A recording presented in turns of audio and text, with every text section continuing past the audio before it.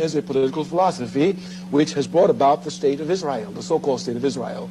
This political philosophy has nothing to do with religion.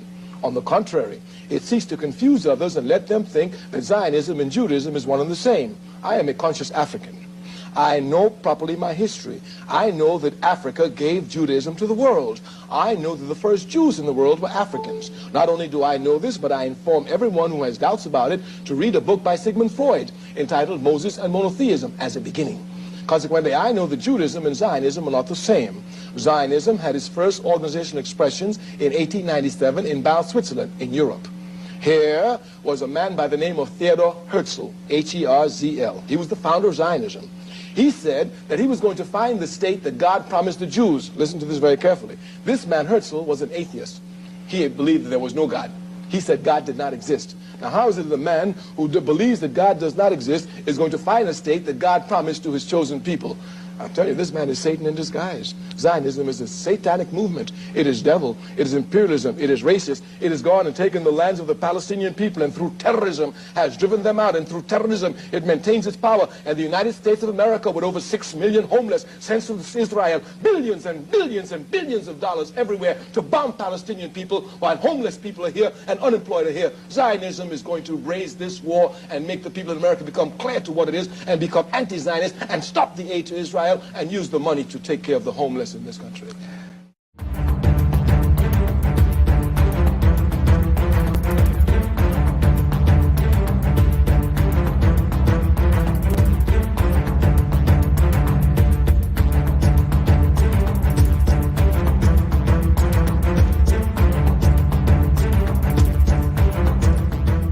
Welcome to the Daily Wrap-Up, a concise show dedicated to bringing you the most relevant independent news as we see it from the last 24 hours. Sunday, February 18th, 2024. Thank you for joining me today. As I said earlier, as I tweeted before, it's going to be a monster of a show today. Probably won't even get to everything I have set up in the show today, but we'll see. I'm going to do my best.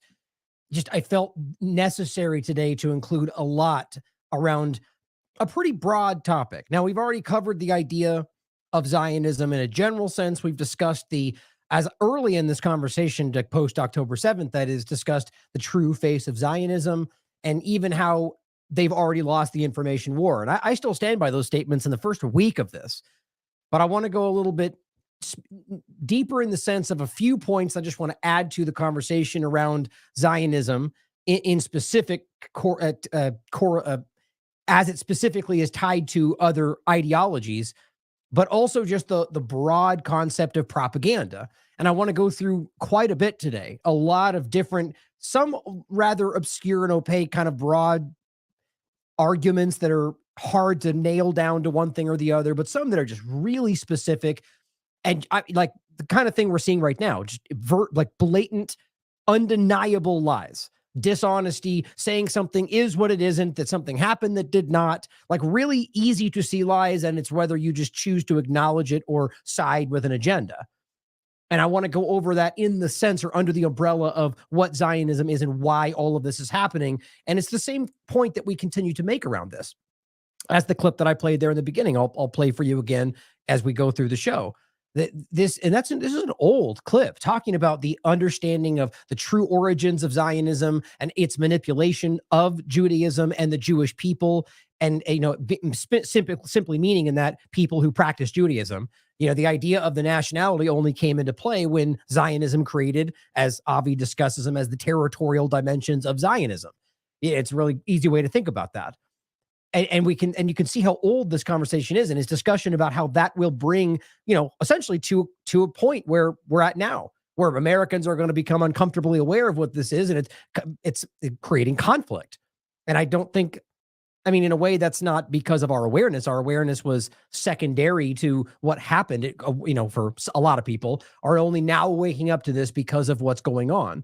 So it's important to see all of this and for you to have the ammunition, as it were, the information and the tool belt to understand what these things are, and not just regurgitate certain talking points that you think align with what your political ideology is supposed to be saying, what your parents taught you, what you saw on the news that day, but rather your in-depth fundamental understanding of the origins, what they really wanted to accomplish, what they did accomplish, what they're continuing to say, and how that's beginning to dissolve. Now, there's a lot to get into that I'm not going to rattle off to start. We're going to talk about Twitter and so on to start again, and how that overlaps, censorship, which I really see all of this stuff kind of connecting together today, as I often try to do. But most everything we're going to get to today is in regard to this conversation. So I actually wanted to start with a shout out to Kim Iverson and the show that I recently did, or she invited me on her podcast and her show. And we had a really great conversation. I really enjoy speaking with her because I really do, and as I've told you in the past, I lived in Idaho for a while. I knew her there. We came to know each other in Idaho because she used to come there to see her family. And I've always really enjoyed the conversations with her. Now, obviously, there's plenty of things we don't agree on. I think that goes for pretty much anybody in the world that's honest with themselves. But nonetheless, I do see that she seems to be doing her best to be objective and to research these topics. And there were things I was critical on during COVID, as I were with a lot of people, and I would expect her to be critical of me if there was something that she didn't, but in an amicable way. And I really appreciate that. Which, by the way, you probably won't feel any of that in the interview. Pretty much everything we were discussing, we were agreeing on, and I really enjoyed the conversation. And I hope you'll check it out because, look, it's important. The idea of what we were discussing, smart dust, nanotechnology, as you well know, I'm very concerned about, and I very much think this is a conversation that is, even just in the way it's being discussed on this show, you'd think that this would be something that would be how we don't understand the breadth of this. Like as the average person, and it's why it's so important for those of us doing this job to continue to break this stuff down as we were doing on this show, just to understand where this seems to be going and how little conversation there is around things that were breaking and fundamental to the growth of where we are now, like 2 decades ago. That's very concerning to me, and how that's not being discussed. Anyway, we got into a lot of other stuff too, COVID-19, vaccinations, and all sorts of random discussion points. I really enjoyed it. Make sure you check it out. I thought it was a great conversation, and I hope to be doing that again in the future. On Twitter in general, which I want to start with, I just think we've been doing this recently, and it's getting more and more obvious day by day. The more this continues to grow, like into this kind of, I would argue the way I see it as the increasing pressure that this platform is feeling from Zionist organizations or just political lobbyist groups for Israel, which I see as the same thing. But I'm not going to say I argue that every single thing Israel connected that I don't agree with is necessarily tied directly to Zionism. But I'll tell you right now, it's going to be a good guess. And I'll tell you right now, it's going to be most of the cases we're talking about. That's why, from somebody in my field, it's okay to have opinions and use those opinions to guide what you research, as long as you're always considering that that's confirmation bias. You're never going to remove your confirmation bias. This idea that, Fox and CNN are unbiased in practice, it's nonsense. We all have our opinions, and they were forced to sort of lean into that as it got more embarrassingly obvious that they weren't even just leaning into it, that they were aggressively partisan. But we all have that. And my point in saying that is that it's important to acknowledge those things, right? And to trust your gut, but don't fall into that and assume in that direction. This is an important reality, because I think that this is continuing to happen in such an obvious way that it is shaking people free who were on the side that Elon was saving free speech, or somehow Twitter was the one platform that was fighting for you. And God, did I hope that. That's what I always say, whether it's about Trump or anything else. An honest person would go, well, yeah, I really hope you're right.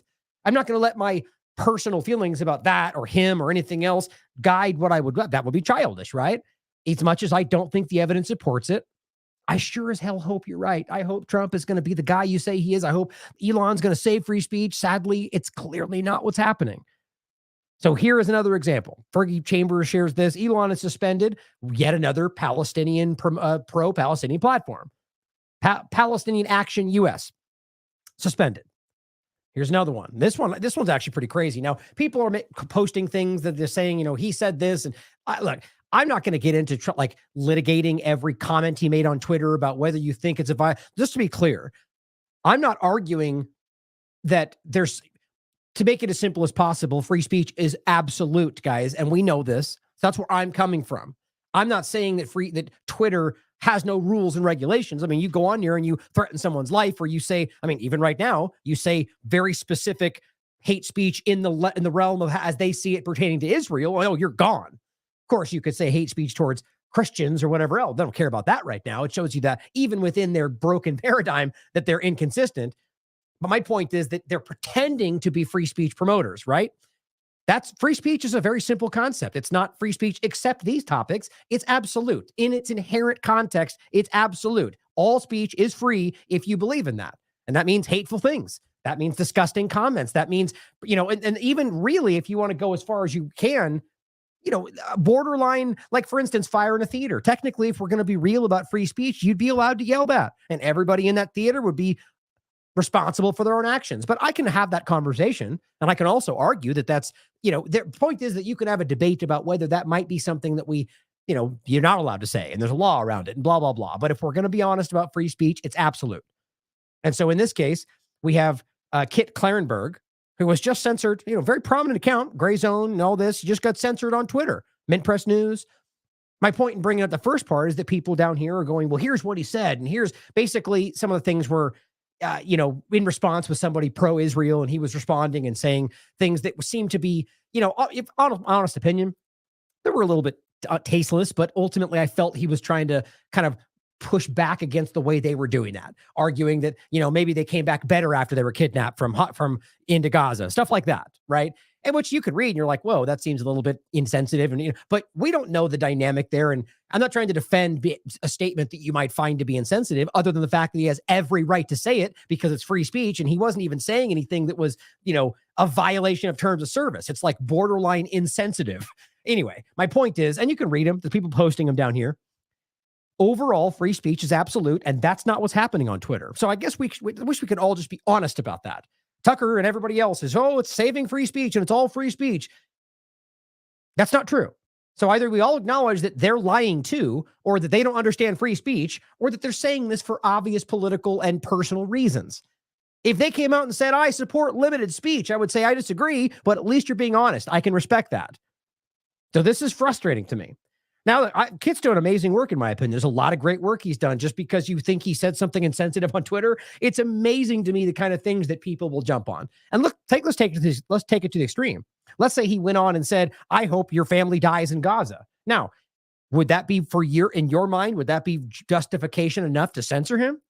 That's happening literally every day right now from Zionists. Every 30 seconds, you can see examples of that on Twitter. Doesn't make it okay. If you think it should be censored, then apply it equally. But then also acknowledge that's not free speech. He's not actually threatening specific violence. He's not saying, either way, I can go as far as you'd like. I think it's obvious that this is not free speech.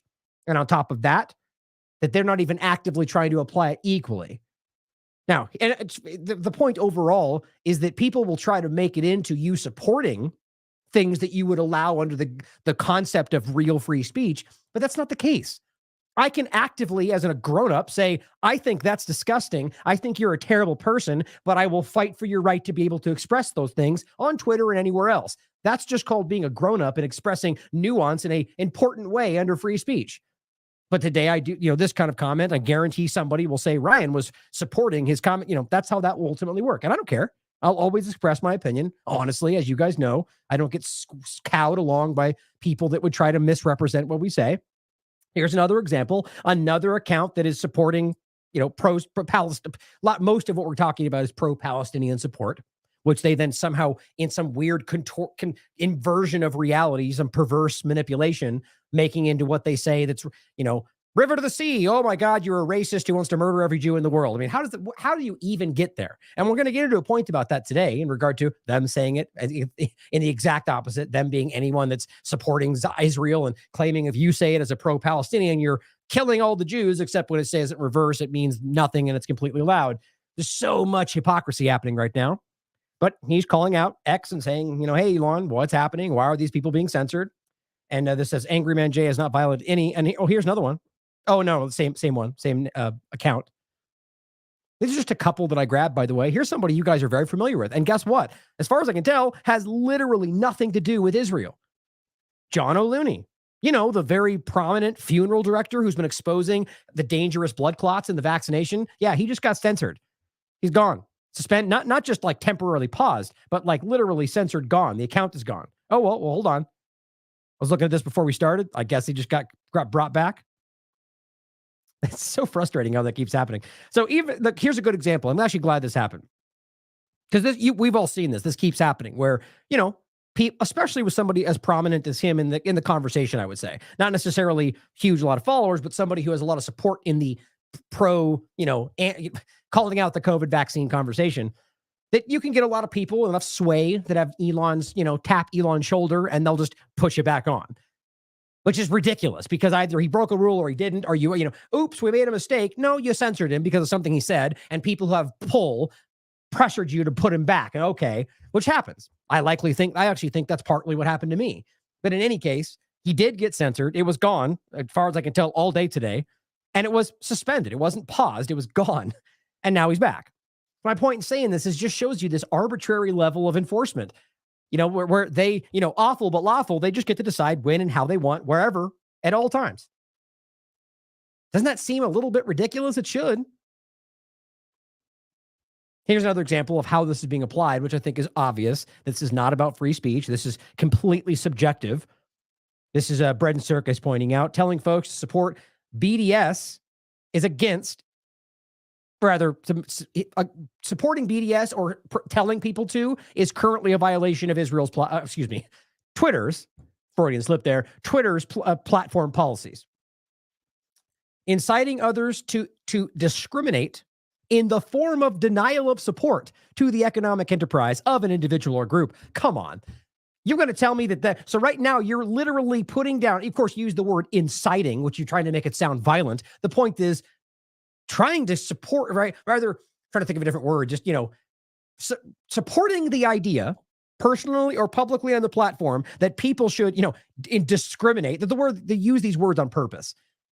Basically saying, if I'm supporting the idea that you should use your dollar to either vote or to support or not support somebody who you either agree with or do not agree with, suddenly, if it's Israel, you're violating the terms of service. How much you want to bet if I said, hey, I'm calling for everybody to stop spending money on this group because that group has ties to ISIS?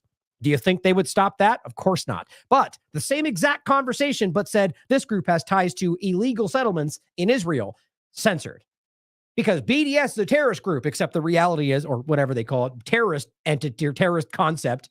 It's just people who are utilizing the law, which they told you to before they were using violent resistance, which, by the way, is also legally protected under the Fourth Geneva Convention, international law.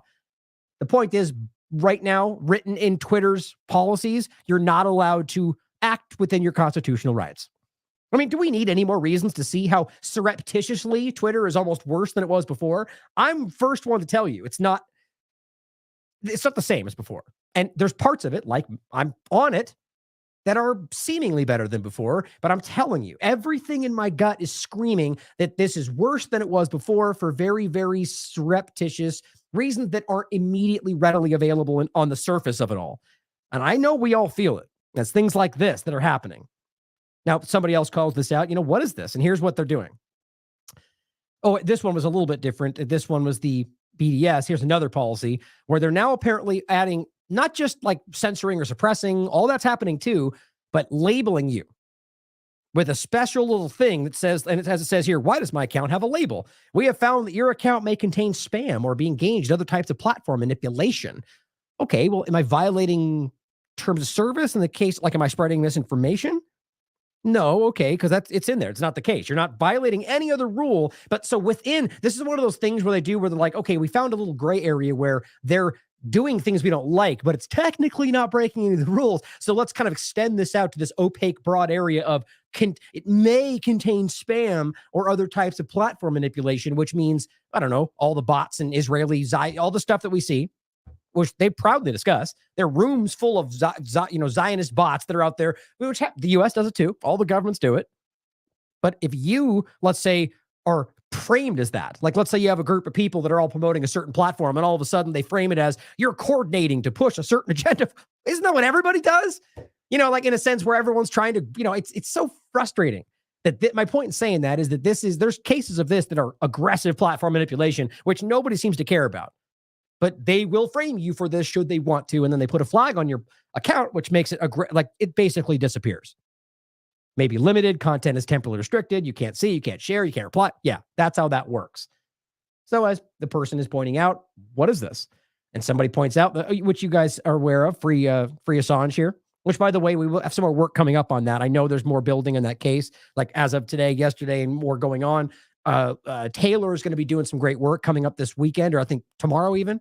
And I plan on either putting up some content about what she's doing in regard to Assange, or because she's going to be hosting a panel, or maybe even taking part in something. We'll see. But trust me, I plan on covering this because it's important, as I've said all this time, whether or not you believe Assange is genuine. I say that because it's ultimately about the consequences of the way they handle this case, right? I think that's important because there's a lot of people that still are, question things, be skeptical. Whether or not, though, the outcome will still be able to be used against you. And I think that's important. But Free Assange here points out their account, interestingly timed, by the way, has now got one. We've added a temporary label to your account. Isn't that strange? Like, is it violating a rule or not? What's with all this weird social engineering, meant to drive you in the direction of how they want you to act? That's what all this is. If it violates a rule, then say something or delete it, right? We will delete this if you, blah, blah, blah, whatever. The idea that you're supposed to kind of like subtly walk away and this is about training you to be a certain way and act a certain way and think a certain way. It's everywhere. And it's alarming. Now, weirdly enough, on top of that, you'll notice Bread and Circus shared this with me just yesterday. Jason Bassler shared this tweet, if Trump was still president, would his response to October 7th and the aid to Israel be better or worse? I simply said it would be the exact same, but the narrative around it would be different, of course, so that many of those opposing it under Biden would instead blindly support it under Trump, regardless of the exact same level of support, if not more, since Trump is wildly pro-Zionist. Fully believe that. But he points out, look at that. You don't have a check or a blue thing next to your name, which I don't. Isn't that strange?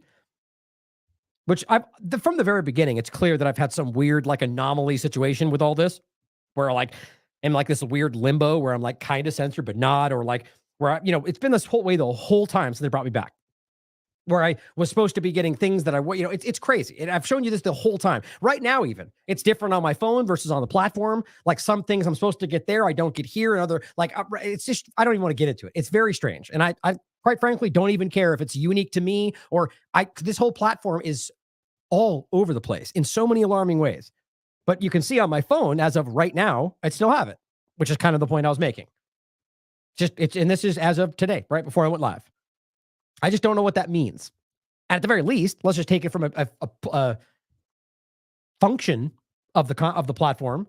Shouldn't I be like, hey, you're not meeting my obligation that you promised? We made an agreement and you're not meeting that obligation. They don't care. No one's going to respond to me. It's just so unaccountable across the board. But I get the feeling that this is continuing to increase. And you guys know as well as I that I'm not on the good graces of all of these narrative controllers. So we'll have to wait and see what ultimately happens.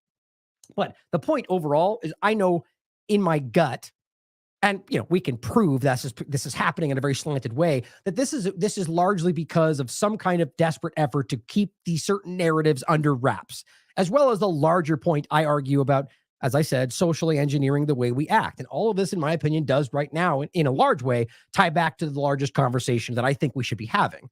And that's not necessarily because I do think this is probably the most important thing happening in the world right now. But whether or not you think that, we have to acknowledge that this genocide is unprecedented in multiple ways. And even the way that the world has responded to it is unprecedented and is going to change the future of the way we engage with international law, the way that the dynamic works amongst other countries, the UN. All this stuff is going to change and already has begun to because of the belligerent and mindless murder of what Israel's been doing in Gaza. We all can see that. And I just think that's important to consider how much that's going to change. That's why I think this conversation is so important.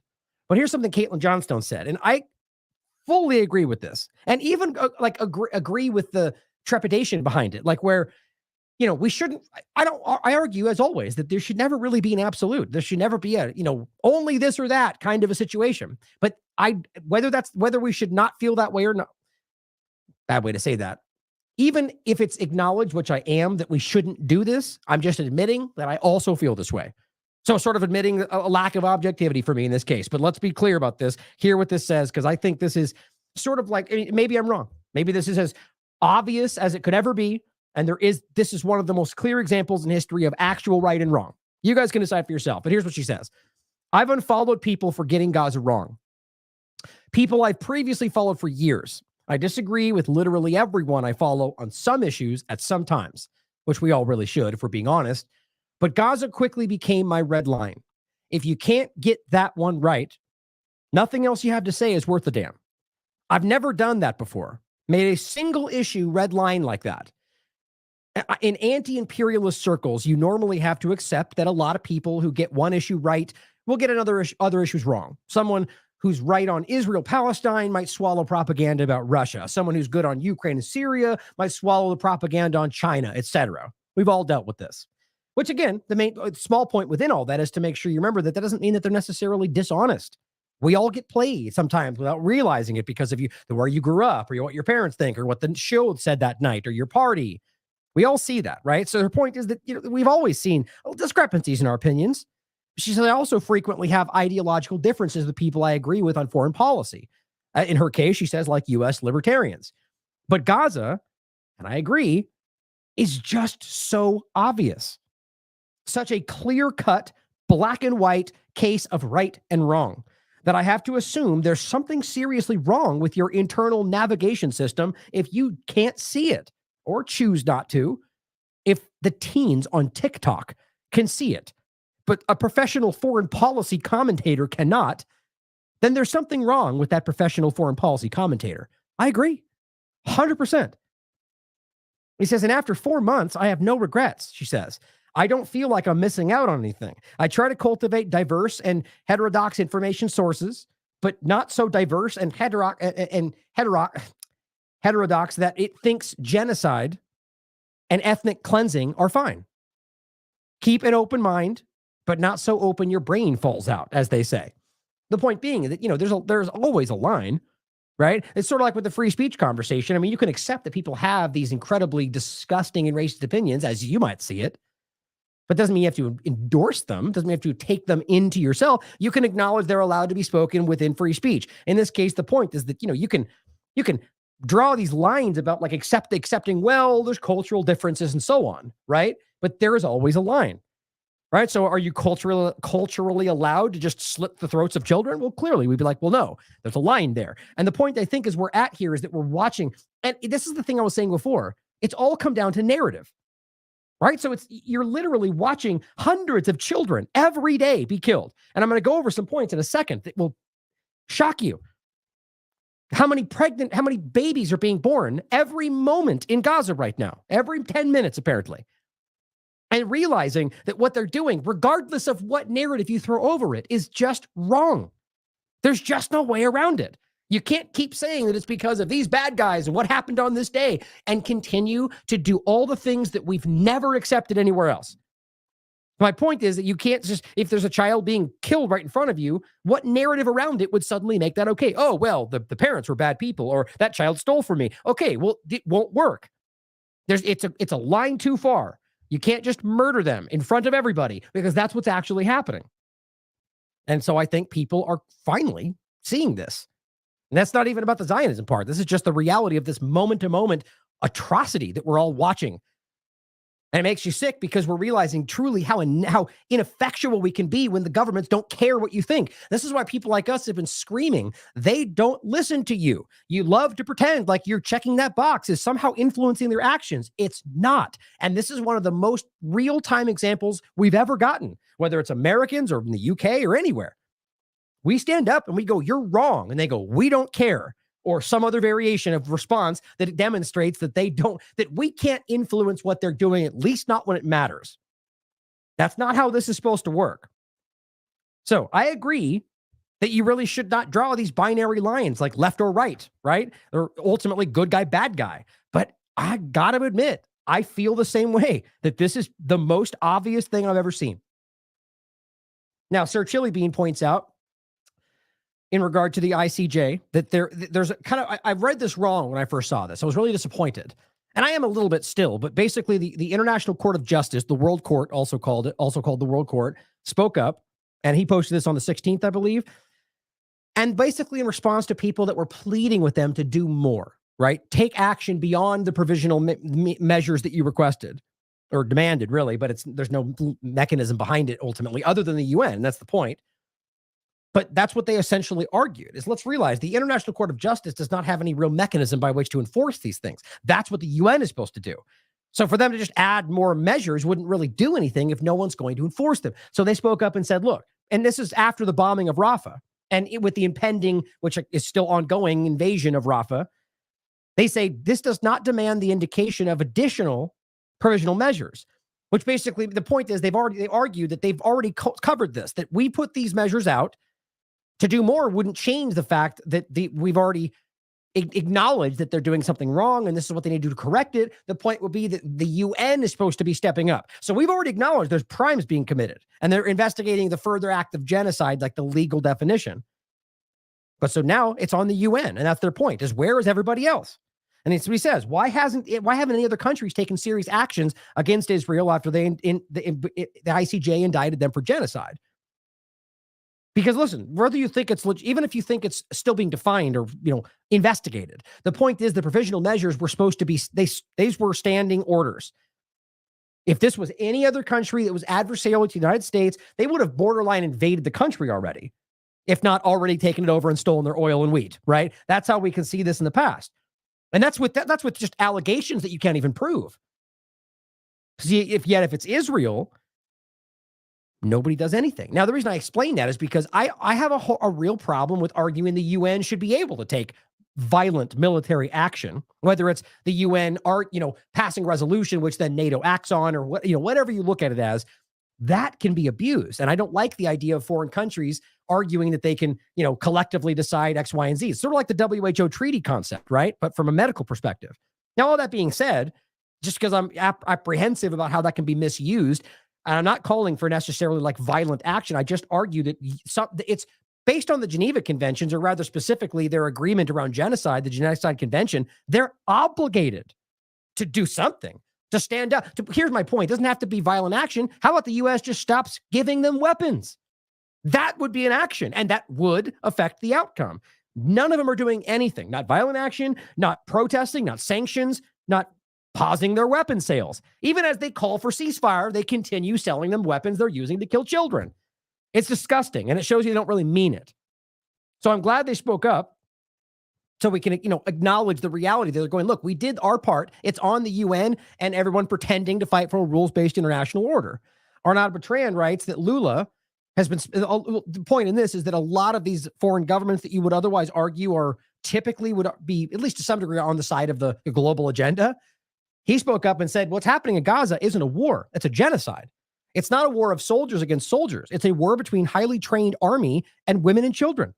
What's happening in Gaza and with the Palestinian people already happened in the past when Hitler decided to kill the Jews. Well, these are whatever your opinions about what he's saying. The point is people in positions of power who moments ago were at least not saying anything or otherwise on their side are coming out hot against this. And I think it's, again, an indication. It certainly could be that they have a conscience or they see through it for the first time. Maybe that's the case, but it's also possible if they just recognize that we all see it. And a good politician, if anything else, recognizes that people can influence the outcome more and ultimately decide his power, especially at a middle rung position. So people, not necessarily that has to be his position, but the Congress, people like that stepping up and going, oh, you need to call for this and you need to stop killing. I think a lot of that is just advantageous actions, realizing that Israel's losing control. And that if they step up and become the hero of the people, we suddenly think of them as somebody who is honest. And that translates into future power for them, right? Whether they are or not. We always got to think about that, how it can be applied. But there's a lot of examples. Ion Barala, and you can see the little gray check mark or whatever. That's for the government. And I believe this was which one was this? Let me double check. I think it was Spain. Yeah, Spanish politician. She says, oh, and by the way, here's an interesting point. Who served as Minister of Social Rights and 2030 Agenda, right? So what's interesting is you'll find that these people, a lot of them are standing up and pushing back against Israel, but while are in line with almost every other thing that we think is a problem. So again, I just think that's indicative of the fact that they realize Israel has lost the plot on this, and they're trying to pull us back into feeling that they're on the side of good when I don't think that's the case, but you can decide for yourself. Now, Alon Mizrahi points out something important. He says, try to wrap your mind around this. And this speaks to the idea of the U.S. pretending they want ceasefire and not doing that. He says, Algeria is preparing a ceasefire proposal for the UN Security Council.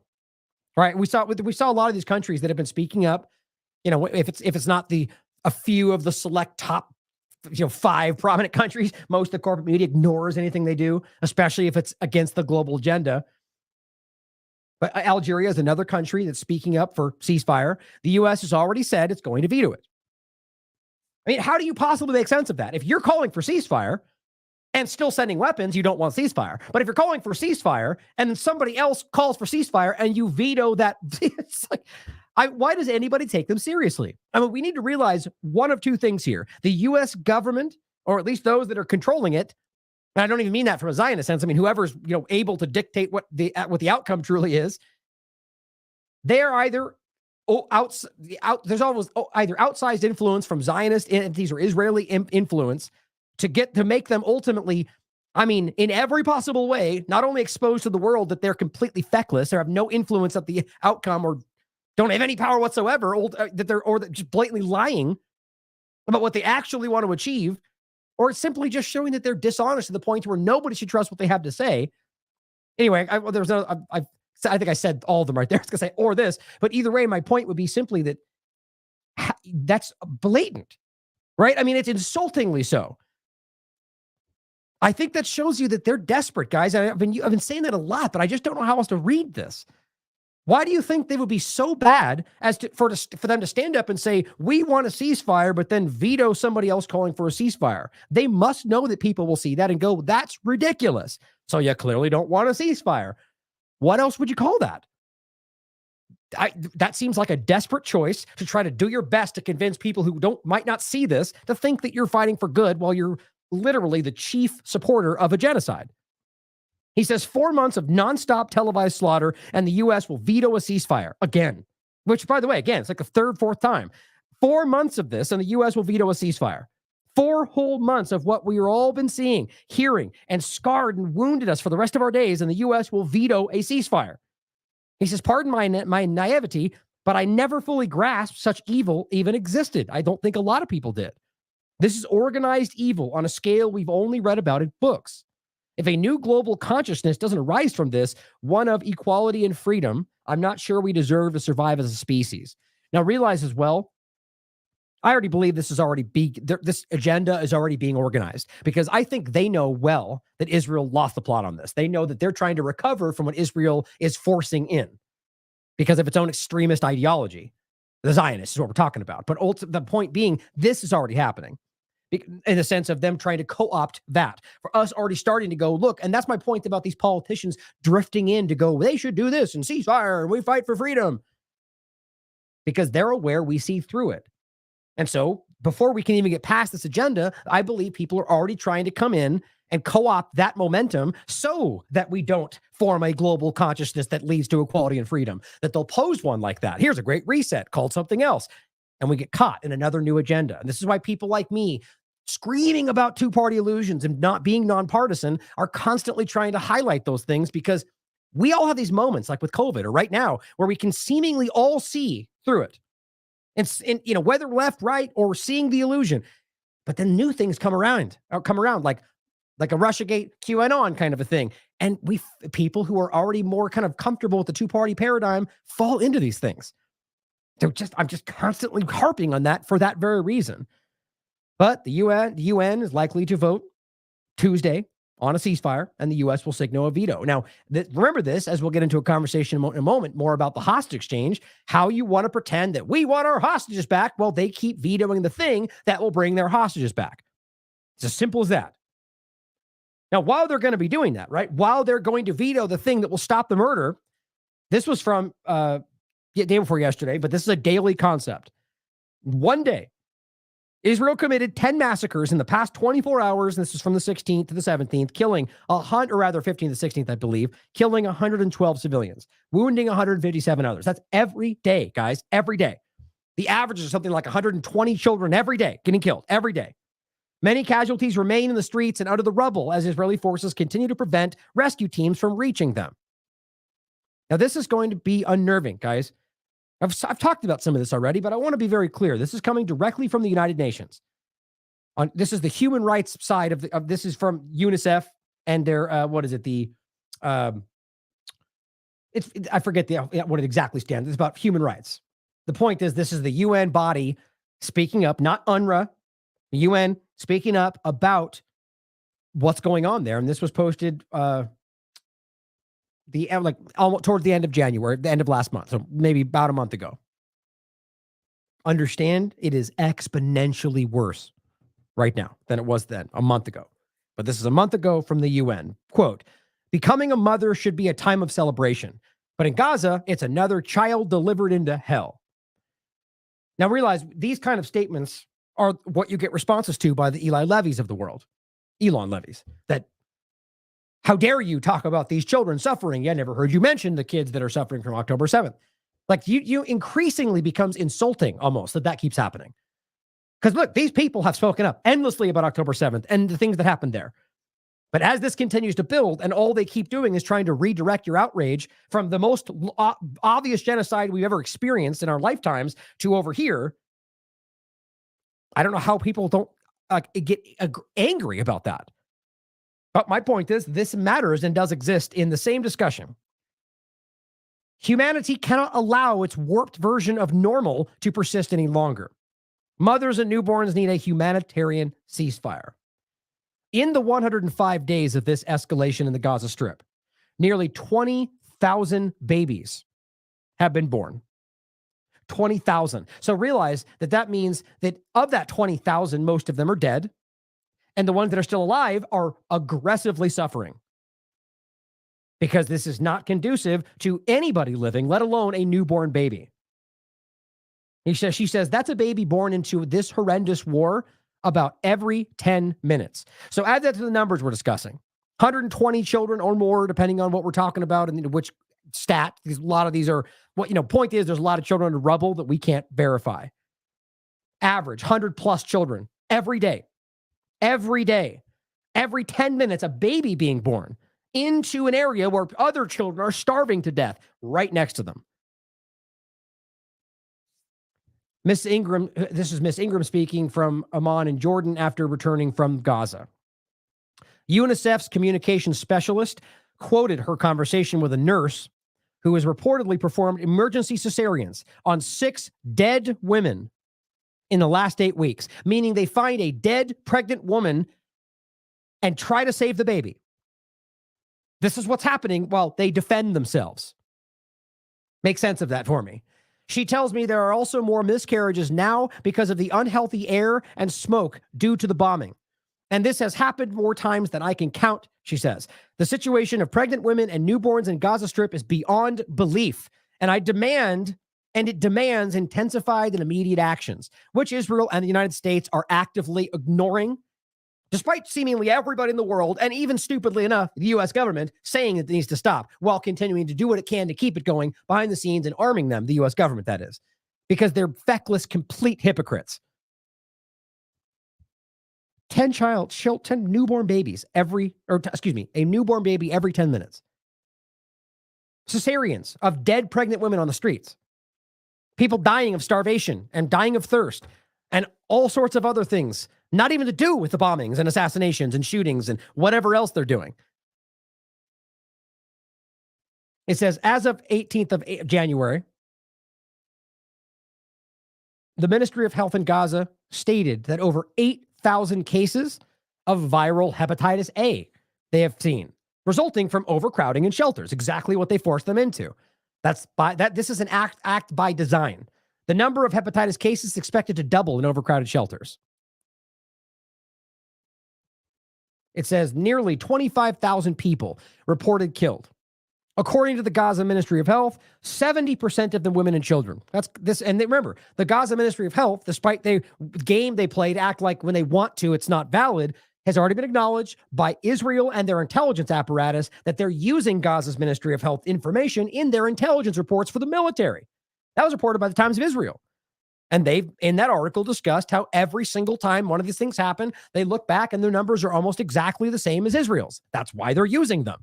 So the game they play to try to downplay those numbers when it means something is just, again, one of the examples we're going to get into about how aggressively dishonest they are with everything that's happening. Now, Sungay said that he, quote, managed to meet a number of released detainees. This is one of the people speaking on the record, one of the journalists there. These men who were detained by the Israeli security forces in unknown locations for between 30 to 55 days. We're going to touch on this.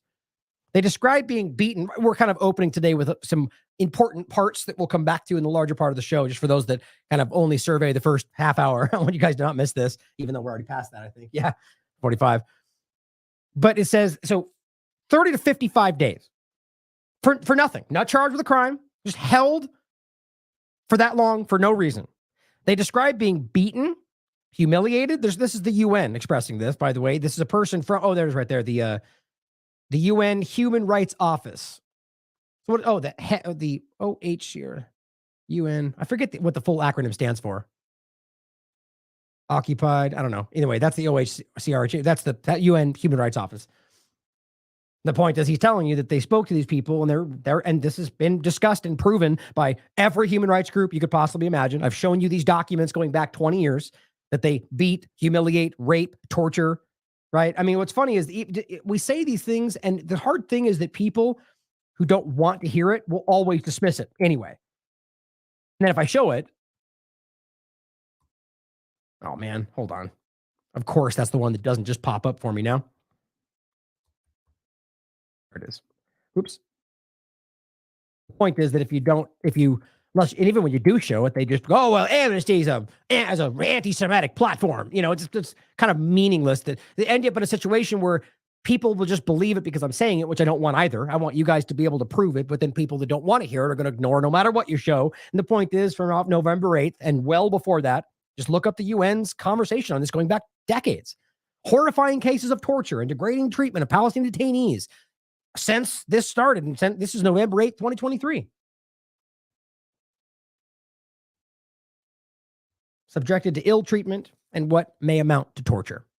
He added that and realize I just did a focus on this in regard to rape, which is a whole segment on that, which the UN did an entire multiple documents on this, but not too long ago, put out an entire document about children being raped in detention by Israeli security guards, by IDF. It's all so documented, it's overwhelming. Which doesn't mean every single person is doing that, but of course we have to acknowledge this in the bigger conversation. But he said he added that they reported being blindfolded, and this is important, for long periods, some of them for several consecutive days. Now, I'm going to show you one of these examples in a minute of a guy who's blindfolded, and the blindfold is very tightly wrapped around his eyes and his nose, which looks wildly uncomfortable. Now, imagine being like that on your knees, but they won't let you lay down, sitting there for days on end. I mean, that is torture. That's Guantanamo Bay kind of stuff. What the very mild part of it, but that is part of the kind of mental long-term kind of, that's what they do. And let's not forget, Israel was involved in that. Now it says one man said he had access to showers only once during his entire 55-day detention. This is the kind of stuff that they do. This is not by accident. These are deliberate. Don't forget, Ben Gvir went to these new buildings to make sure that the prisons were going to that they would be, I think the word he used was make sure they weren't improved so people would not suffer is not what he used, but the point being he wanted these prison cells to hurt people. He did not want them to be there and be comfortable. Now you realize that, just because your opinion about somebody, the idea being is that these people have human rights, especially when you realize that almost every one of the people they're doing this to are not what they say they are. But it says there are reports of men who were subsequently released, but only in diapers, without any adequate clothing, in cold, freezing weather. Mr. Sungai recalled that, quote, Israel must take urgent steps to ensure that all those arrested or detained, I hate these statements because what do you think? This is by accident they would keep doing this? That those arrested or detained are treated in line with international human rights and international humanitarian law, meaning that that's not what they're doing, guys. Notably, with full respect for the due process rights. None of that's happening. Unless Israel can demonstrate imperative security grounds for each person remaining in detention, they must be charged or released. They're not doing that. They've never done that. Nobody cares. So these are statements that are meaningless when there's no actual mechanism to enforce it. And they don't care. They support what Israel's doing. As of 18th of January, telecommunication services in Gaza have remained shut for the 6th consecutive day, adding to confusion and fear, which all of these add to torture, war crimes, everything they're doing. It is because all collective punishment to innocent people they pretend that they're trying to rescue. It's a pressure cooker environment here in the midst of utter chaos, given the terrible humanitarian situation, shortages, pervasive fear, and anger. Disgusting. All the children being born, cesareans in the street. Now, here's Mohammed Safa. Israel has dropped almost 65,000 tons of explosives. Have fun comparing that to just about any other war. I mean, it's overwhelming, and this is a tiny area in only 5 months of time. He writes, this means that Israel has dropped 28 kilograms of explosives on Gaza for every man, woman, and child. 28 kilograms for every individual in Gaza of bombs, of explosives. Once we get past this and look back, guys, this is going to be world changing. It already is. But we need to realize this is overwhelming. Then the information just cannot be narrative-ited away. You can't use narrative to just hide this. No matter what you say about this, these numbers you can't ignore. You can't just go, but Hamas and human shields, 65,000 tons in this tiny area with 5-month time frame. This is genocide. They've lost. Now, here's the crazy part is that the U.S. government, despite pushing for ceasefire in gigantic quotes, is going to send weapons to Israel. We already saw what they're doing. They're going to veto the call. Right now, the U.S. government, more than anybody in the world, is showing themselves to be, I would even argue, worse than Israel. What they're doing is allowing the genocide when they have the ability to stop it. Israel is at least clumsily transparent on what they want to accomplish, which is disgusting, horrible genocide. They should all go to prison. But the United States government is standing back, twiddling its thumbs, acting like they're not responsible while allowing this to happen. In fact, I would argue, without the weapons they're supplying, this wouldn't happen. It's disgusting. That's why people are calling them out. Now, in an interesting development, like after all of this, right? So the world is calling for ceasefire all the way around. The World Court has acknowledged they need a ceasefire, called this genocide, right? Everybody, even the allies are now coming around to say we need ceasefire. Canada, Australia, New Zealand. I mean, everybody. And even the U.S. is pretending they want a ceasefire, right? So right now, the whole point about the ICJ is they're going, look, we did our job. So the world actors are supposed to be doing something about it per the Geneva Convention, right? Which would mean Russia, the United States, all these different countries would do something, right? So it's interesting to me that the only country who's actually, now I'm not saying it has to be honest, maybe there's another nefarious reason, you guys can decide for yourselves, but that Russia has invited these groups to speak with them, which, by the way, wouldn't that be arguably one part of what you might do to do something about what's happening? So my point in saying this is what's interesting is how this happens to usually work with Russia. They'll do the thing that if it was done by anybody else would just be benign, but when Russia does it, that's going to be terrorism, right? This is going to be framed as Russia aligning itself with the terrorist groups, just like Nancy Pelosi said. It's Putin's game plan, right, or whatever, because they're just children. But what it is to me is Russia, one of two things. Well, I mean, look, it doesn't even matter that ultimately it's going to amount to a few things that they're stepping in to support the suppressed, the occupied, right? The people that need world support. Now, again, whether you think that's because he's a good person or because he sees an advantageous, that he sees a benefit in doing it, it's kind of doesn't matter. It's the right thing to do. But that might not be what he's doing it for. But my point being is that nobody else is doing anything. So as he steps in to do it, he's going to be framed as the terrorist for simply speaking with these groups that are actively being murdered in front of us. I just find that to be such an interesting inversion of how things happen. And so he's going to go, he's invited them. And these are the groups. So Fatah, Hamas, I would argue probably Palestinian Islamic Jihad, the other groups, invited them to Moscow for a discussion about this. Now, it says around a dozen different Palestinian groups for an inter-Palestinian talk on February 29th. So just wait. I can't wait to see the fear-mongering. They like pearl clutching, screaming about how this is going to be, oh my God, Israel, the rest of them are going to push this, an overlap with Iran. They're going to overtake the world and whatever nonsense they're going to push forward. When this is what everybody should be doing. Because you realize that they're only pointing at Hamas. What about all the other Palestinian groups that are actively fighting on behalf of Palestine? Shouldn't we be discussing what this future would be if that's what you pretend you're trying to do? No, I mean, this is why nobody takes at face value what they're doing right now, despite the fact that Israel, in addition to the fact that Israel continues to scream, and I'll show you that they won't ever allow a two-state solution. Oh, wait, I think it does say it right here. They include Hamas, Palestinian Islamic Jihad, alongside representatives of Fatah and the PLO, even, which is interesting. I think it's an obvious, and it doesn't even matter. The point is that this is what everybody should be doing. But of course, right, say when Tucker speaks to Putin, he's a terrorist, right? They go over and talk to the Palestinian groups, and they're terrorists. But I think this is what's happening right now. And I should add one more thing, actually, that, we should consider whether this is all part of some larger manipulation.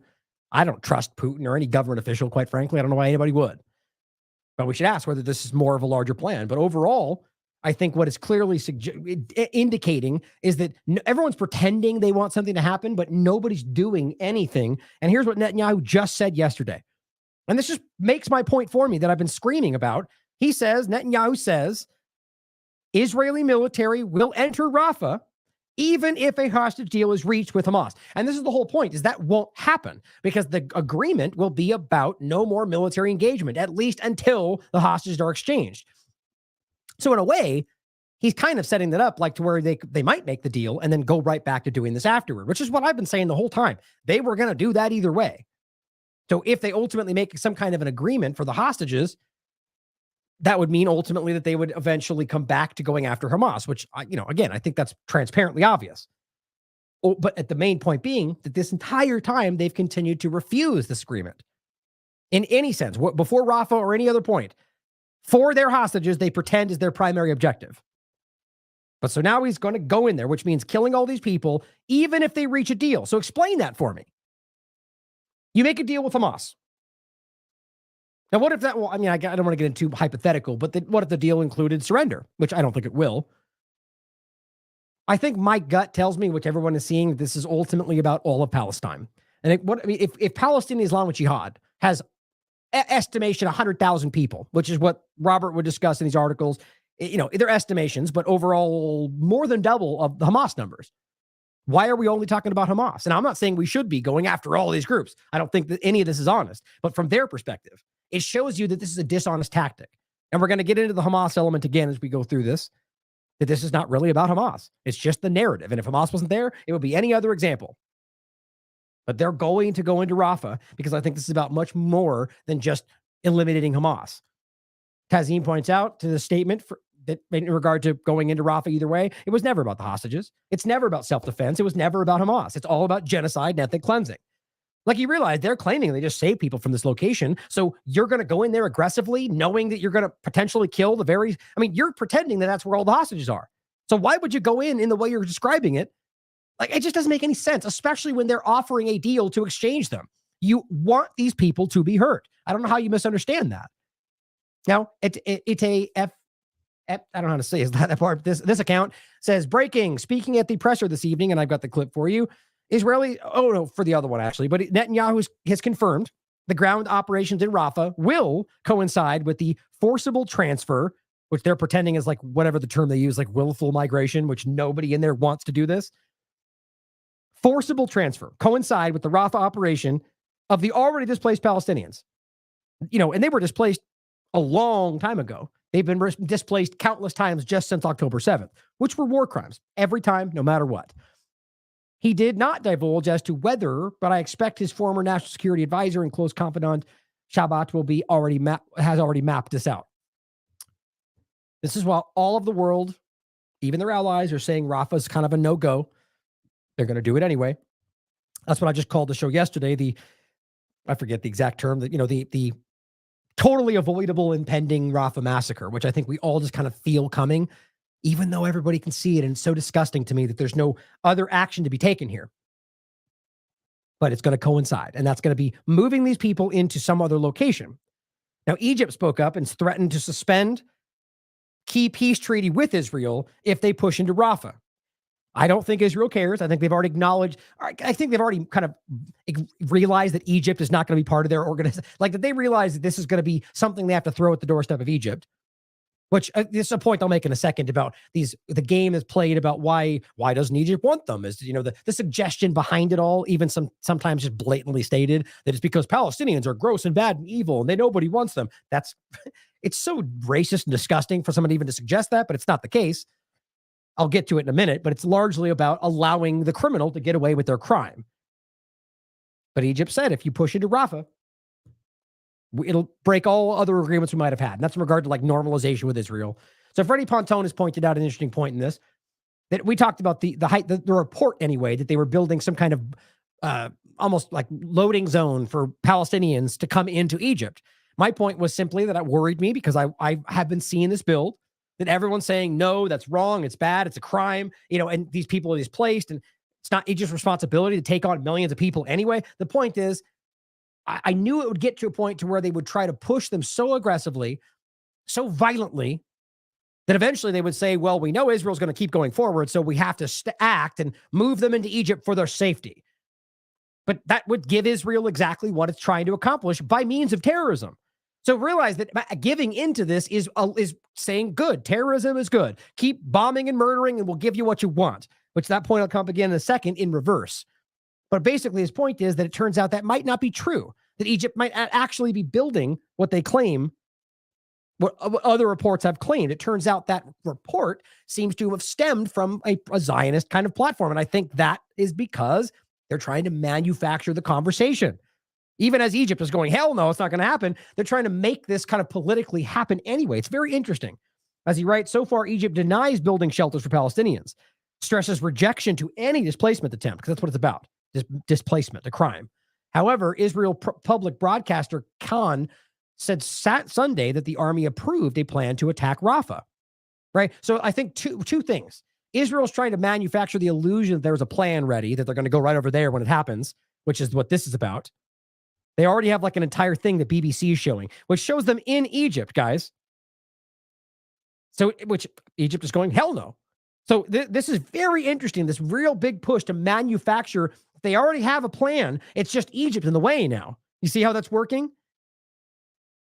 And their own platform is claiming that we approved the attack because we said we have a plan. Remember, Biden said no invasion without a plan. This gave them that one on a silver platter, even though there is no plan still.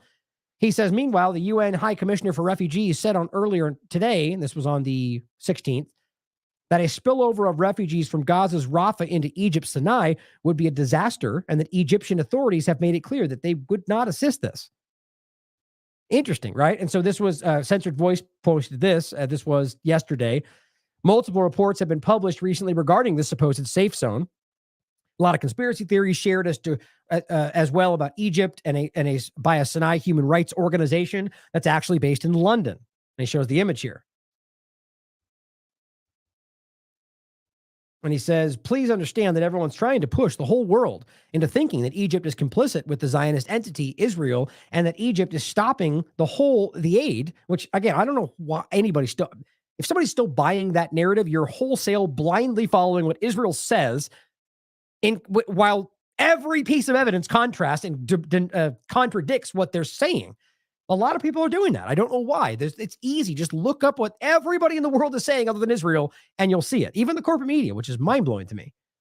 But that's what he's claiming, that some people still think that Egypt is stopping the aid, while in fact, Israel's the one actively stopping it. I'll show you that in a minute. He says also it's been phrased by the president of Egypt that displacing the Palestinians is a red line. Do not fall for the propaganda, he says, shared by the Zionist entity to distract and divide. They recently showed that the area is a logistical area created to house more trucks.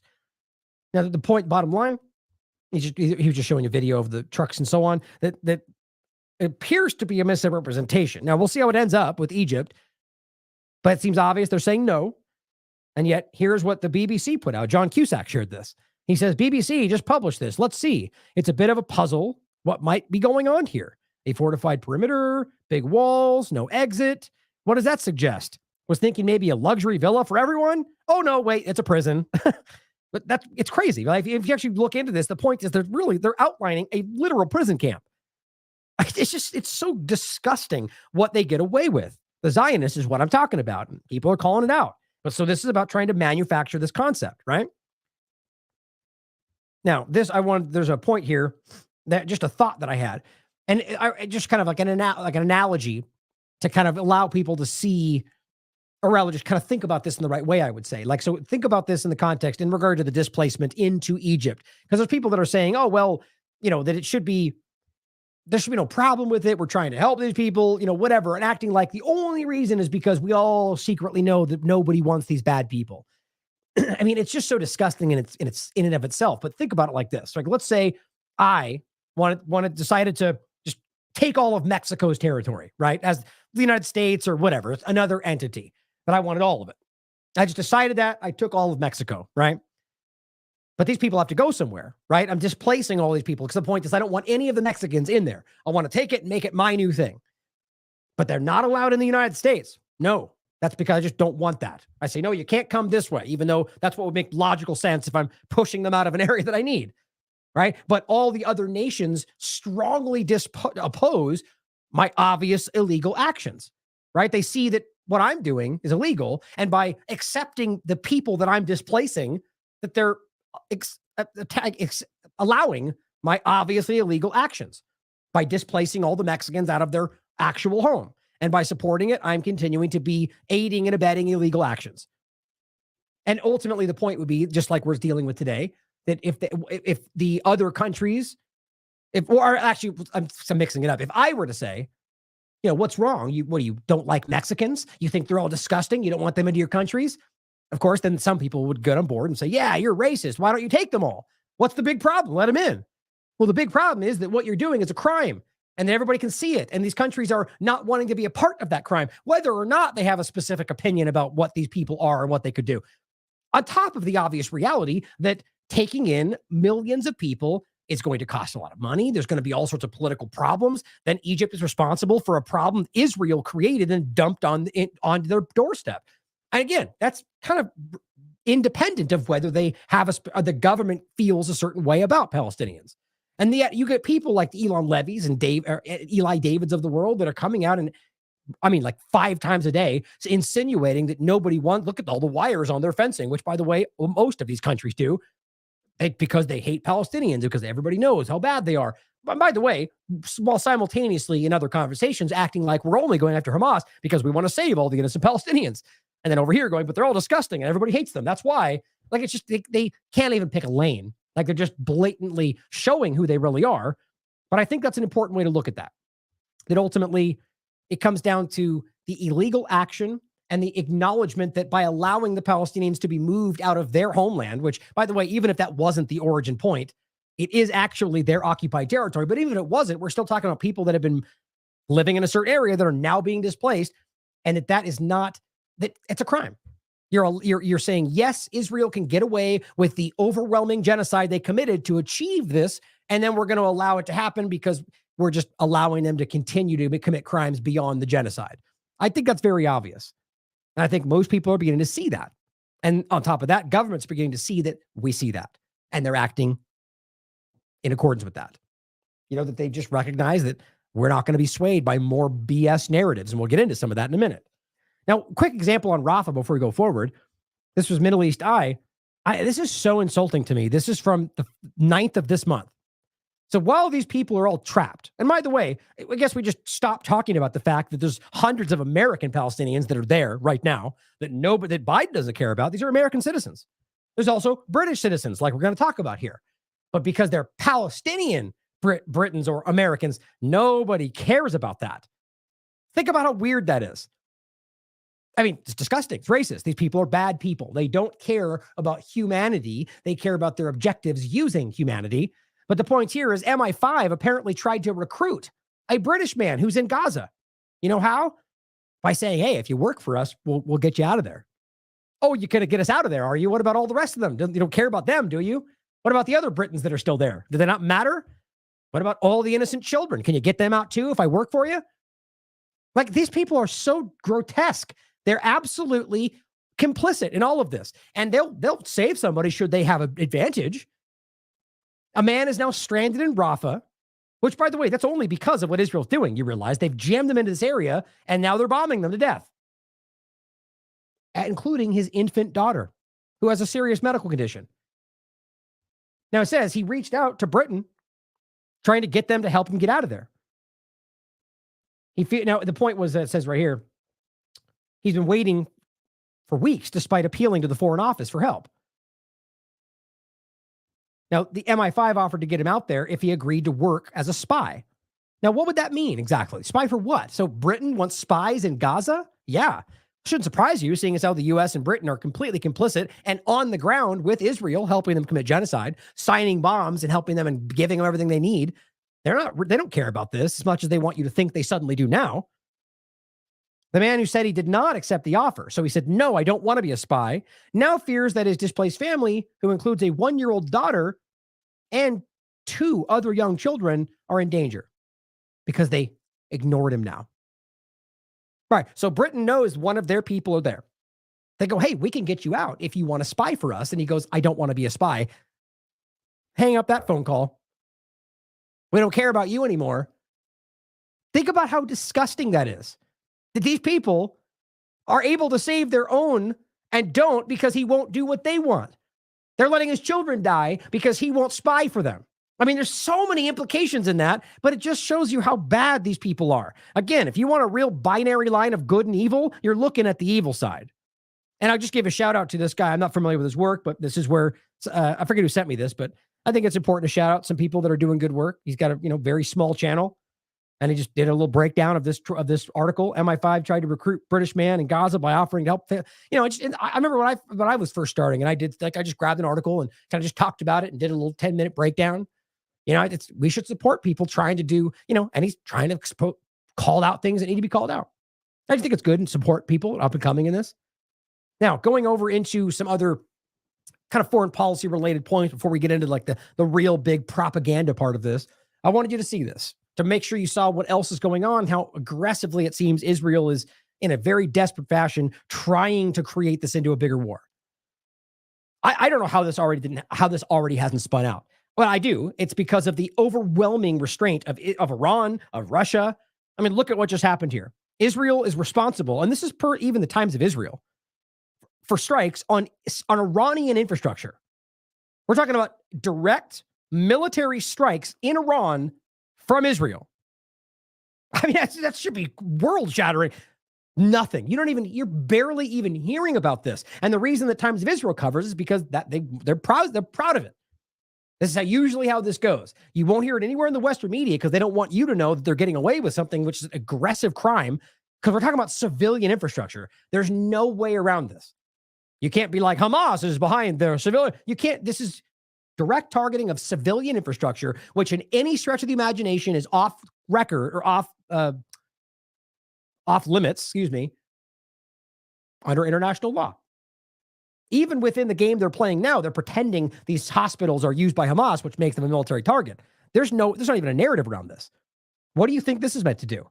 They are desperately trying to get them to lash out, so then the media will only cover their response, and it will spin into a very much more dangerous situation.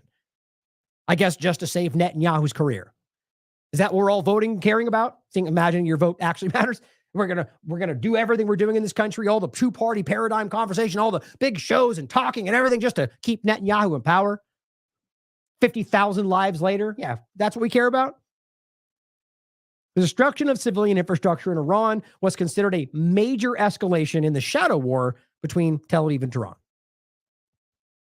Israel was behind a pair of attacks on major gas pipelines inside of Iran this week. Nobody cares about that. I mean, can you even wrap your mind around how monumental that is? Where are the big channels on this? This was 2 days ago. Can you imagine if any of these people bombed, I don't know, any civilian, anything, even like tangential to anything within the United States, obviously, anything inside of Israel. But can you imagine if it was even just something that they perceived as their territory? I mean, anything. This would be World War III already. They would have bombed Iran. They would have done all, but what does Iran do? They calculate their next move. They wait, which is pretty alarming when you think about it, because this is what real militaries do, right? But, and again, you could take that as some kind of pro support. It's not. It's just an acknowledgement of belligerent actions versus strategic actions. I think all of these people are concerning, but I can't believe that that's going undiscussed. And they're pushing this. They did speak out in press TV saying that this was a terrorist act, which means they will respond, guys. This is a terrorist act. Speaking of that, actually, I definitely want Robert to cover this, which I should have him back on pretty soon. I was just going to send it to him real quick. Pretty crazy. Now, on top of that, in other important news, you might not be shocked to find out, as they're literally bombing a foreign country with no legal justification and, doing everything else they possibly can to benefit from the situation while they're murdering children every single moment. Well, they're also planning to steal all the gas that we're told was a complete blood libel conspiracy theory, right? This is written. Oh, this was this platform, but this roundly reported discussion, as I'll show you in a second. They granted gas exploration licenses in areas considered to be within Palestine's maritime boundary. Well, seeing as how it's literally all Palestine, I think it's obvious. But let's realize that this is an illegal action no matter how you spin it. We talked about, here, I think I can grab it here. Maybe not. Well, there was an article. Oh, maybe that's the one. Let's see. Should pop up. Nope, not that one. Here it is. Unrealized potential of Palestinian oil and gas reserves. Now, we talked about this too, and my thought was this definitely plays a factor. But I didn't know, I still don't think it's the primary objective. I really don't. But clearly this is a factor. And what they're doing is illegal. This was 2019, which could generate hundreds of billions of dollars. This is Palestinian territory, right? So the point is they're now giving licenses for this. But here was a meeting on November 9th, 2023, end of last year. Second committee from the UN approves 3 resolutions, including text demanding Israel cease exploitation of natural resources in Palestinian territory, but also the Golan Heights. Right, because that's also illegally occupied territory, no matter what anybody says. It's proven the reality. Only Israel and the United States pretend otherwise. And they're stealing from these locations. And here's the UN for the umpteenth time saying you have to stop stealing from them. That's what exploiting these territories you illegally occupy. Guess what? They don't care. Energy firms face legal threat over Israeli licenses to drill for offshore gas. This one was just today, or 3 days ago. Again, grants gas exploration licenses in areas considered to be Palestinian territory. It's happening in real time right now. Nobody cares. They are getting away with murder. The saying, but also literally. But I don't think it's going to last very long. I think people are seeing right through this. But this is pretty crazy how illegal every stretch of this is. They're stealing what they can from the ground. They're bulldozing all of the area. They're going to be able to illegal settlements. They're murdering people every moment we're talking right now. They're trying to drive them all in a mass displacement to some other location. But it's all defending yourself, right? I mean, how can we still pretend that even logically makes sense? Now, on top of that, let's remember, going back to this little picture, right? They're building stuff like this, or trying to, but also all the way around these areas, because let's not forget, this is about building new settlements. This is the reality, guys. We're going to show us again. They're dancing at the new settlement conference. I mean, this is literally, and that's Ben Gvir. They're all dancing, and they have outlet in the background. If you can't see it in this video, it's like barely right there, I think. But you can see the big map they have back there, and it shows all it shows Gaza, and it's got these new settlements. They've got funding allotted for it. They've got construction plans mapped out. I mean, it's so embarrassing that what it shows you is that corporate media is either that willfully blind or stupid, or they're all dishonest liars. All these big talking heads that people listen to that won't acknowledge this provable reality, or any number of other ones. It is happening. And here is a Channel 14. They posted this, proudly discussing, it's in Hebrew, but you got head subtitles, how they're going to basically put a buffer zone all the way around this and build a highway through the middle. Like they're reimagining the whole damn thing. Get ready for the new Gaza Smart City, only for Jewish Israeli settlers.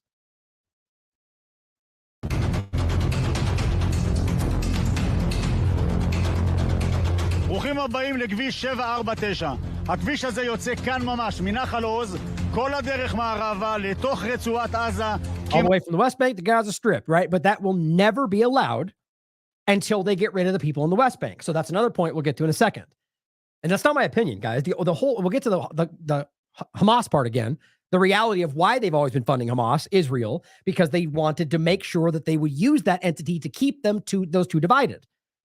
Right? Fatah on one side, Hamas on the other, keep them at odds, make sure that they continue to be divided, and at worst, argue that they're supporting these terrorist groups, therefore we can't allow them to be independent. That's how they play this game, while funding those very groups. So embarrassingly obvious. So what he's saying is we're building this highway, but if you believe for 1 second they're going to let that be a highway while Palestinians have access back and forth, you're lying to yourself. So this means the West Bank is on the docket to be removed as well. צה"ל סולל כביש רוחב שיבטר את רצועת עזה וינתק את העיר. לא עוד רצועת עזה, אלא רצועה מכאן ועזה מכאן. So big security middle ground area that blocks it off north and south. עשרות רבות של טרקטורים, משאיות וכלים הנדסיים מופעלים. And you realize this is all on top of people's buried, just crushed homes and all their belongings and everything they had to leave when they were fleeing, when Netanyahu said, I promise you'll be allowed to come back, and then they bulldozed all their homes. ידי כוחות מילואים של חיל ההנדסה פתחו כאן מפעלי אבן. הם גורסים את האבנים ומכינים את המצעים לציר הרוחב החדש. העבודות, כמו שאתם רואים, לא עוצרות לרגע. אנחנו נמצאים פה במרחב מסדרון נצרים שיוצר חיץ בין מרחב צפון הרצועה שנמצא מצפון אלינו לבין המרחב המרכזי והדרומי שנמצא מדרום אלינו, כדי להגן על המרחב, לפשוט לעבר מרחבים שיש בהם אויב, למנוע את המעבר מדרום לצפון. I mean, like, how about that? How about if they're going to build this gigantic middle buffer zone on which there were houses before they did that, they never intended to let these people come back to their homes. I mean, just think about that small example. Like, all the people that were living in that area are now, their homes are demolished. They never got their homes back. They never got their possessions back. They never got to go back to them like he promised. They just bulldozed them over, built these things under the guise that we have to keep the North safe from the South, or whatever they're saying. But that's a crime, guys. There's no way around it. These people have homes. They were there. Belongings that they crushed, didn't care about. You can't just yell Hamas and pretend like none of that matters. Now take that on an entire society scale. All of Gaza. ולשלוט עליה באופן מאוד מאוד מדויק. יצאנו לדרך ממזרח. כאן הציר הזה כבר מוכן כפי שאתם רואים, ובקרוב הוא יסלל גם בחלקו המערבי, קרוב לחוף עזה. מאחורינו ממזרח, נחל עוז, מלפנינו ממערב, הנה הים, אני רואה את הים עוד רגע באופק. אנחנו נוסעים עכשיו על מה שבעתיד יהיה כביש לכל דבר ועניין, יש לו כבר מספר זמני, כביש 749. בכל אורך הציר, מימין משמאל, מלפנים או מאחור, לא ראינו בית אחד שלם, נראה שכל הבניינים הם מקופפים, אולי אפילו מצדיעים, מלפנים או מאחור, לא ראינו בית אחד שלם. We have not seen a single undamaged house. I mean, you realize they're proudly promoting this, guys. We have not seen a single undamaged house.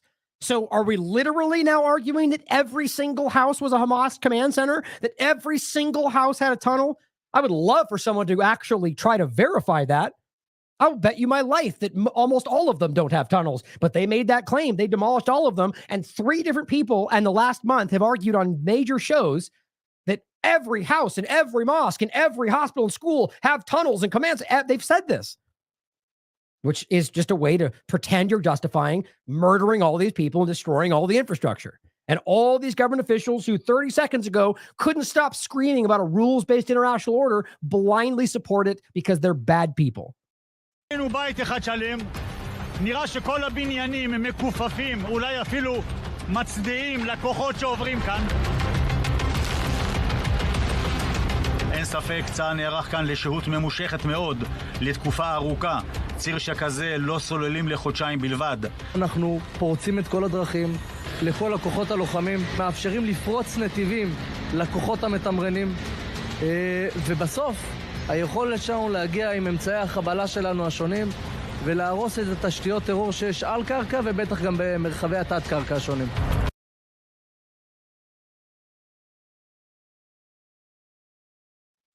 Just insulting. You see this part here? saying basically the houses, not a single house is left standing. And then it's almost as if they're saluting to the troops as they walk by all the bent and broken houses.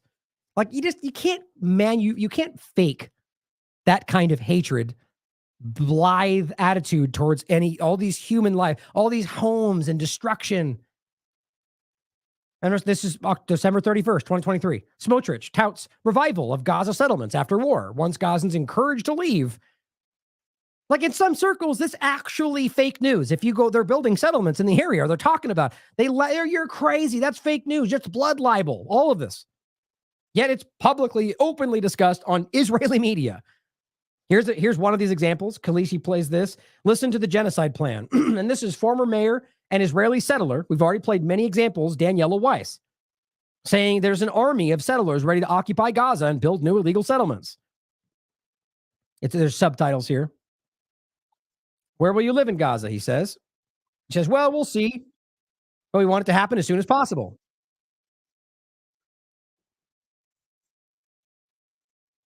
When I went to Hebron, it was also quick. And now so basically other illegal areas that they've occupied. They're not even bashful about pointing this out. They don't care. I'll play another clip about that in a second.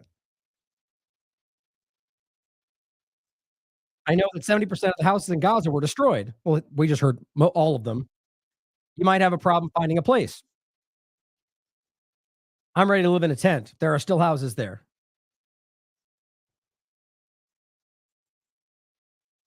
And thirdly, we can build quickly. And 1,000 people are ready to go with you? More than 1,000. Just a few weeks ago, we started registering. And there are families, more than 300 families have already literally registered on the record to illegally occupy Gaza. And yet we're still debating if this is happening. This is on Israeli media. Do you think your government and politicians don't know that? They're lying to you because they're dishonest people and you still support them anyway. It says, and this number was last week, and there are more numbers than that.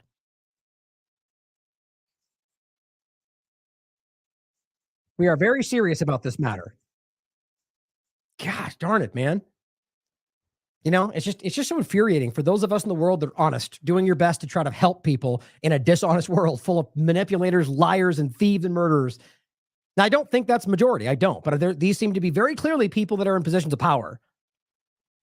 Here was Smotrich dancing at the conference, literally a conference about planning illegal settlements. And they're all just having fun, dancing away as children are literally starving to death right there. Now, I think this was the clip I was going to play. I don't have right here. It's another section. Forget what it was now. In any case, it'll pop up in a second. I feel like it's very relevant to that point. Anyway, the point, and we'll include this as well, the plan for new Gaza Israeli settlements I talked about on December 18th, 2023, because it's been that obvious in public long before that, actually. Now, let's talk about propaganda. I think this is a very important part of this. Now, obviously, it's going to be impossible to talk about propaganda without focusing on Mr. Propaganda himself and the October 7th war spokesman, as well as the other usual characters. But I'm going to point out something here I think is important. It's about and then from there, we're going to get into the Zionism point. But this is about trying to I would argue it's pretty clumsy. I don't think people are falling for it. But trying to, in a coordinated way, one, obviously, as they've been doing from the beginning, frame any resistance to Israel as secret hate for Jews or anti-Semitism or whatever, which, as I've always said, I guarantee at some level, some of these people probably feel, have racist thoughts about some people, whether it's Jews or black people or whatever. That just exists in the world, and we all know it. There are people that feel that way. My point, though, is that to argue that it just is all Palestine support is just, that's childishly dishonest. Everybody knows it's not the reality. Now, I argue it's very obvious, provable, that it's not even a large portion of this movement. It's transparently obvious. At the very least, they're all publicly lying about it, which is to argue would be that how in the world do you somehow secretly know that they actually think this when none of them are saying that? The point is obvious. These people are fighting for the Palestinian people to have self-determination. And that very statement itself becomes, you hate Jews because their self-determination means we don't have ours. No, it doesn't. But that's how you see it because you're stealing from them. And if you see them taking any kind of control over their lives, you perceive that as taking from you. That's what occupiers do. That's what guilty consciences do, right? But he says, and the next 3 or 4 clips are all about basically things like we talked about, saying from the river to the sea, or other terms that they just then make into racism. And then because that's racism, next point, right? So they build on a lie and build on and continue into that. He says, here you have, the perfect demonstration of why these hate parades, literally a parade calling for ceasefire, hate parades, I mean, it's in a perverse inversion of reality, are so muddled, he says. What are they marching for? A ceasefire or perpetual war over the whole land? Now you see this is what he pretends is happening here. Let's listen to it and then make fun of how aggressively dishonest that is. Live on.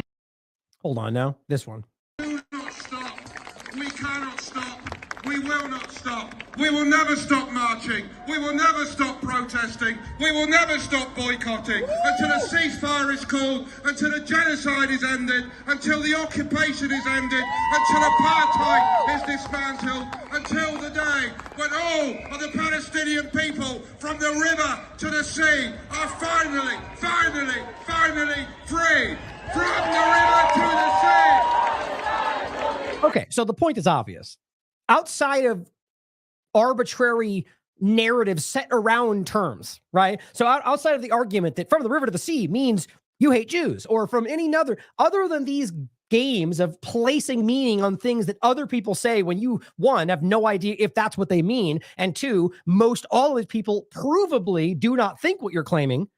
Either way, the point is, other than doing that, what they said is obviously about peace and ceasefire, and what the terms he's plucking out, obviously from the river to the sea, but the idea that what he's saying is we will never stop marching. Okay, what they're marching for is what he later said: peace, ceasefire, end of apartheid, end of occupation. But you see, the problem is the end of occupation to him means the end of Israel, when it doesn't have to be. Technically, a two-state solution would not be the end of Israel, but they don't want that, right? They've made these binary ultimatum absolutist arguments where either they go or we go, whatever.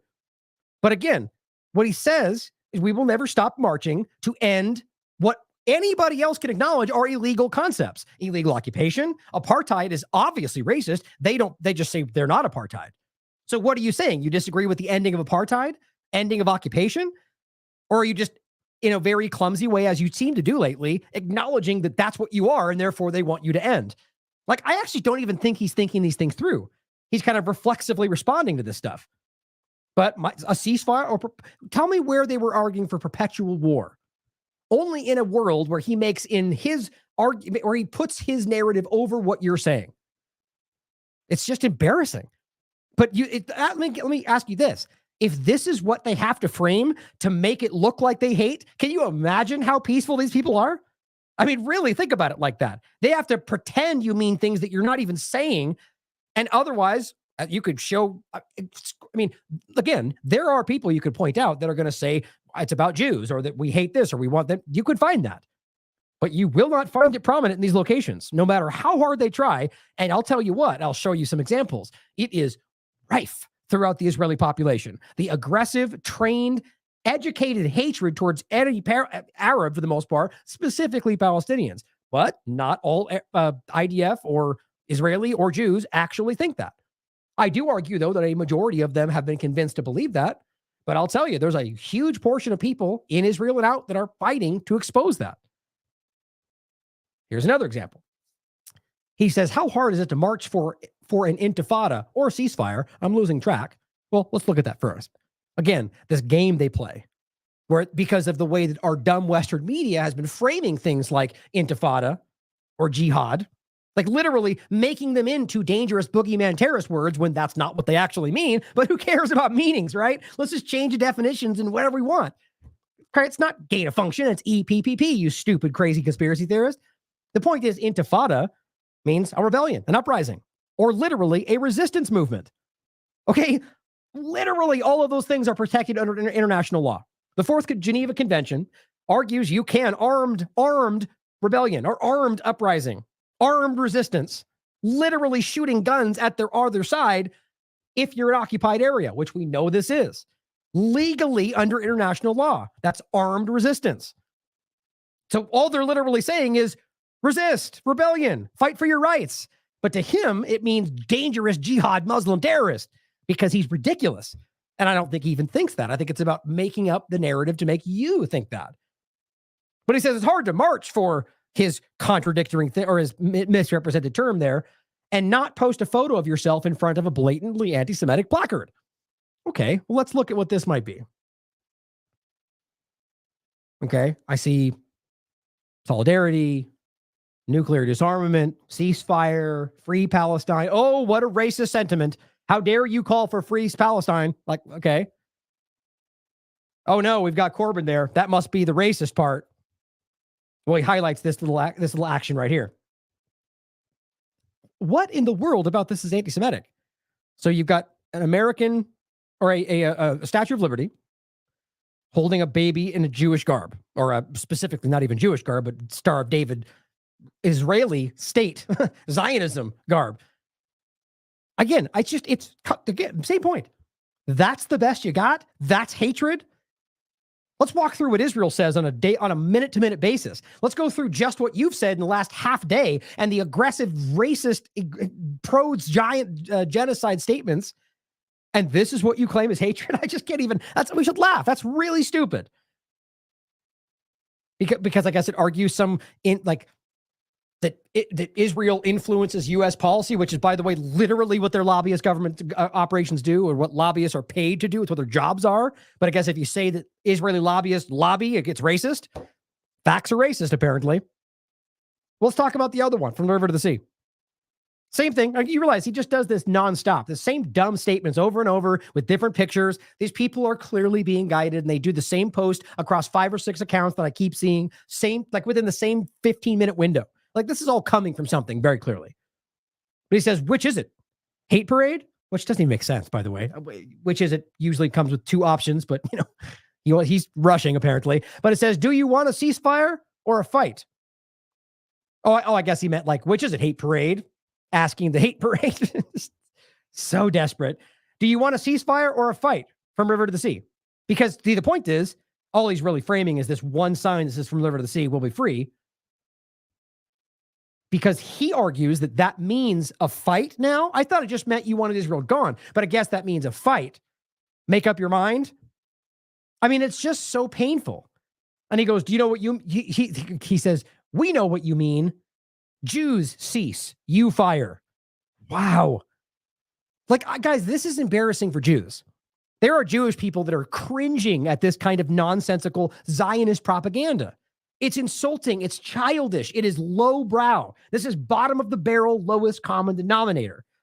Somebody's literally holding a sign that says Palestine should have self-determination, which is what that means. Or really, you could argue it means one of 3 things. Either, yes, that all of Palestine should legally go back to the Palestinians, which is, by the way, the legal reality. But I don't think anybody honest sees that as a true solution, because there's lots of Israelis that live there that have nothing to do with the Zionist agenda. Right? So that's just the fallout of having this go on for so long. But it is the reality, right? There's innocent people on all sides of this. So the point is that most honest people, even from Palestinian side, want a 2-state solution. 67 borders. The reality of what they pretended they wanted, then armed Hamas to be able to stop. That's Israel. We'll get to it again in a second.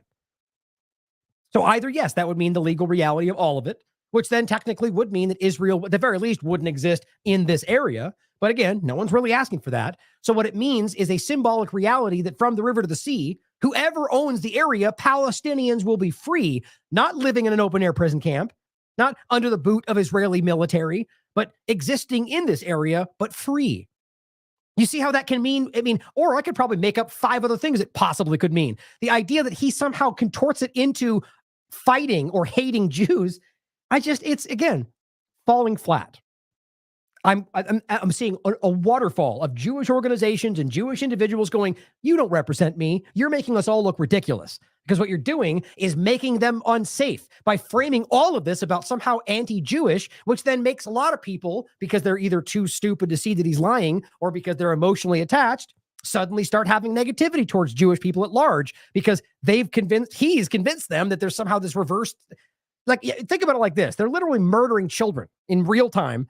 And then if they believe what he's saying, they take it as the Jews are the ones kind of pushing back against that. It's not what's happening. It's Zionism. But that innocent person over there who gets manipulated by Elon to do that is falling into the Zionist trap. Now, only innocent in the sense that he doesn't realize he's being lied to. If he falls into that, he probably had some level of racism there in the first place. But either way, it's this person's fault. He's the one making Jews unsafe. Zionism is the core example of what causes hatred and racism and negativity, or rather specifically just the way that they've conducted this agenda. And then this person says, I think it might be the prime minister's son that they're getting this idea from. What does he mean by this? Oh, look at that. From the river to the sea, this flag is all you'll see. I guess it's totally okay if they do it, which is just, again, I've said it so many times, it's just embarrassing. Here's Eli David, from the river to the sea. That's the flag you're going to see. So if you want to pretend that saying that means Israel won't exist, well, isn't that the same thing? Doesn't that mean Palestine won't exist? Well, yes. And that's why they do it, because they're actually laughing at you. They're getting people censored for saying it as if it's hatred, but only in one direction, which makes you all flaming ridiculous hypocrites if you're supporting that. But here's David Roth Lindbergh saying Netanyahu says in the future, Israel must control all of it from the river to the sea. I mean, there's so many examples, but I guess, again, it doesn't matter if he goes the other direction, because it's okay to want to genocide Palestinians. It's obvious. It's happening in front of us right now, in their minds anyway. Well, let's also remember, as I pointed out, it's literally in the founding document of their original party platform of Netanyahu's Likud party. It says, between the sea and the Jordan, there will be only Israeli sovereignty, which, by the way, is even more explicit. It means there will be not just only Israel, but no sovereignty for anybody but Israel. No Palestinian sovereignty, no sovereignty for Palestinians. I mean, they'll even box out the Ethiopian Jews because they don't like them, which, by the way, is actually part of what happens here. So think about what we were just talking about. The idea of what they're claiming Palestinians are doing or framing for them, they're literally doing themselves. Kind of classic of the old, accuse them of that which you are guilty, right? More to that than you realize. But remember, here's Elon Musk saying, as I said earlier, decolonialization, which I can't believe a guy from South Africa actually said that. How embarrassing. Like you're not allowed to promote going away from colonialization. It's ridiculous. All his point was simply is to implicate or suggest that Israel is a colonial settler. I can't talk right now. A colonial settler government, which is what it is. So is the United States. But he also says from the river to the sea. Now note, he doesn't say in regard to Israel or Palestine. He just says saying that. This is a euphemism that implies genocide. And then guess what? They all laughed and came out and said it. They called his bluff. And guess what? None of them got censored. Guess who did, though? Anybody saying it in regard to Palestine. Showing you yet again that Elon Musk is not on your side. And again, I pointed this out for him. Didn't care. I said, but I'm sure that's totally not the same thing, right, Elon? Nobody cares. Well, on the other Elon side of this, Elon Levy, he points out this picture that says the Goebbels of Gaza, with this really creepy picture of him. You could just see it in his eyes, in my opinion. But he says another day, another anti-Semitic hate parade. What is anti-Semitic about it? Like, let's be very honest about this. Now, this is where we get into the overlap of like accusing them of being Nazis or as bad as Hitler or whatever. The only reason that becomes anti-Semitic is because you're arguing that it's some kind of anti-Jewish concept. Why? You're the only one saying that. What we're saying when anybody makes this argument is what you're doing, whether or not you're Jewish, whether or not you live in Israel, is as bad as what Hitler did, is as bad as what the Nazis did. You see the point? But it only becomes racist when he makes it about his ethnicity, or rather specifically his religion and his ethnicity being Israeli, which is not what he would say. Or I guess technically, but he would argue that's a Jewish state, which is the whole point about the manipulation. My point, though, is that obviously he's lying. I mean, he is a relentless, incessant manipulator on Twitter. Just constant, every 10 seconds, another lie comes out of his account. So what is that if not Goebbels? Goebbels was the propagandist for Hitler, and he's literally committing a genocide as he does this. So you can make it all you want desperately about Jewish people, but I think the reality is people are finding the courage to say you're wrong about that. We're talking about you as a propagandist killing people, whether or not you're Jewish. And they hate that because they want you to lean into that because that's the Zionist agenda, to get you to fall into the trap of pretending it's about him being Jewish. It's not. And this is the kind of stuff we're seeing. Here's Jordan saying Jews are being framed again And the world is falling for it again. I said the only group, quote, framing the Jews are Zionists and people like you. The rest of us are fully aware those who practice Judaism are many and varied, with varying political and social opinions, many of whom actively call out Israel. We see that it is Zionism that's the true problem. Again, this kind of sentiment is dangerous for them because the point is you're desperately trying to make it about Jews all the time, which I've said every time. I'm sure people that are out there that have racist opinions. By and large, people being honest about this conversation are calling out the Israeli government. It's the same point I've been making the entire time I've ever talked about this conversation about Israel and their actions. But today, the difference is it seems that that's gone viral. Thank God. Because it's really just about crimes being committed by powerful governments and us being able to call that out effectively. Here's another example.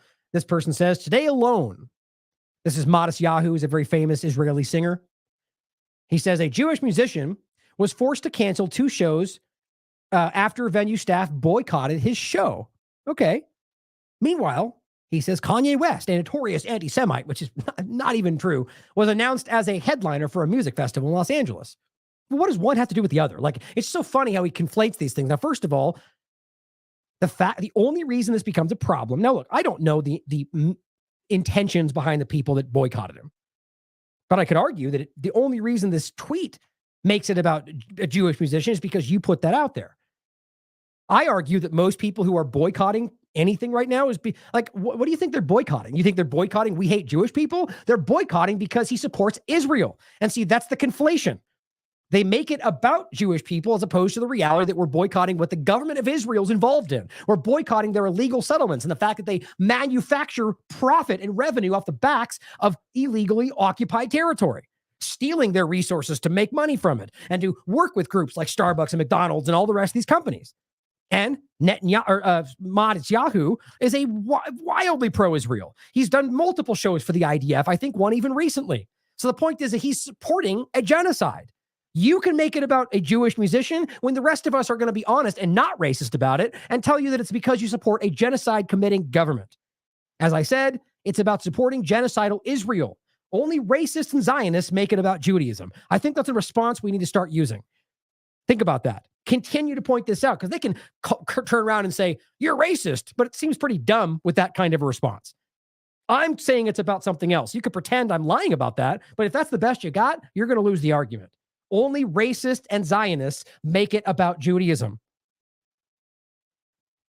Now, the other point we keep seeing is these aggressive, like for instance, I saw a tweet the other day. Somebody showing like the UK newspaper that was like, anti-Semitism is bigger than ever. And they were like, oh my God, guys, look at where we are today. How do you? I simply responded by saying, well, sure, because it's in the newspaper, it must be true, right? Like, just start there. And I'm not saying, for all we know, it is. My point is, it's so crazy how people will still be led by what the newspaper said that day. Like, we can't argue that what they're saying is essentially, the reports of this coming from the ADL are skyrocketing. Well, let's not forget, in the United States, they did the same thing. They basically, every single Palestinian protest was deemed anti-Semitic. Therefore, every single action involved or investigation was deemed anti-Semitic hate crime. Or we did January 6th, same thing. Every investigation they had, whether it was a grandma holding her phone or somebody who wasn't even there, they framed it as a white supremacist investigation, which then became white supremacy investigations exploded. And mindless followers of corporate media went, oh my God, the news said it's everywhere. And people fall for it. And again, question it, consider it, but realize that this is how they operate. I quite frankly think that the only rise in anti-Semitism, if it is happening, is because of Zionists framing Jews as responsible. But I don't actually think it's as big as they're claiming. They wouldn't need to manufacture these things like with help like AIPAC and the ADL. If we're talking about, they wouldn't have to frame benign things as racism if there was so much around, right? Or use old images and act like we just saw this and someone's like, that's from 10 years ago. Which shows you that there are some, but it's clearly few and far between. My point in this person says, I'm proud to be the president of the synagogue. Just incredible how the police determined we needed some 20 officers and several vans to protect us. Did they? Was that necessary? Like, so that's what people are saying. Look how many police are here. There's so much racism. Well, were they there because they were actually at threat or, being threatened? or because the narrative is this is a dangerous thing and this protest hates Jews, so let's get ahead of it, putting the police out. Because watch them walk by. These people are just walking by. Now, of course, they're going to say, well, thank God the police were there. It would have been crazy. Or they weren't actually violent at all. And it's the police presence that you put there to make it appear that there was a problem or hope that something did happen or use agent provocateurs. The point is, guys, that it's so transparent. Just because they write an article or put police in the street does not mean that that's there because it was necessary. I'm amazed that I even have to point this out for some people. But here Steve Lewis says, at one of these protests, here's some hate speech. And they literally tagged Metropolitan Police. Want them to be arrested for this, apparently. Because, yeah, in the UK, apparently, you can be arrested for speech. Gotta love that. But it says, here's some hate speech and its perpetrator at today's march. Okay, what to say? Let's see. Shows a little Star of David. And it says, I thought Hitler was dead. Okay, same point, guys.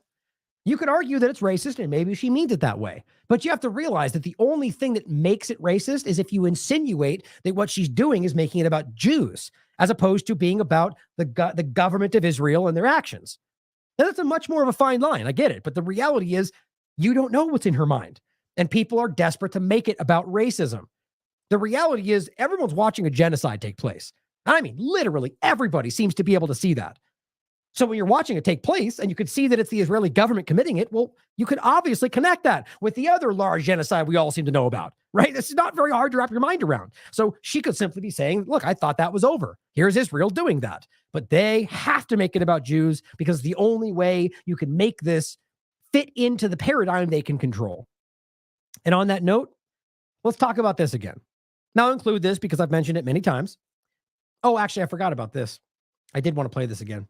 Actually, I haven't played this in a minute, but I wanted to start with this since we've already showed it many times, which is Dan Cohen's tweet about the guy named Ezra Yachin, who is the, oldest living reservist. They talked about him 95 years old, right in the beginning of the genocide.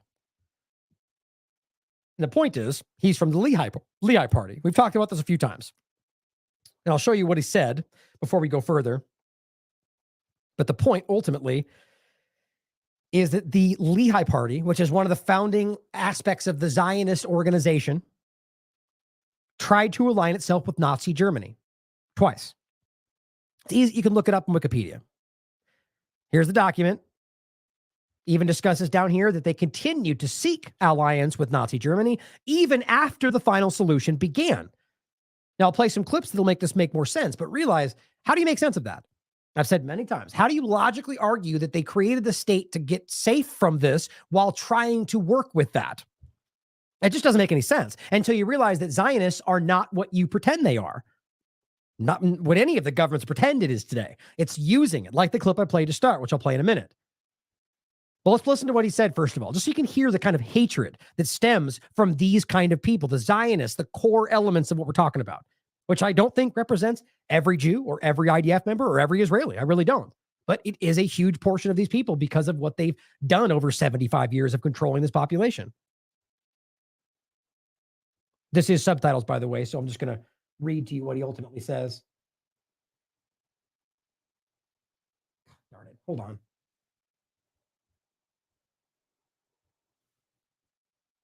There it is. Be triumphant, let them finish, and don't leave anyone behind. Erase the memory of them. Erase them, their families, mothers, and children. They proudly put this out. This is Middle East Eye, but this was public. These animals can no longer live. He's speaking to a bunch of IDF members. Nowadays, we have no excuse. Tomorrow, Hezbollah could send an airstrike. As if that's the same thing we're talking about. And the Arabs here could attack us. Right. It's anti-Arab hatred, anti-Palestinian hatred. We have no excuse. Every Jew with a weapon should go out and kill them. If you have an Arab neighbor, don't wait. Go to his home and shoot him. Like, really let that sink in. If you haven't seen that, guys, this was the oldest living reservist that was from the IDF that was being deployed to go out and fight Hamas, we're told. תיכנס אליו הביתה ותירה בו. תיכנס בהם לפני שיפעילו את הטילים שלהם. אל תחכה שיפגיעו ותקח את כיפת הברזל. כנס לפני זה. Attack them without justification. Of course, you can argue that he's talking about post-October 7th, but realize this has been the sentiment since the very beginning. I mean, you get the gist of it. That's the point. So, again, the Lehigh Party trying to align itself with Nazi Germany. Well, here is another clip that I wanted to play, and this is from Hussein al-Bukaidi. I've interviewed him, I think, at least 3 times. You'll find him on the website. He writes, Nazism and Zionism, the real story. Now, the interesting part about this is the history and how contradictory it is to what we pretend was the reality today. Now, this was on a mainstream corporate news channel years and years ago. This is the 10 o'clock news with Deborah Norville. Coming out revealing secret negotiation between the Nazis and the Zionists in 1933, which allowed German Jews and their assets to go to Palestine. Now think about that statement. So what it really comes down to is German Jews who, knowing what was happening, wanted to save themselves and their assets. Like, so these are the Zionists who made a deal with the people who they claim they made this to be safe from, allowed that to continue to all the other Jews. But as long as they got to keep all their money and all of their possessions and control over their area on the backs of the Palestinian people, well, then that's okay. There's nothing moral, positive, anything about that. That's terrorism. Joins us tonight with the story of the controversy behind the book and the author's struggle to write it. Rich? Deborah, with the rise of Adolf Hitler to power in the spring of 1933, the Jews of the world were faced with a dilemma. They could raise a cry of protest, a cry few would heed, or they could make a deal with Hitler, a deal that would bring a step closer their dream of an independent Jewish state. American Jews marched calling for the boycott of all German exports. Jews throughout Europe echoed that call, so did Jews everywhere. But a group of Zionists at the same time was quietly negotiating an agreement with the Nazis to allow the immigration of German Jews and the transfer of their assets to Palestine. That deal, reported in August 1933, was the transfer agreement. Palestine, sparsely settled by Jews at the time, was radically changed as a result. I lived in Palestine from 1933 to 1936, and we saw every... Palestine. Yeah. It definitely real, right? Week, transports of German Jews coming to settle in Palestine. German Jewish settlement of Palestine was, for a time, official Nazi policy. These photos of Jewish life in Palestine, along with a lengthy text, appeared in 1934 in the Berlin paper Der Angriff. A Nazi... And let's not forget that image that people try to show that they claim is Palestinians holding the Nazi flag. I just did a segment on this. That is the Zionist organization holding that flag, but it's because they were in the place that they called Palestine, so it says Palestine. But they pretend like it never existed, so they try to argue that's Palestine. I mean, it's ridiculous. So that's Zionists holding a Nazi flag because that's what actually happened. Visits Palestine was the title of the multi-part series. A medal was struck by Goebbels in commemoration. On one side, the swastika. On the other, the Star of David. Hitler demanded one concession for the transfer agreement, that the call for a boycott of the Reich, raised by Jews here and elsewhere, be rejected by the Zionists. The Zionists made that concession. And so, while Nazis were marching in Germany, and while Jews were marching here, diplomacy was writing a more important story. In the Mediterranean, where the dream of a nation-state for Jewish people came a step closer to reality. The story in this book some will find hard to accept. You've never been told what the origin of Nazi is. NA is National Socialism, which was the German Nazis. And in 1923, there was a double agent who came to Hitler, and he said to Hitler, look, your Nazi party is not, your National Socialist Party is not getting off the ground. You need an alliance. And he suggested that they ally with the Zionist Party. So the NA of National Socialism joined with the Zionist Party in the World Zionist Party in 1923, and ever after was known as the Nazis, NAZI. the ZI was for Zionists, but of course no one knew that, because our popular mythology is that the terrible Nazis were attacking the Jews. But what we were never told is there was a great schism in the Jewish community of the world between the Zionists and the non-Zionists. You see, the non-Zionists were the Orthodox Jews who believed you could not have a Jewish state until the Jewish Messiah came. I've harped on that point so many times, because the argument being that the groups like I show you, like Torah Judaism, are simply claiming that they're still waiting for the Messiah to return. The fact that a Zionist organization stepped into this religion and said, God says that we should have this land. Like all they did was kind of circumvent, or rather hijack, the direction of Judaism, believing that they were waiting for what the Zionists offered, when in reality, they're from a deeply religious perspective, they were still waiting for the Messiah to return, not for Zionism to claim somebody else's territory and say that's theirs and that's what God gave us, which, I mean, it's just such a foundational manipulation. Now, what interests me is how they were able to pull this off. Well, I think it's, before the internet, right? So it's interesting to me that how were they able to pull this off at a time with all the other Jewish perspectives in the world, who would easily speak up and say, well, I don't agree with that. But I think they were so politically influential, and they grew that influence. We got very in depth with a lot of other government. It just became policy, to which then ultimately became standard understanding over years and years of schooling and manipulation and propaganda and news. And here we are. They didn't acknowledge Christ as Messiah, so they were waiting for their own Jewish Messiah to come. Then you would have a Jewish state, and that Jewish state would rule the world.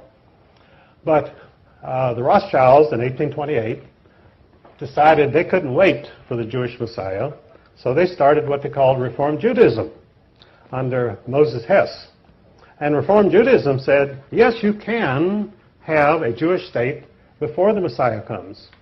And the reason you could have it was the Rothschilds had made so much money, they said, we'll buy our own state. So the Rothschilds sent people out to the Middle East to have Jewish settlements, and which is today the state of Israel, totally created by the Rothschild money. And so Reform Judaism then became the cause of a great schism between Orthodox Jews and Reform Jews. Now, no one has ever told you this, I'm sure, but you think that the Jewish community is monolithic. In fact, it's split sharply down the middle. But even today, they have riots in the Jewish parliament between the Orthodox Jews and the Reform Jews. And they cannot agree on anything because the basic premise is a fundamental disagreement over whether a Jewish state should even exist today. So in Germany in 1923, the German Jews were quite prosperous and quite happy, and they were not interested in becoming Zionists, and they were not interested in going to Palestine. After all, they had beautiful mansions in Germany, they had symphony orchestras, they had art, they had everything, and they were accepted in the community. As Ezra Pound said, Germany was the least anti-Jewish country in Europe. When you went over into Poland and Russia, you had very strong feeling against Jews. But in Germany, they were accepted and happy, so why would you ever have an anti-Jewish government in Germany? And of course, Hitler, allying himself with the Zionists, he said, after all, you're right. He said, we have the same goals. And so he allied with the Zionist party, and the mission of the Nazis was to force the anti-Zionist Jews to accept Zionism. And this is what the concentration camps were about. They put the anti-Zionist Jews in the concentration camps, and they were placed under the direct administration of the Sonderkommandos, who were the Zionist Jews. So the concentration camps were run by the Zionist Jews in order to punish and get rid of the anti-Zionist Jews, which they did. And of course, that's a part of the Holocaust that you're never told, that this was a fundamental Jewish disagreement, which the German people, that Daniel Goldhagen wrote a book in which he said all Germans cooperated in their anti-Jewish feeling and the Holocaust, which was not true at all. The Germans did not even know what was going on, most of them. It's just like in the United States, when we were perfecting the atomic bomb and bombed Hiroshima and Nagasaki, the American people knew nothing about it. It was forbidden to mention the atomic bomb. I was serving in the Air Force at that time. We never heard of any atomic mission or atomic bomb until the bomb was dropped on Hiroshima. So you could say the American people are guilty of the greatest atrocity, the dropping of the atomic bomb on Japanese civilians. But that isn't true. The American people knew nothing about it. I knew nothing about it in the Air Force. And I was right there. So these things go on without the knowledge of the people or the approval of the people. But of course, they have to accept the results. These things happen, and you're stuck with it. So this is the real story of Zionism, that the Nazis. So then, well, if the Nazis had allied with Zionists, why didn't the Nazi Party survive? Well, what happened was, in 1945, after the German military was defeated, they brought in the German leaders, the German generals, at the Nuremberg trials, tried and convicted and executed them. They had to execute them because they didn't want them around to testify that about the alliance between the Nazis and the Zionists. So they had to die, and they were executed for that reason. Because, they told about the atrocities that the German generals had committed. But let's not forget, Project Paperclip, which is a public operation these days, or Operation Paperclip, was bringing over the Nazi scientists, right? So it's interesting you chose some and not others. Adds to that point. German generals are like any other generals. They don't really commit atrocities. The troops under their command may commit atrocities, but they don't commit any atrocities themselves. These German generals didn't go around shooting Jews or anybody else. But they were executed, and so the Zionist secret was safe. And now the Zionists were now in command of the world because their National Socialist allies were now gone from history, and the Zionists had a free reign, so they set up the State of Israel. And in fact, some Jews themselves even claim that there should be a statue to Adolf Hitler in Israel because he created the State of Israel, which is absolutely true. Without Adolf Hitler, Israel would not exist. The Jews would still be dispersed, and they would have no country.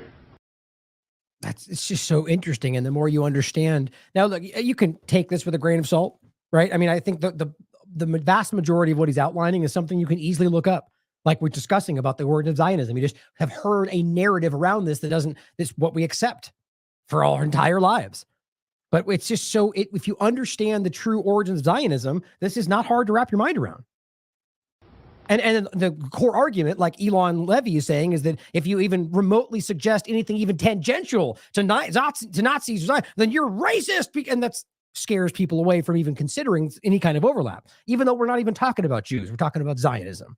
But see, there needs to be a distinction there. Otherwise, people get scared away from acknowledging the reality. But George Steiner, a very famous Jewish writer, proposed this about 10 years ago. He said, why don't they put up a statue to Adolf Hitler in Israel? Well, they're not likely to. And because there again, the big job of the criminals is to keep the truth from the people. They want, not only do they want you not to find out anything, but they flood you with disinformation. Most of the stuff that you get in the press is absolute lies. And if it's not lies, it's spin or distortions. In other words, they give you 10% of the truth, and the rest is all distortions. And they demonize people so that you're filled with anger against the Holocaust people who murdered all the Jews in Germany. And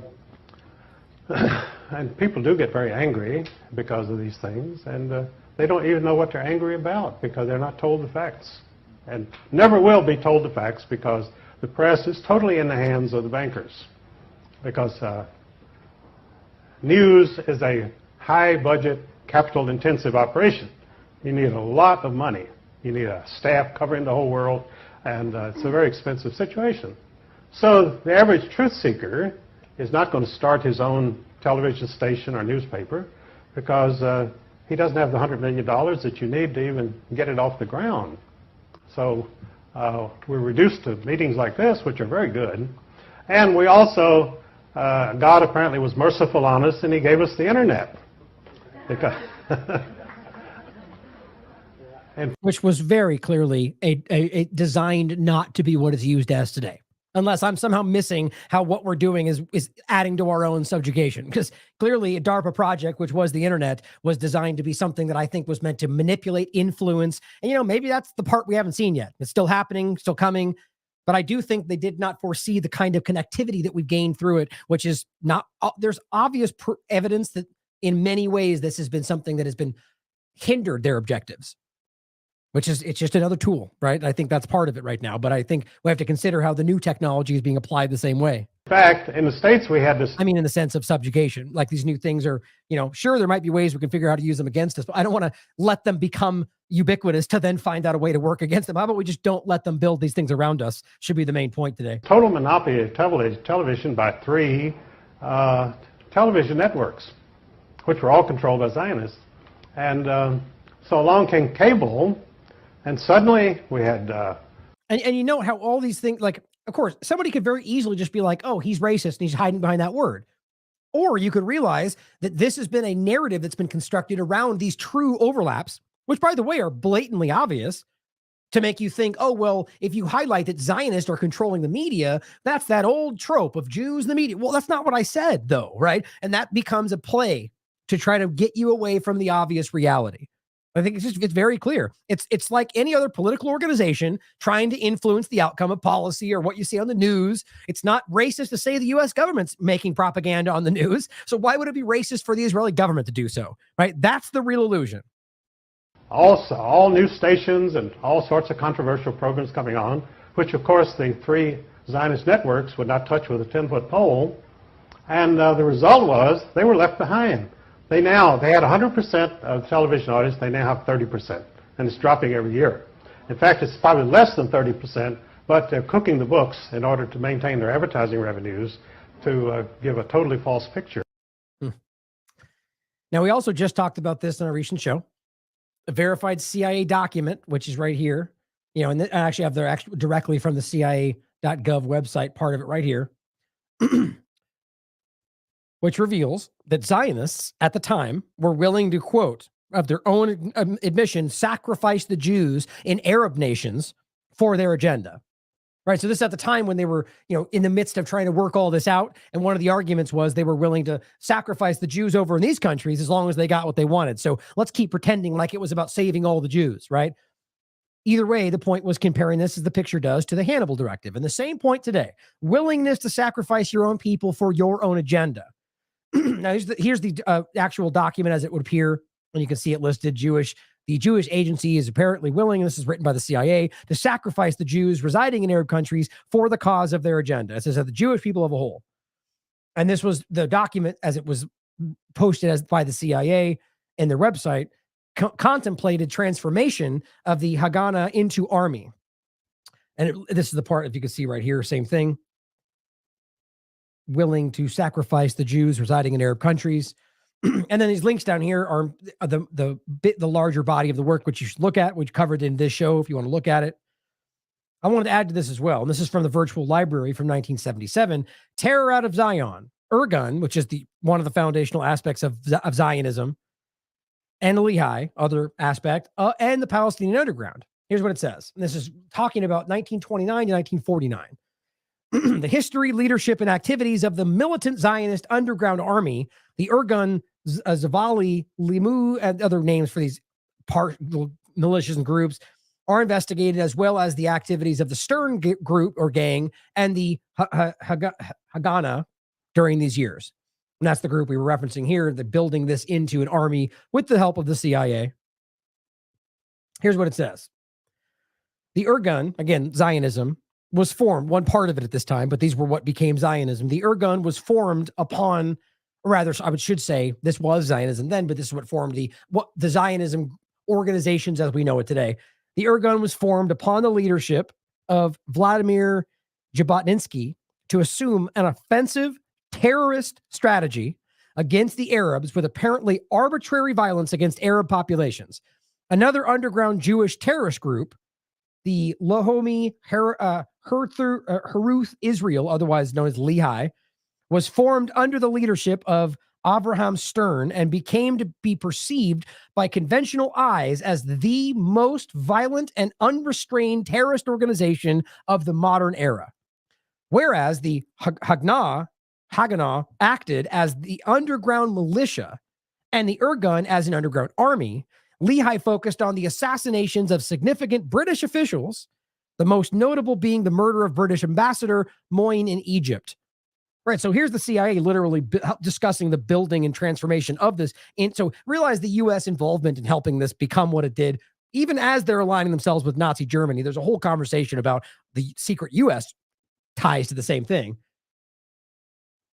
But down here it finishes by saying, while the moderates of Zionism and Israeli officialdom viewed the violent activities of Irgun and Lehi as a moral blight on the Jewish people and destructive of efforts at peaceful resolutions of conflicts, others within Zionism viewed these groups as and their members as the most dedicated, sacrificial, and effective contributors to the Zionist cause. Now, can you guess who won out? Can you guess who's in control today? Think about it. Right, so you're talking about people at one point, as you were just hearing them discuss, who were more of the mind that we should seek peaceful resolutions. But then you've got the people that were the ones supporting the violent terrorist actions, as we're literally watching them do today. The groups like the religious Zionism party with the Ben Gavirs and the people are lunatics.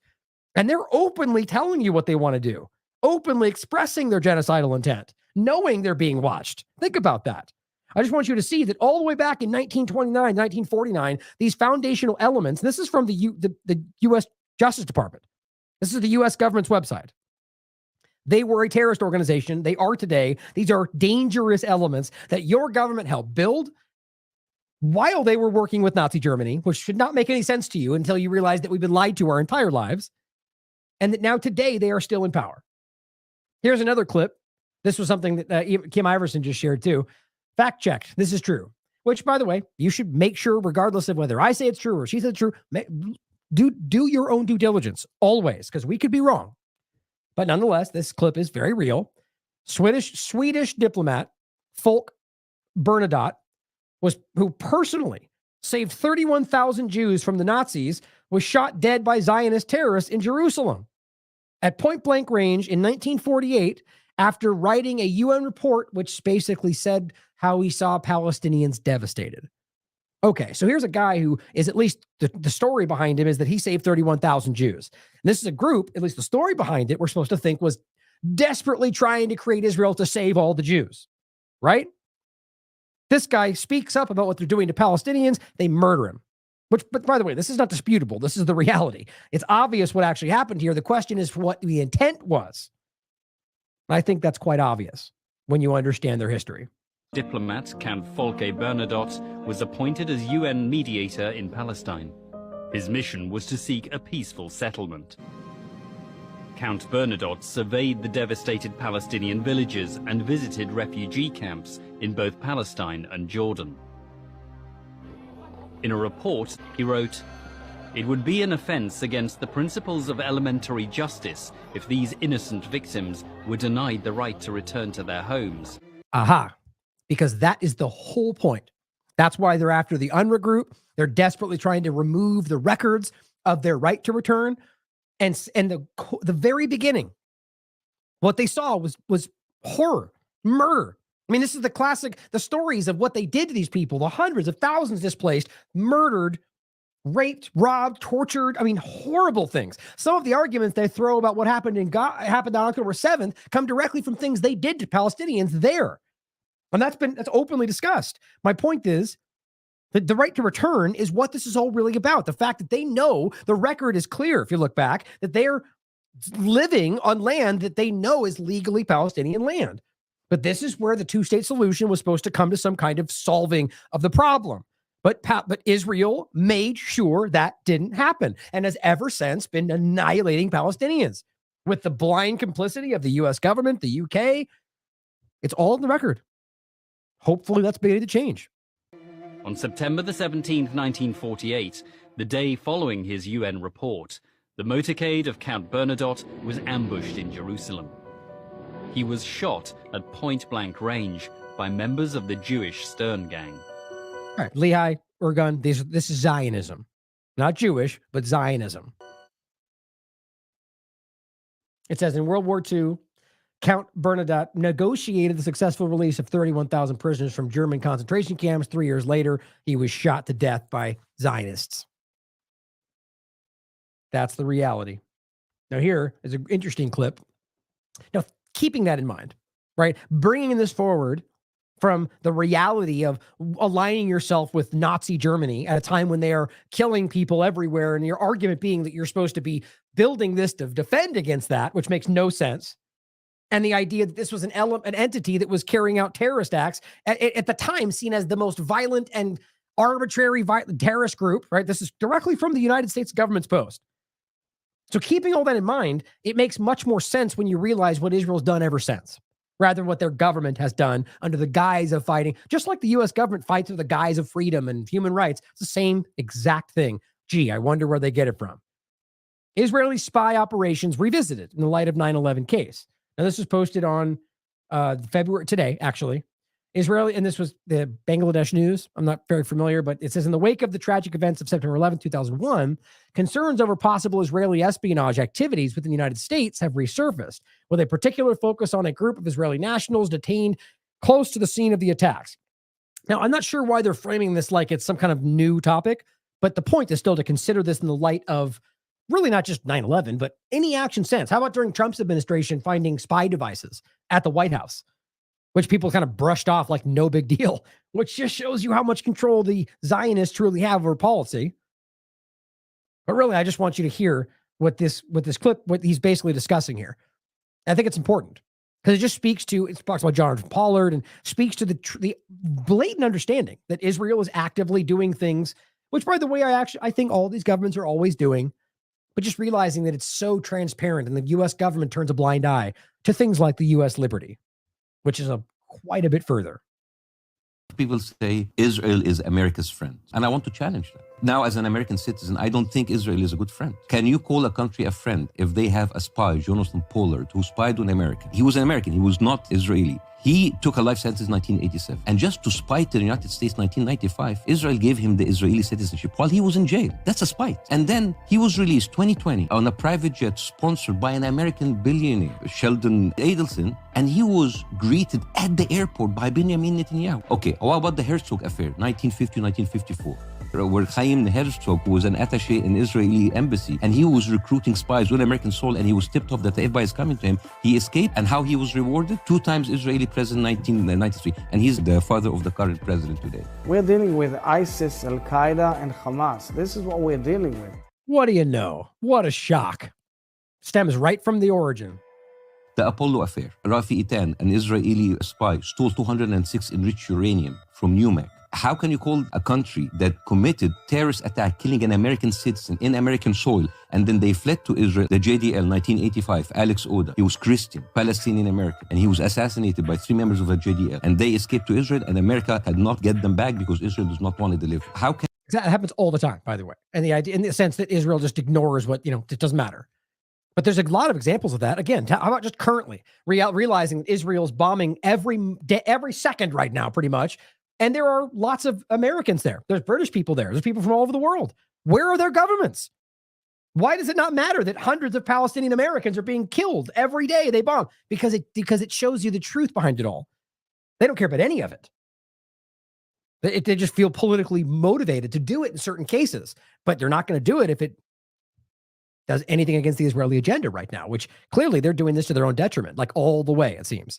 Can you call someone who committed an attempted assassination on an American diplomat, John Gunther Dean, our ambassador in Lebanon, and he wrote it in his memoir, American did not investigate it. What is the most lethal attack on American naval vessel in history in the Middle East? USS Cole. How many people died? I don't remember, but a lot. I went and covered 17. How many people injured? 37, but that's not the most lethal. The most lethal attack on American naval vessel was USS Liberty, 9th of June, 1967. They were attacked by the Israeli army, and they killed 34 American soldiers, injured 171, and they paid $6 million in compensation. This is how worth the American lives it is to them. Can we call this a friend? Yes. Of course. Of course, Cuomo says yes, right? The point is obviously the corporate media, even your pretend, now I'm new independent, but still corporate media. Yeah, you guys, you're just still blindly towing lines. You don't even realize it. or you just aren't able to see it. But at the end of the day, you do not support somebody who's willing to murder Americans for arbitrary reasons, really. Like the U.S.'s liberty was such what it really does highlight is the fact that Israel knew it could get away with murdering Americans and that the American government would completely hide that from Americans. I mean, I don't know how you can't, like, if you can't acknowledge that and the dangerous reality behind that, I don't think you want to understand this. And I know it's very uncomfortable to see that. Here is an example. Here is a person from the USS Liberty. His name is Ron Gransky, speaking about his experience. He's a survivor from the USS Liberty. But of course, they'll state something completely different, even though he was literally there. Alive from the USS Liberty. I served on that ship in 1967 when it was attacked by the Israelis, supposedly by accident, in neutral waters off the Sinai Peninsula. 34 of my crewmen were killed and 171 wounded. It's now 50 years later. I'm still alive, and it's Memorial Day, and I always think about the men who died, and I still see some of the crewmen. We were attacked by Mirage jets. They strafed us and dropped napalm. And there was 4 torpedo boats, Israeli torpedo boats, circling us, and they fired 5 torpedoes total. 1 hit. We had a hole in the side of the ship, 50 feet by 30 feet roughly. We had, for weapons on our ship, 50 caliber machine guns. 2 forward and 1 2 midship. Right. Just what Kaylee says in the chat. Apparently she saw a clip where Ben Shapiro calls this a conspiracy theory. Of course he does. I hope that guy loses all respectability or influence he's ever had based on this one conversation. Just like Caitlin Johnstone said. You're exposing yourself to, at the very least, be compromised on this topic. If not, who else knows? God only knows what else. You can't pretend. This guy was there. And he's not the only one. There was a guy I covered a while back who was on one of those freedom flotillas. Right? He was another one. And not only was he on the USS Liberty, he got arrested or got basically kidnapped by the Israeli government at the time because he was on this flotilla, which isn't breaking any laws. And they held him and arrested him, put him in jail for weeks. Not only did they do nothing, they didn't even speak about it. He was an American citizen who was arrested by the Israeli government, and they never even spoke about it. Conspiracy theory. How embarrassing. All the men in those gun mounts were killed. And the torpedo hit in the communication spaces, and many men died wounded from there, supposedly by an accident. I don't believe it was an accident. Well, it's provably not an accident because you don't accidentally do that many things in a row, right? You don't fire on the ship, then drop napalm, then bomb on top. It's provably not an accident. And even the dynamics of the communications prove that. This was a cover-up. It's just no way around it. And your government covered up the Americans' deaths by the Israeli military all the way back then. Can you imagine what's happening now? We intercept a lot of messages that Israel had sent, and some that were highly classified at the time, and were sent further to our government, who in turn acted or didn't act on what we said. And I know the Israelis, this is my opinion, planned the attack on us, and they know it too. And I believe our government knows it too. So if anybody wants to do anything about it, you know right where I live. And if not, that's my story. I'm sticking. It's just sad, This is a guy who literally put his life in the line for this government and realized they didn't care if he lived or died. That changes you as a person. Now, in that same context, think about what's happening to Palestinian children right now. What do you think? Terrorist bombings of their family, watching their dead pregnant mother give birth to a baby on the dirty sidewalk when a doctor happens by, in case you just tuned in, the point is that a doctor from the UN was admitting they did cesareans on dead pregnant women 8 times already in this whole process because they just get murdered by bombings and the baby's still alive. My point is to think about what that's doing to these Palestinian children or families, let alone a person in the military. Like this is, you pretend that's not going to turn them into people who will act in violence, especially knowing that protected under the international law is acting in violence against the occupier. Here is what Torah Judaism points out about the point we've made this whole time. They say, we stand with Palestinian people. Israel does not represent Jews. Israel is not the state of the Jews. Our hearts are shattered over the loss of so much innocent life. It pains us to the core how this is all carried out in the name of Jewish people. We want peace. We want to live in harmony, like our grandparents did for centuries before Zionism. May God lift up the broken, heal the injured, finally bring peace upon peace to his world. And showing them just wearing Palestinian stuff. And then I'll play this clip again because it's important if you didn't see it in the beginning. This is an older clip. I think this was is a political Howard University philosophy. Now, which I can't remember. This says 1995, and I'm wondering if this is from. I don't think this is from 1995 or when this was posted. I'm not sure. It's definitely an old clip, but the way it looks really old is hard to tell. But it says 1995 at the top left. Either way, Howard University speaking about his opinion on Zionism. Has brought about the state of Israel. Zionism is a political philosophy which has brought about the state of Israel, the so-called state of Israel. This political philosophy has nothing to do with religion. On the contrary, it seeks to confuse others and let them think that Zionism and Judaism is one and the same. I am a conscious African. I know properly my history. I know that Africa gave Judaism to the world. I know that the first Jews in the world were Africans. Not only do I know this, but I inform everyone who has doubts about it to read a book by Sigmund Freud entitled Moses and Monotheism as a beginning. Consequently, I know that Judaism and Zionism are not the same. Zionism had its first organizational expressions in 1897 in Basel, Switzerland, in Europe. Here was a man by the name of Theodor Herzl, H-E-R-Z-L. He was the founder of Zionism. He said that he was going to find the state that God promised the Jews. Listen to this very carefully. This man, Herzl, was an atheist. He believed that there was no God. He said God did not exist. Now, how is it that a man who believes that God does not exist is going to find a state that God promised to his chosen people? Well, because we just went over it. Because it's a misrepresentation. And they've been abusing and lying to Jews and everybody else in the world ever since their inception. A man who doesn't even believe in God tells the world that God told him that whatever he framed it as, that God says this is our territory. It's based on an illusion. I'm telling you, this man is Satan in disguise. Zionism is a satanic movement. It is devil. It is imperialism. It is racist. It has gone and taken the lands of the Palestinian people and through terrorism has driven them out. And through terrorism, it maintains its power. And the United States of America, with over 6 million homeless, sends to Israel billions and billions and billions of dollars everywhere to bomb Palestinian people. Still to this day. While homeless people are here and unemployed are here, Zionism is going to raise this war and make the people in America become clear to what it is and become anti-Zionist and stop the aid to Israel and use the money to take care of the homeless in this country.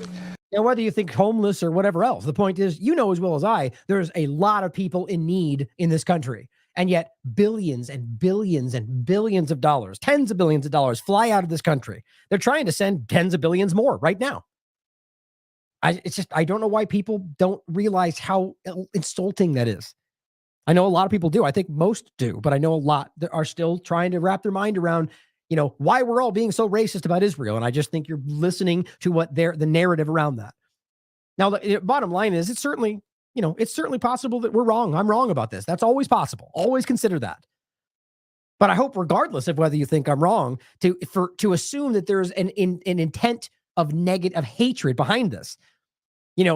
Say I'm wrong. That's one thing. But to pretend that this is secret hate for anything is just a wholesale lie, right? It's completely whole cloth. Like you're just arguing that this is all some secret concoction because I secretly hate Jews. Like I just don't get where that even comes from other than a place of dishonesty. See what I'm saying? Like it's so alarming, but I really believe part of that's what's shaking people free from this right now. Now, here's my point on the end of this segment, right? So right now we went over all of that the history, the coordination, the use of these arguments to hide people who are just fighting for independence and whatever else. But there's a lot of people who are trying to go out of their way. And I think this is from a place either of desperate manipulation, like from a Zionist perspective, or that they just are played themselves, acting like you're not Jewish unless you support the Zionist agenda. Now, what is that if not a clear Zionist game? Right? Right from the very beginning. The same thing they did then. So here we have an example of this across the board where people like Ben Shapiro, which is one of the examples, coming out and saying, you're not Jewish because you think Zionism is bad, or you're not Jewish because you support Palestinian independence, like crazy stuff. Blake Flayton here says, when I tell people I'm Jewish, I also proactively say that Amanda is an a-hole and not one of us. Because she says, when I tell people I'm Jewish, I also proactively say that I'm anti-Zionist. Zionism is, even if you think Zionism is like somehow part of it, like, are you pretending Zionist that Zionism is the only form of Judaism? Like, think about the hubris around that. Because it's simply not true. Obviously, there's plenty of Jewish organizations that don't agree with Zionism. But so now if you don't agree with Zionism, you're just not Jewish anymore? Like, is that not screaming desperation or or maniacal control? It's just alarming to me how people can't see, or that they all do, and people were being lied to by our governments, but those that can't, I can't believe you can't see through that. Here's another example. Ben Shapiro, the one I've shown you many times. This was right at the beginning of, post October 7th anyway, the group Jewish Voices for Peace. Jewish Voice for Peace, that's right. Simply there in the Capitol, chanting, clapping, peacefully protesting, even though some of these ridiculous clowns said it was an insurrection, simply doing the same thing in reverse, which makes them complete cartoonish. Like, think about how dumb that is to scream forever about how they're claiming January 6th was an insurrection, even though it wasn't. Clearly, we all know that. And then calling this an insurrection. Like, you are the epitome of stupidity right there. Or you're part of the agenda. You choose. Either way, the point is not an insurrection. Simply saying we want a ceasefire. That's what it says. Jews say ceasefire now. He says useful idiots for Hamas. Now, you could give him that, even though it's really stupid to pretend that ceasefire, which applies to both sides, is only one-sided. That's just, you're just being dishonest. We all know that. But let's pretend he thinks that. Plus, these trash people don't know how to wear the Jewish garb. In his opinion, apparently. The point, nonetheless, is that you call them trash because they disagree with you or because they wear their garb in the wrong way. Like, it just shows you where the real Jew hatred is. I'm not hating on anybody. Now, some people hate Jews or black people or whatever else, or Chinese people just because they're bad people. Some of them hate only certain kinds of their own people because they're a crazy Zionist. Either way you look at this, guys, he is the epitome of what he pretends we all are. And when I stand here and say, I want a ceasefire, and he calls me somebody who's racist, or however that game goes, acknowledge the real racism, the real hatred. And especially even the ones that they would call like a self-hating Jew for claiming we're supporting Palestine. Like, that's the reality of it right there, which again is an inversion of the reality. You're hating other Jewish people because they politically disagree with you. You're gross, man. That's disgusting. And I said he attacks and denigrates the Jews protesting below who dare to simply call for a ceasefire. Since they apparently care about at the time, over 1,000 children. We're past 14,000 at this point. So I'm sure Ben Shapiro is okay with the other 13,000 children that have been killed because he doesn't agree with their stance. Here's Joe Robert saying, I'm not sure if y'all are aware of this, but Israelis are human beings too. Right? Like, who the hell is arguing otherwise, man? People who like this game about framing an entire conversation as you only hate this one thing, even though nobody's saying that. It's just exhausting. Again, I actually think it's not working in their interest. I think they're pushing people away with this. But it says they are worthy of compassion, empathy. Yeah, human beings are, man. That's what anybody is saying on this side. On the side of independence, ceasefire, whatever. People in these crowds marching are saying human beings deserve peace, not only Palestinians. But on the other side of this, it's all about, don't talk about that, only talk about Israelis. How about us? How about one day over here? How about only this thing? How dare you talk about anything else? That's Zionism. Is what we're talking about there. Because as I'll point out, there's a whole lot of Israelis, a whole lot of Jewish people, a whole lot of everybody else who are pointing out what Israel's doing. But I said, you're right in regard to that they're human beings too. And many of them show this every day, I said, right now, by speaking out about and standing up to extremist Zionists committing genocide in their name. Interestingly enough, the very same ones that you attack. He didn't like that. But this person says, where? Where are the Jews against this? Please provide proof. I mean, really? How about Jewish Voices for Peace? Oh, it's not in this tweet, but, endless amount of examples. But this person responds by saying Jews who oppose Israelis' atrocities are dismissed by the like of Joe Roberts as not Jewish. And there's your perfect game. Where are these Jews? Point them out. Well, they're not, because you claim they don't exist, because if they are, they're not Jewish. How embarrassing. And that's racism. That's hatred. Now, Middle East Eye points out Ofer Rosenbaum, a controversial Israeli PR figure and founder of the Civilian Front organization, gave a speech to a large crowd in Jerusalem where he said, the new Jew looks at his enemy with the whites of his eyes and then takes his head off. That's what he said. Now, here's what I think about this. I think this is an effort, very clearly, to create the very thing. I think it was Afir was the guy's name who made that great post about how some elements of this, at the very least, are trying to create is both in the minds of Jewish people in Israel, but also just in the minds of other people outside of it, feeling that or specifically from the Jews inside of Israel, they're trying to convince them that they're desperately at risk and the only safe place in the world is in Israel, as well as simultaneously manufacturing hatred towards them in order to create the dynamic that gives them the power over everything they're dealing with. Now, that you could disagree with that, but it's a logical point. It could be the case. And I think interestingly here, I'll play this clip for you. Oh, technically it's I'll play it so you can see the motions and his mannerisms, but it's in subtitles. It's a very aggressive militant. It looks like an IDF member who is simply saying, not about IDF members, not about Zionists, not about anything other than Jews. So the new Jewish person, apparently, in this new Israeli-focused pro-genocide world, doesn't just, meet your eye, but takes your head off, like basically making it about violence and about aggression and about why? Because they're all so much danger and so much hatred and everyone's out to get them that they're simply going to attack first. Well, the first part's not true. This idea that anti-Semitism is overwhelming, this is a manufactured lie. Yes, there's racism, but as far as I can tell, it's actually quite smaller than it is in any other category we talk about. Now, you could tell me I'm wrong, and maybe I am, but it is not what they're presenting. And what do I do if not continually research this stuff? But please look into it for yourself. You show me where you can prove outside of the obvious where they're using pro-Palestinian discussions and marches and framing them as racist, that there is any increase in what they're talking about. I mean, this is as stupid as pretending that the OK symbol means hatred or white power. It's a game to manipulate you. But I think what this is really about, like I said before, from a Zionist perspective, is creating that momentum to put someone out there that is framing it as a Jew who's acting in violence because what you're going to do is create resentment intentionally, but it'll be misplaced because it won't be the Zionist agenda who's actually driving this. People, if they're blinded by this, will direct it towards the person who he is framing it toward, the Jew, in regard to him personally, but then take it out to an idea that that's what they're all doing. You see my point? This is a manipulation. Now, you can clearly see why so many people are afraid to dive into this conversation, because there's going to be an endless string of people trying to misrepresent what I'm saying. But you tell me that this person is not acting in a very militant, belligerent way based on what? The Israelis are committing a genocide.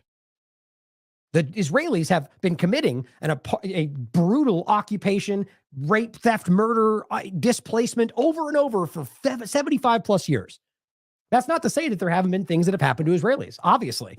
I mean, I'm not even talking about, I'm talking about Israelis here, not Jews at large.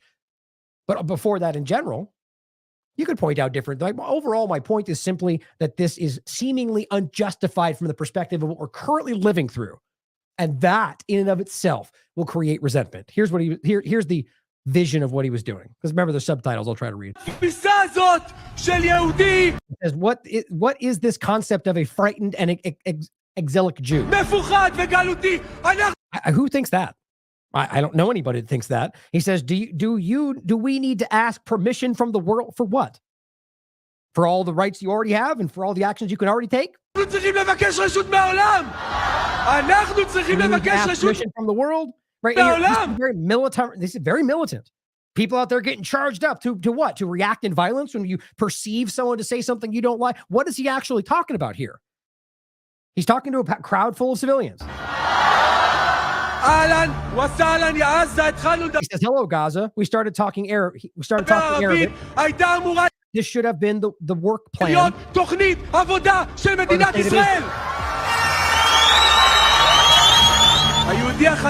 This new Jew that we are talking about. זה יהודי שעומד קרוב מול האויב שלו. הוא מסתכל לו בלבן של העיניים, שנייה. Before he takes his head off. Now, that doesn't even imply violence. That doesn't even imply that you're being attacked.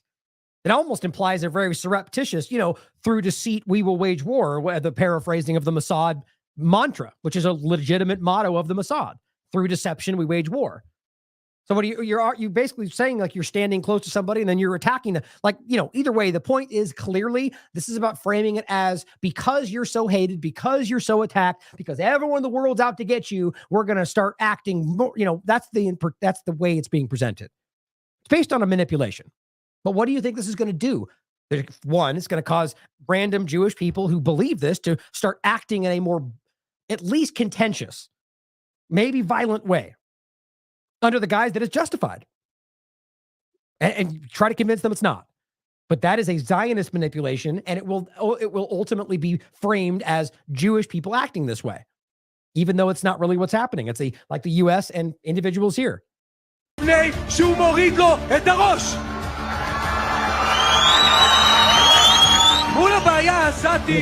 Gazan problem, right? Not Hamas, Palestinians, Gaza.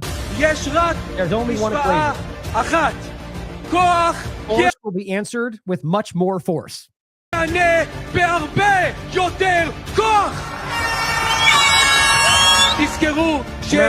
Agreements are only made. I'm curious what it says right there that's been blacked out. With defeated. It's just alarming to me what that is putting forward.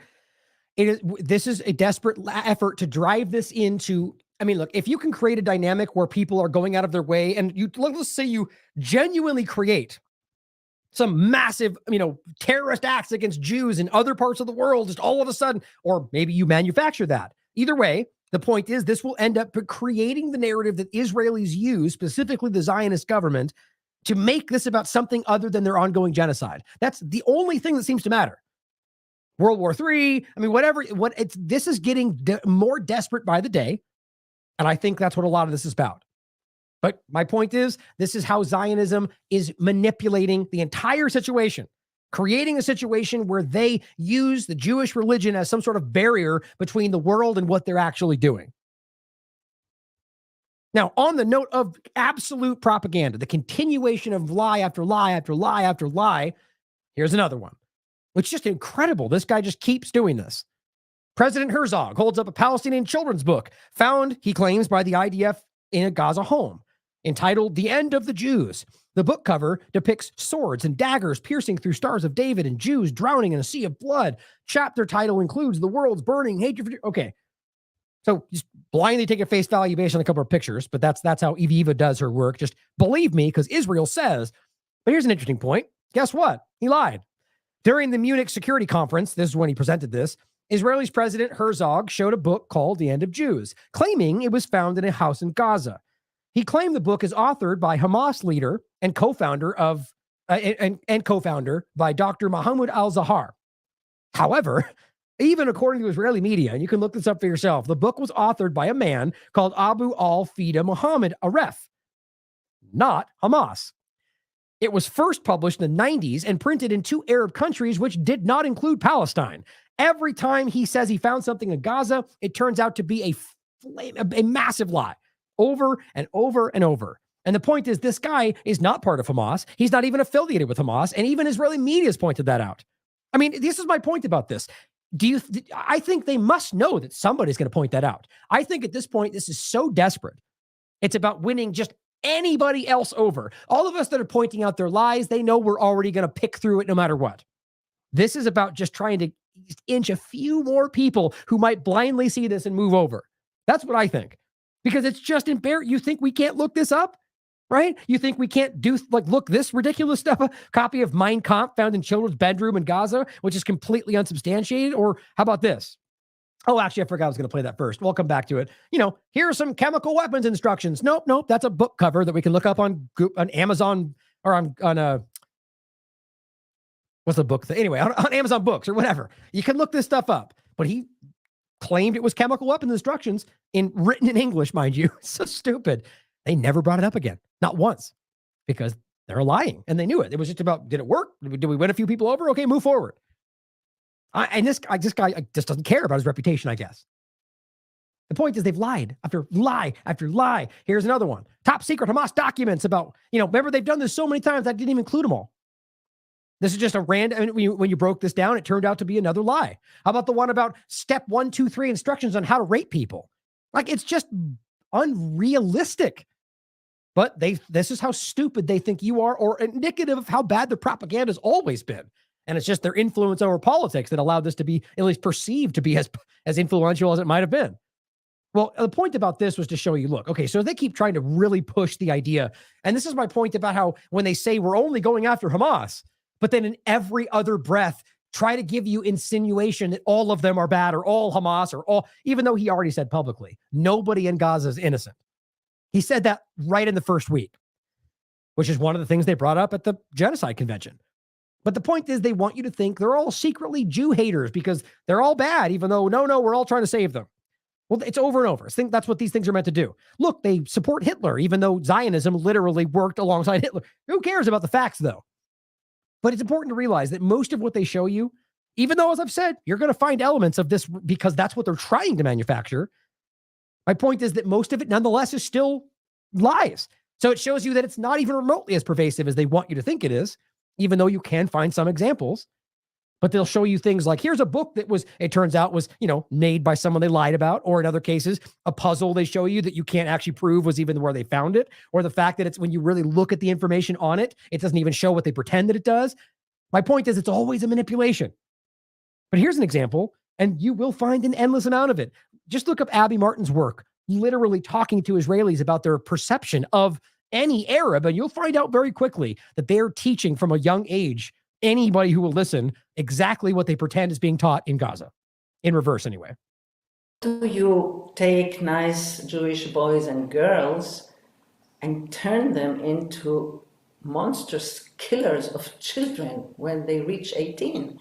It takes a very... Meaning the IDF. Long, thorough, and sophisticated education to do that. And that was my question, How do you do that? Yeah. How come, And we have an organization called Breaking the Silence, where soldiers confess what they did in the West Bank. And in many of these confessions, the soldiers say, I was educated to believe that whatever I do to the Palestinians will save us from another Holocaust. And only when I aimed my rifle at a little girl, I realized that I was the evil one. And we just played a clip for you, I think, on the last show of a guy, I think it might have been RT, I forget, speaking on the record, saying it wasn't until he was, confronted with the children that they were shooting and that he really realized. I mean, again, I'm kind of shocked that it took that far for you to realize that. But either way, they're propagandized in a really aggressive way. Think about that kind of framing, right? That if you don't act in cruelty towards these Arabs who want to kill you, that we're all going to die in a Holocaust again. Like, think about that kind of mentality for a child. It brainwashes them. And then I stopped. So this education is so entrenched. It's really, Richard Dawkins hated religion, and he called religion mind infection. But I think this is mind infection. Ideologies can be mind infected. And they are so infected with it that and the dehumanization of Palestinians especially is so strong that it's very hard for people, especially young people, to get rid of that and to see these people as human beings. Yeah. Well, I have another clip as well. This is an interesting one. It's not that, this is kind of old, actually. I remember this. It wasn't that old, but basically this is an interesting overlap. This is a guy on the street speaking of his own accord, which, by the way, the same thing that happens every day from all sides of the paradigm, or even people not in it. They will take one clip and say, here's what Palestinians think. So we shouldn't be ridiculous like that. This is one guy. He's an Israeli Jew, and he has opinions to express. It should not mean anything other than what he thinks, or that this is something that was taught to him through the where he grew up in Israel and the things they teach them and the mindset of some Israelis. And again, I can otherwise show you that this is a prominent opinion, but nonetheless, don't immediately broad stroke this like we would see in reverse. One Palestinian says this, therefore they all think that. It's just this mind. It's what happens in the two-party paradigm, as we all know. But this clip is about suggesting that, well, because you don't believe what I believe, I can kill you. And makes it clear about Christians, anybody else, which is what the reality is in his perspective of what the teachings are in his Torah. That's what he's referencing. Now, I'll make a point about that in a second. I don't think that's necessarily, my point is that you could find these examples in any of these books, the Bible included, which are in a way promoting violence, but in a certain context. But my point is most of us understand today that these things are very old concepts that speak to a different time and that we look at it as, oh, nobody really does that anymore. Same with the Quran, same with any of these conversations.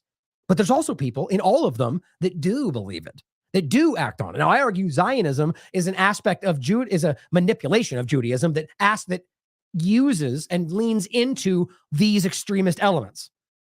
Just like you can argue people have done that with Christianity in the past, right? That's kind of simple to understand. My point would be this shouldn't be an indictment of anybody who believes in Judaism, but specifically some concepts. And what he believes here, it simply shows you that it's an easy way for Zionists to manipulate this mindset to justify murdering anybody who isn't of their mindset, which is racism, hatred. It's bigotry. That's what they pretend they're fighting. Before you continue talking, you're going to go to jail because the police here. When I should give you some context. So this is a guy preaching Christianity, essentially. And this guy comes up to you and basically says, one, it's illegal, and two, that basically I have the right to kill you. 99% conviction rate. Shut up. We don't do anything illegal. You cannot take us to jail. If you are not involved, please go. Shalom, my friend. We bless you. You're in my country. You come to the United States, you can say whatever you want to say. That is a free world, yes? You're not in the United States. You're in Israel. I understand. You cannot say whatever you want to say here. Okay, so great. First off, just recognize, no, you don't have free speech, or you can't say whatever you want. Only democracy in the Middle East, right? Yes, you can. It's legal. It is legal to preach about Yeshua. We preach at Damascus Gate. The police said it's okay. We preach at Jaffa Gate. The police say it's okay. Please stop. I respect you. Respect me. He doesn't have to respect you. Huh? Doesn't have to respect you. He said, I don't have to respect you. That is the right thing. Are you Jewish? Do you want to honor God? That is the godly thing to do. We respect one another. The godly thing to do is just to kill you. So he'll say it again, but he said the godly thing, the Christian is saying, and it shouldn't be Christian versus Jew. It's a guy who believes in, not murdering people and says, look, the godly thing to do would be to be kind to each other. And he said the godly thing to do would be to kill you. That's what he literally said in response. The godly thing is to kill me. That's right. That's yes? what the Torah says. The Torah says to kill us. The Torah says that people who worship idols such as yourself, when they're... Well, there's the interpretation. You could argue that worshiping Christianity or God, Jesus Christ is an idol, that would therefore that you can kill him or not. My point would be that a lot of peacefully minded people that practice Judaism would argue that that's not the case. My point is simply that this is how you can interpret it. Either way, you've given the opening and you've taken it. So that's indicative of who you are, not because you believe in this religion. You chose to acknowledge, okay, well, I could kill you if I want to because that's what I believe. But that's disgusting. It doesn't matter what religion you think you have. That is racism. That is because you're not what I practice. Therefore, you're the other. And Zionism leans into that. There's a Sanhedrin, yourself, people who worship idols such as yourself, when there is a Sanhedrin... To kill us. Yes. Okay. That's what the Torah says. So we know how the Jewish people feel about Christians, yes? That you discriminate against Christians. Christians are idol worshippers. You discriminate against Christians. The Torah says that Christianity is idol worship. Now, again, I don't believe that is what all Jews think. I mean, that's provably not the case, as we can show you from Torah Judaism, who speaks out about the fact that this is about, that the foundational concept is about peace. And, so it's all about the way you interpret this stuff. But nonetheless, my point is that Zionist mentality drives that kind of thinking. And that's what we see. And then it causes people like this guy to suddenly begin to think, well, this is what Jews think. But it's not all encompassing. You see my point? And that is how this begins. In over 75 years, people develop this mindset that's misplaced and direct. Now, maybe I'm wrong. Maybe you disagree. But I think it's very clear that Zionism is the culprit behind all of this. And I already pointed this out. This is people pointing out this is another one of these ridiculous manipulations. It's a document about child soldier boot camps, which, by the way, you can prove Israel does on a regular basis, but they just call it something else. Now, yes, you can show Hamas in different circumstances, arming, with the playing with their, the children dressed like Hamas members, like you can see children dressed like the IDF, but only one is bad. It's ridiculous. Nonetheless, we also have to consider that Israel has been funding Hamas for a while, and that may or may not be something that they influence. You have to consider it in that light. It's just fair to acknowledge, right? But there's also this one, right? The chemical weapons instructions that, and this one where he made his big statement that Shani Luke was found beheaded. And they were like, oh, no, wait, actually, there was a piece of her head. No, it was just a piece of a bone. Oh, wait, no, it was a sliver of a bone that we tested, and it turns out they couldn't. It was ridiculous the way the story went forward. Turns out all they actually found was apparently a sliver of a bone, which I don't know how that can translate to the sliver of a bone means she's dead, which is what they argued. And even if that's even true, who knows? I still think it's provable that where they took her, remember the first story, they took her to the hospital in Gaza. Newsweek discussed that. They broke that story. The mom said she's still alive. She went to the hospital, which immediately undermined the allegation that she somehow was, why would they take her to the hospital? I mean, it just doesn't make any sense. Took her to the hospital when I think she was shot by the IDF, which is what most of these happened. And then they bombed that hospital, guys. I proved this with the timeline. They bombed the hospital. People died in the hospital because they ran out of all the things that she was unconscious.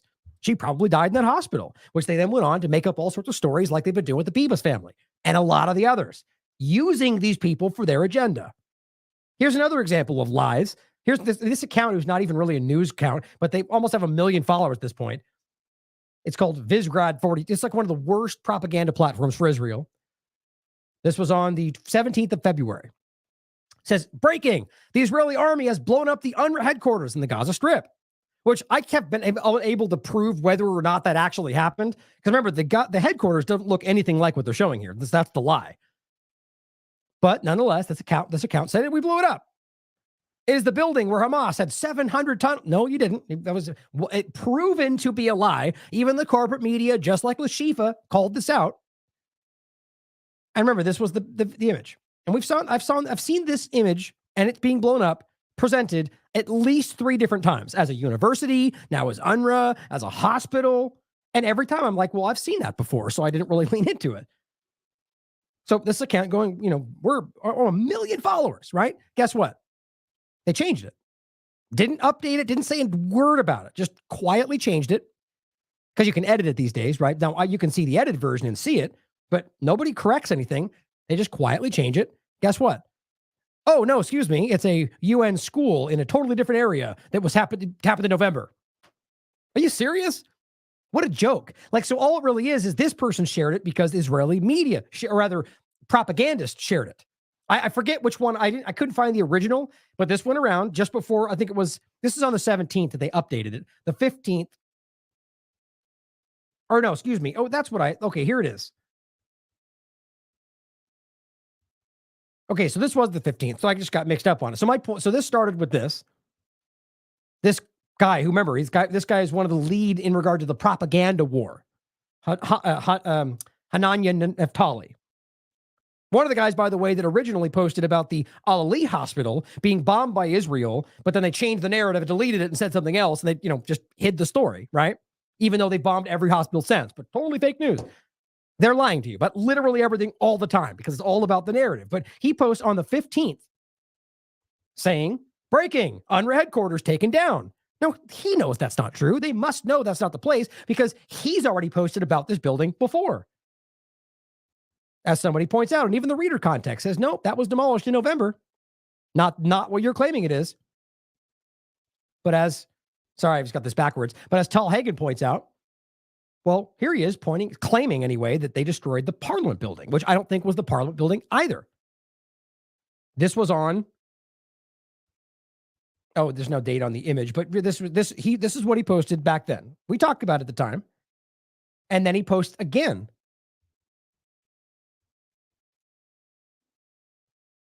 On the 15th, claiming it's UNRWA. Now, do you think there's only one of two things here, a few things, right? Either this is deliberately trying to seed misinformation so people cover it and they're wrong, or they're lying about everything that just doesn't matter. Like you didn't even check it. Somebody send this, share that. We don't care, right? And my point on top of that is that this news platform with over 1 million followers just shared it without any due diligence, citing this other account with just as many followers almost, with no due diligence whatsoever, and then just quietly changes it. Oops, we made a mistake. No acknowledgement, because they're blindly following the Israeli propagandist. That's what they're doing, guys. We misunderstand that. And in the same light, here is Mr. Propagandist Eli David doing the same damn thing. This is the UNRWA headquarters. Is it, though? Sorry for the typo. This was their headquarters. Ha ha ha. These people are disgusting. Like the worst things I've ever had to deal with in my life. Like the laughing about the fact, and they're lying about it. They're faking this in regard to what they're showing anyway, laughing about it. He didn't update it, didn't change it. Now, anyway, the point overall was that they're lying about this and they just don't care.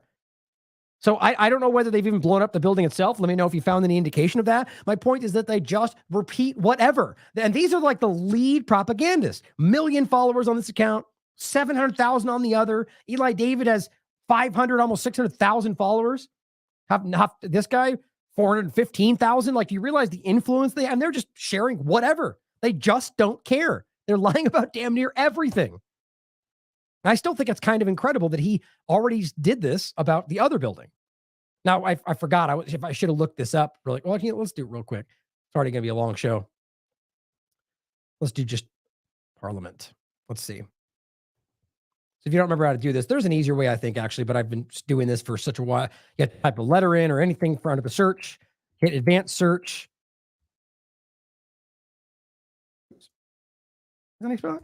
Am I crazy? Oh, forgot the A. So here is, you type in his name and then the search word. Let's see if it pops up.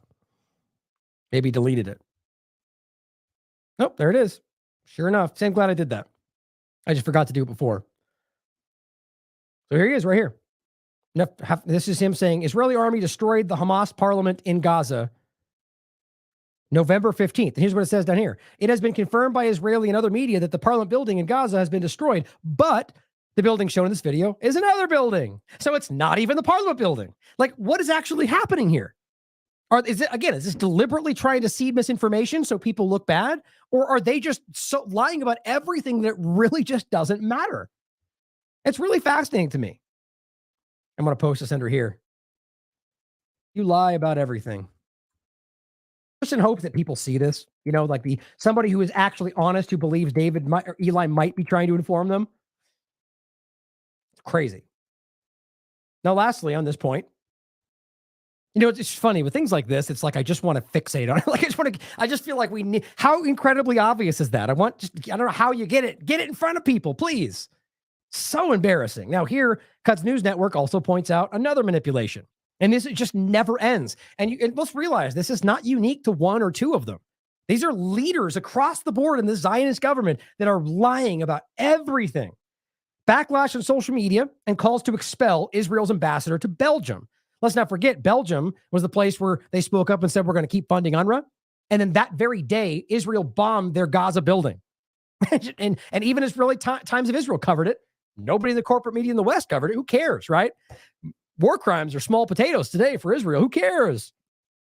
But the ambassador to Belgium, after she incited hatred against Muslims in Belgium, the very thing that they're seeding everywhere right now, under the guise that they're all invading everybody. This is very right-wing narrative, which, by the way, is a partly, you could see that there's weaponized actions of this. But as I've always said, whether it's the Mexico side or anything, to immediately begin to put that hatred on the individuals, well, it's the same dynamic with Zionism and the Jews. You're allowing them to trick you into falling for that trap. Most of these people are being used by whoever's driving them. In this case, the idea of creating hatred toward these Muslims because of what's going on and refugees, is that because of her narrative, or because you actually, either way, you can't place this hatred towards an entire group of people who are simply fleeing the belligerent foreign policy of these governments. Consider that it might be part of their plan, the larger bot, or some of them might be in, but just pretend like they're all terrorists trying to, it's disgusting.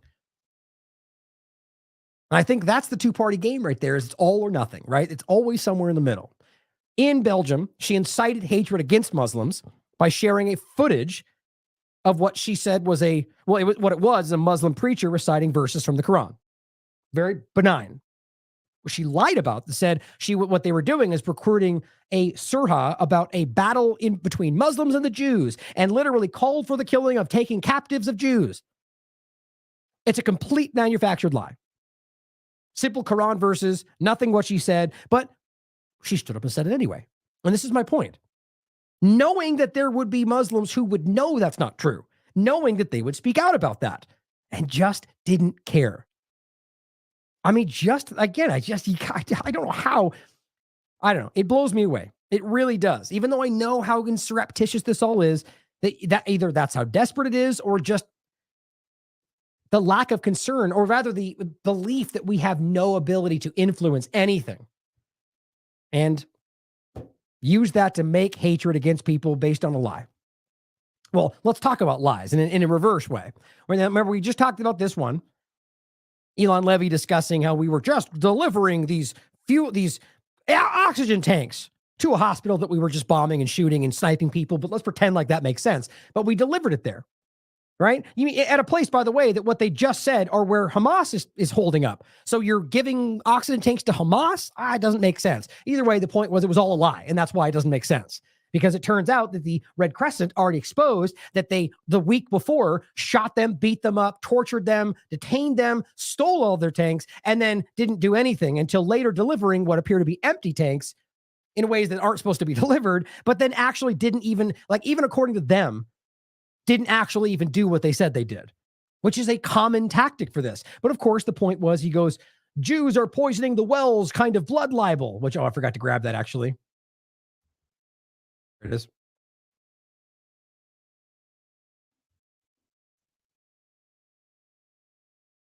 Include both of these. And the point I did when I covered this the first time, going to the same conversation, is where first of all, they're lying about the tanks. And so people call that out, and he goes, this makes my blood boil. It's like the Jews are poisoning the wells libel. Right, because that's not a libel. It's a provable story that even Haaretz broke down. Place the materials in the wells, just like the Zionism conversation we just had. This is Zionism, guys. 1948 documents from the Israeli army. That's their documents for biological warfare, where it says, researchers have located official documentation of the Cast Thy Bread operation, which was about poison in Arab villages, in their wells.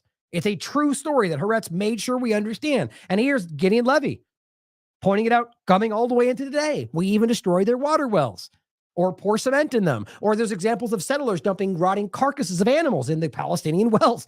It's all provable information. And yet he uses that to go, how dare you? That's because it's like this fake story. Same point. He must know that Haaretz has covered this. He must know that some people know that that's a real story, and yet he does it anyway. On a story on top of that, that's also a lie. Screaming desperation. Red Crescent said you're lying. They broke it all down. But let's talk about the other ones. I actually found this that I was talking about. Remember this one? I was showing you this at the same time about the older woman who they pretended they were helping. And I think it was even Elon Levy that shared it out and said, see, you'll never see this. IDF members treating this woman who need help. And at the time, what you could see was her hands were brutally messed up by like what was bound on her hands. Well, here is the information where she's later speaking out. Look at her wrists. I don't think I have the actual video. Let me see if this is the one. No. Okay, so I'll just play this down here. It's subtitles anyway, I think. But so the point is that she's speaking. She was tortured. She was arrested. Her hands were bound and brutally tortured and held, in subhuman conditions. And the point was that they then brought her out and set her down and go, here's some stuff you need. It didn't help her at all. Same thing we're continuing to see.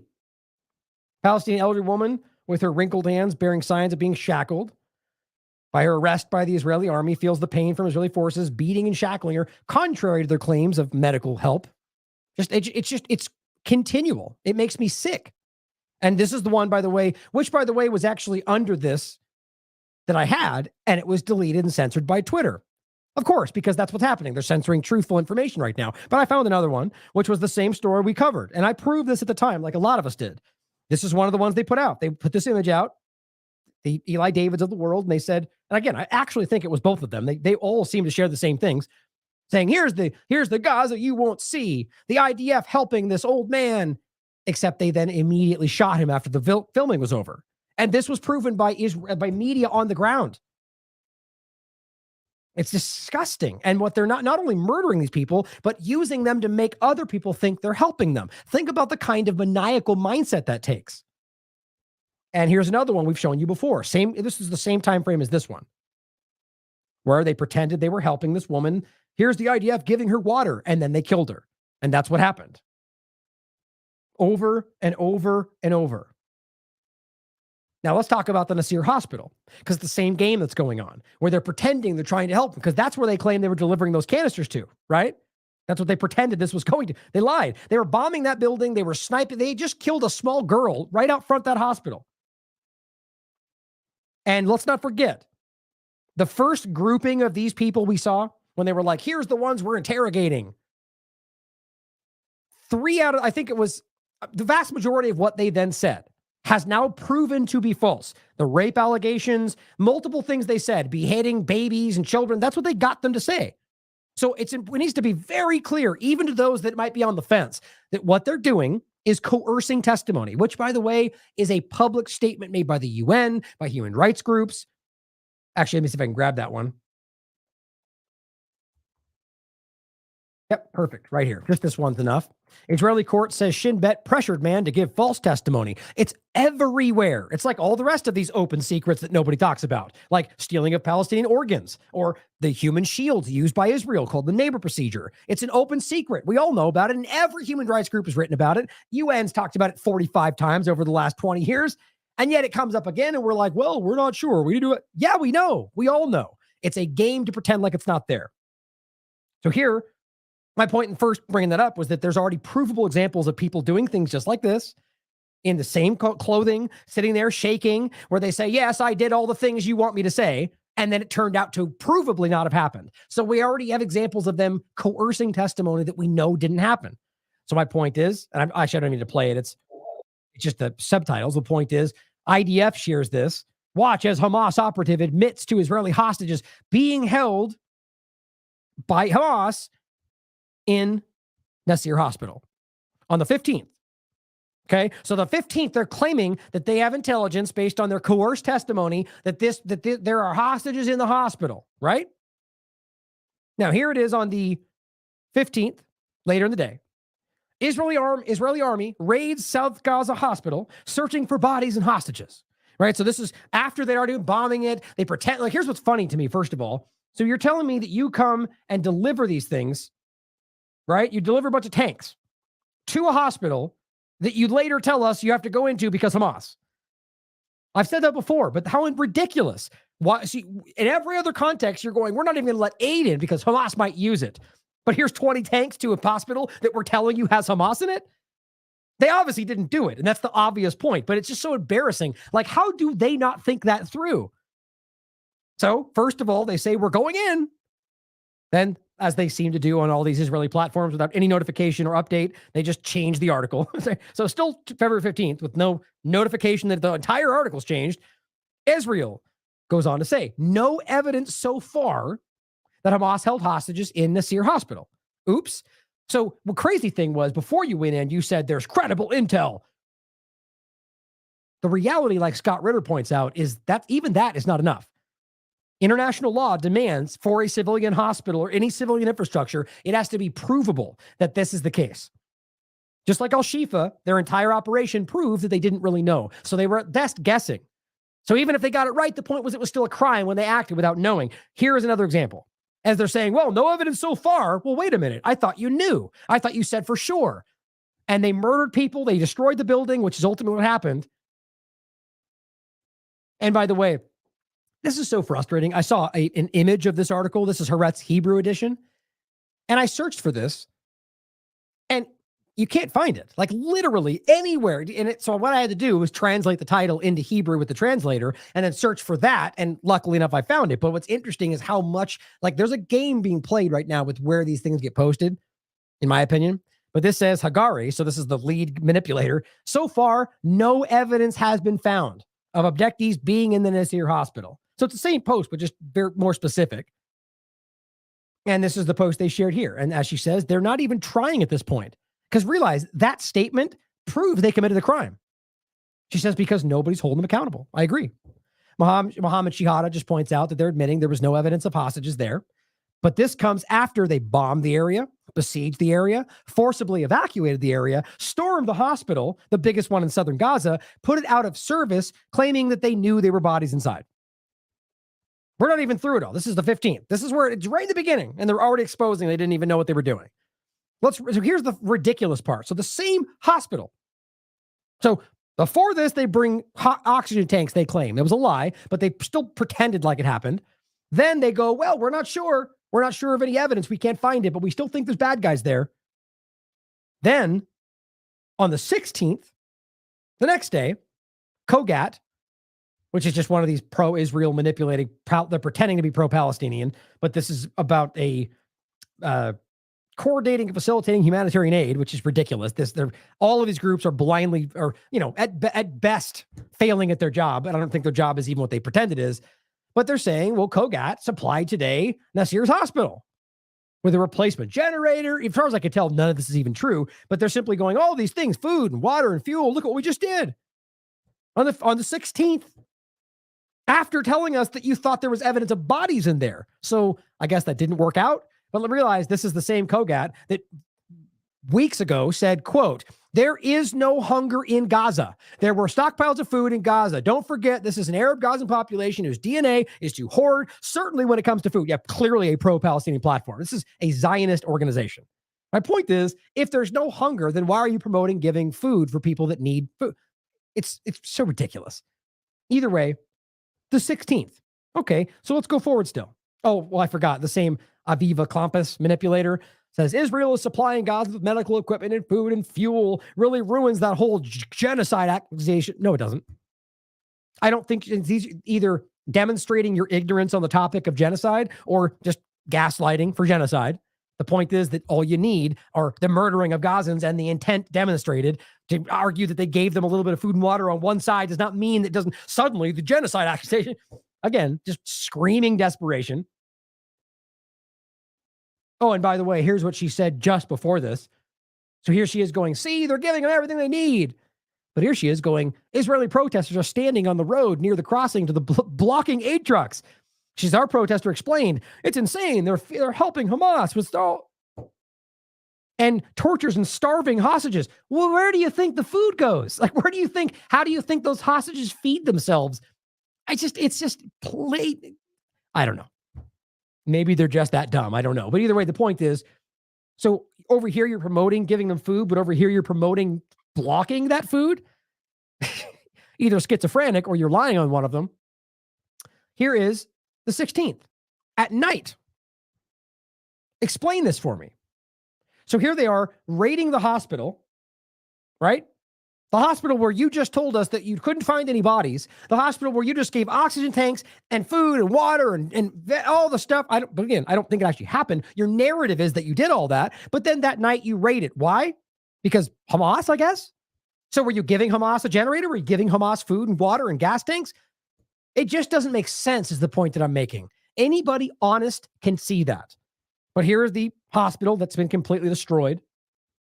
You know, the one last working hospital in the area, the biggest in the area, completely destroyed. That's going to be why it's all necessary. Okay, so you did this after the fact. That's the whole point. And here again, this is the 18th. Ministry of Health says Israeli military kidnapped 70 medical workers at Nasir Hospital. So we're well past the day, the 16th, where you were bringing all sorts of goods. So this either means that you were bringing goods into a building that you did not secure, which I find hard to believe, or you did that to try to make a political propaganda point to say, see, here we are helping, and then just use that same hospital to raid and pretend you were stopping Hamas, even though those two things directly contradict each other. And the reality is, based on what everybody else is saying and the people on the ground and the UN and that they simply kidnapped the medical workers of the hospital, which, by the way, they've done every single time so far. And most of them turn out to be, like, they later come out and say, yeah, we were arrested. Here's what they did. And yet they still pretend all of them were terrorists we caught. And then most of them are back in the hospital the next day. It doesn't make any sense other than trying to manipulate the perception of what's going on. 70 people. Here's what CNN even, about 70 healthcare workers arrested in Israel, in Israeli raid on Nasir Hospital, Gaza's health ministry. Again, this is, so it's recent. So just think about the timing of delivering all that stuff when this is what they're doing after that.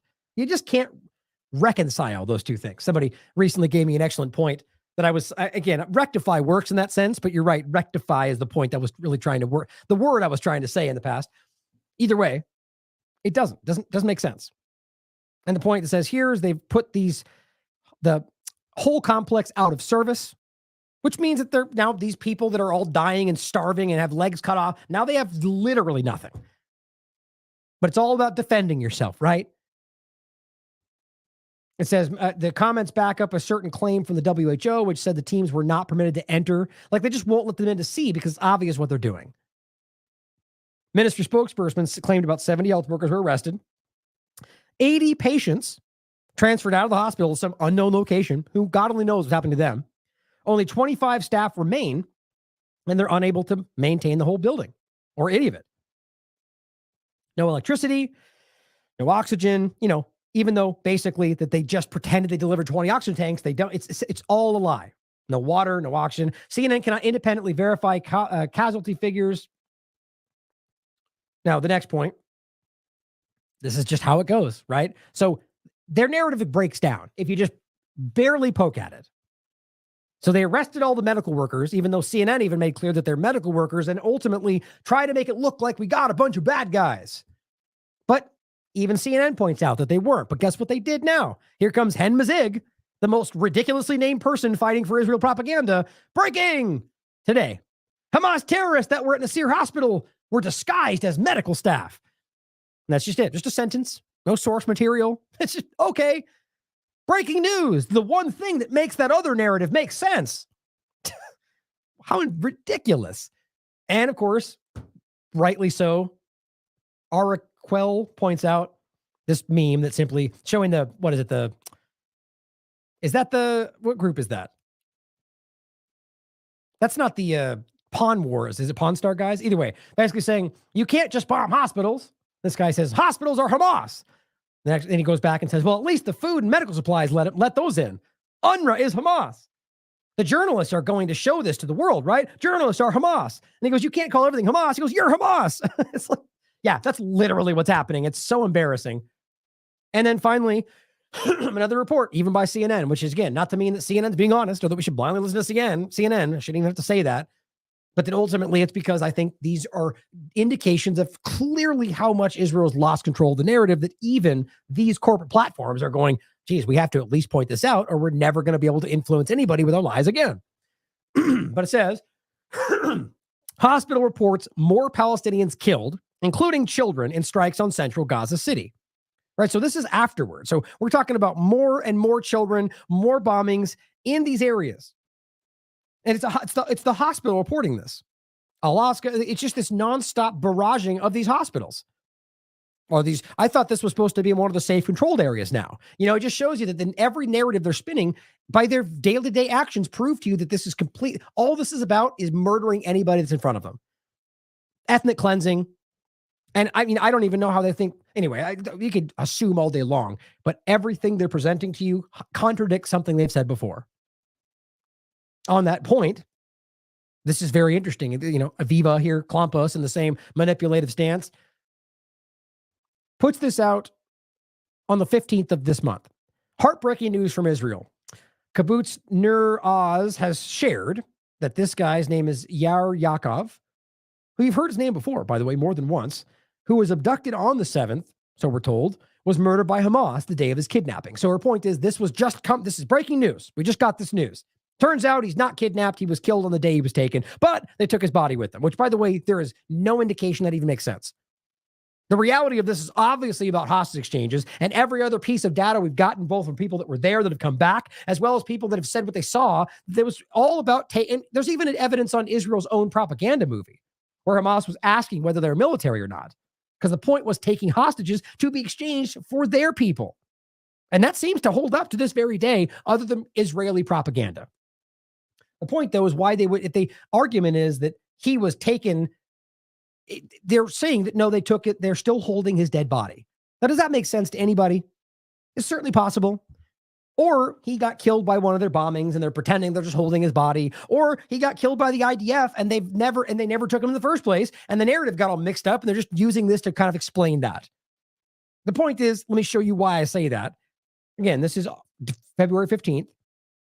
Here's a post from October 31st. All right, so what she's saying is, on the 15th of February, breaking news we just got, he actually died on the 7th, right? Here's October 31st.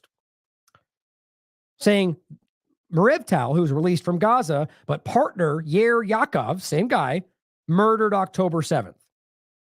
Okay, well, that's pretty weird. If seeing as how October 31st, well, then it's not breaking news if this was already discussed. But check this out. I don't even know how to explain this. I think what it's indicative of is that there's so much propaganda manipulation that these things, I mean, everything is being manipulated, altered to the point to where it's exposing things. This says she was released November 28th, the wife. The death of her partner, Yair Yaakov, that's the same person, was announced on February 25th, 2024. Okay, that's next week. How do you make sense of that? Even if it was a typo, it wouldn't have been February, right? Or even if it was October, that would be before this was even posted. So I don't even know how you try to make sense of this. This is very clearly pretty suspicious. My point would be simply, and I'll show you the next one too, that this has already been discussed. So I don't know why this clear arm of this propaganda effort decided to speak up on the 15th and say, oh, no, he was actually killed. We just found out. And this article was written on the 31st, which says he was murdered, points to the 25th of 2024. I mean, what am I missing? That's very weird. And I think it's just crazy manipulation taking place. Oh, this was just to highlight what I would have said. And then my point here is that this is the Wayback Machine for this article that was originally published on the 19th of October, which doesn't show him. The names of those killed in Hamas attacks. Now, from October 19th all the way until February 15th, he wasn't on there. But then the next day, February 16th, he was added, which, by the way, was the same day that she spoke up and said, hey, we just found out. But explain for me how an article from October 31st says he was killed on the 7th, and it argues that it was on February 25th, which is next week. And that the day she said that, they added him to this post. Even though it says, all the same thing we're saying, it just doesn't, something about that is very strange to me. I really believe this is one of the most extreme propaganda, like not, wag the dog in the sense that everything's fake, but really in the sense of leaning into that in every other possible way. Everything, especially on the propaganda from the media. Now, again, just to argue, and since we're already long today, very long, probably going to go 4 hours today, I'm not going to play this, but I'll include this clip from Dan Cohen, Uncaptured News, just to understand, as we're talking about these people, the ones that they're using for the agenda, claiming that this is why we do this and X, Y, and Z. These people were killed by their own government in many cases, as you can listen to. And this is the major point about this. This is not even debatable. When you've got colonels in their military on the record saying it was a mass Hannibal, when you've got helicopter pilots saying they shot civilians, tank drivers saying they were ordered to shoot civilians, hostages that never went to Gaza who were there, who said they watched people get shot by the IDF, people who have come back from Gaza saying they watched the other hostages get killed by IDF bombings or shot or poisoned, or, it just never ends. This is the most obvious example of this I've ever seen. Now, on that same point about why they don't care, seemingly, about their own people, it's important to realize that they're lying about this to this very day. Here's a person saying, Hamas rejects proposal to release inmate. Really? Like, you have to realize how embarrassing this is. Like, because the reality is the full exchange that Israel refuses and then offers back a deal that nobody but Israel wants. which is a limited pause, and some people exchange, no matter how big the number, it's not the entire number. They've got over 10,000 people of Palestinians. And if they release 1,500, they're going to sweep them all back up. And it seems like they're already doing that right now, just like they did before. They were doing it before it started. They swept up like hundreds of people. So my point is, the only group resisting any of this is Israel for the only thing that matters for anybody. Israel knows that by anything different, they're never going to agree to it. And even then, it's already happened the one time, and I think it might still happen to some degree. I shouldn't say never. But no matter how this goes, other than full ceasefire and full exchange, is a temporary stop, a minor exchange or part exchange, and then it goes right back to the same thing. Why does that make sense to anybody? They're not going to get what they need. It's only going to cause the same problem. So what the world is calling for, regardless of what political agendas you think are more important, is a pause or ceasefire, because everybody is being hurt by this, the civilians on all sides of this. And that's even what the Israeli families who actually want their families back are calling for, and Israel's not listening to them. My point here is that everyone's arguing this who wants to say that Israel's the one fighting for them. Israel's offering them more than 10 Palestinians serving time in Israel for each hostage, and they still said no because they would just arrest them again, which is provably what they did. Now remember, the last time they paused, they had arrested more people than they were even supposed to release before they started, and then after they released them, most of them got rearrested. This was proven on the ground. So again, that's an illusion, period. And to be clear, even on the 7th, Reuters made it very clear, Netanyahu rejects the proposal. The real proposal, the one being mediated by Egypt and Qatar, not Israel's kind of faux response that nobody agrees to.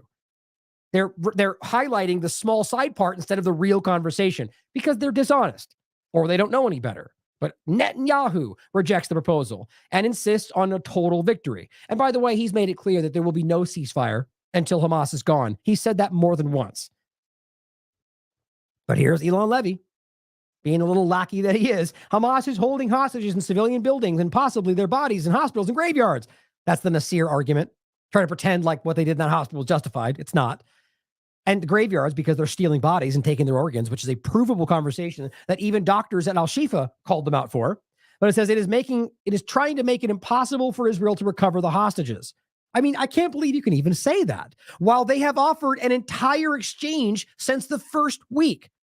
Reuters makes that clear, BBC, Associated Press, pretty much most everybody these days. And I simply said, you mean aside from Hamas repeatedly offering a full exchange of those very hostages that Israel repeatedly refuses?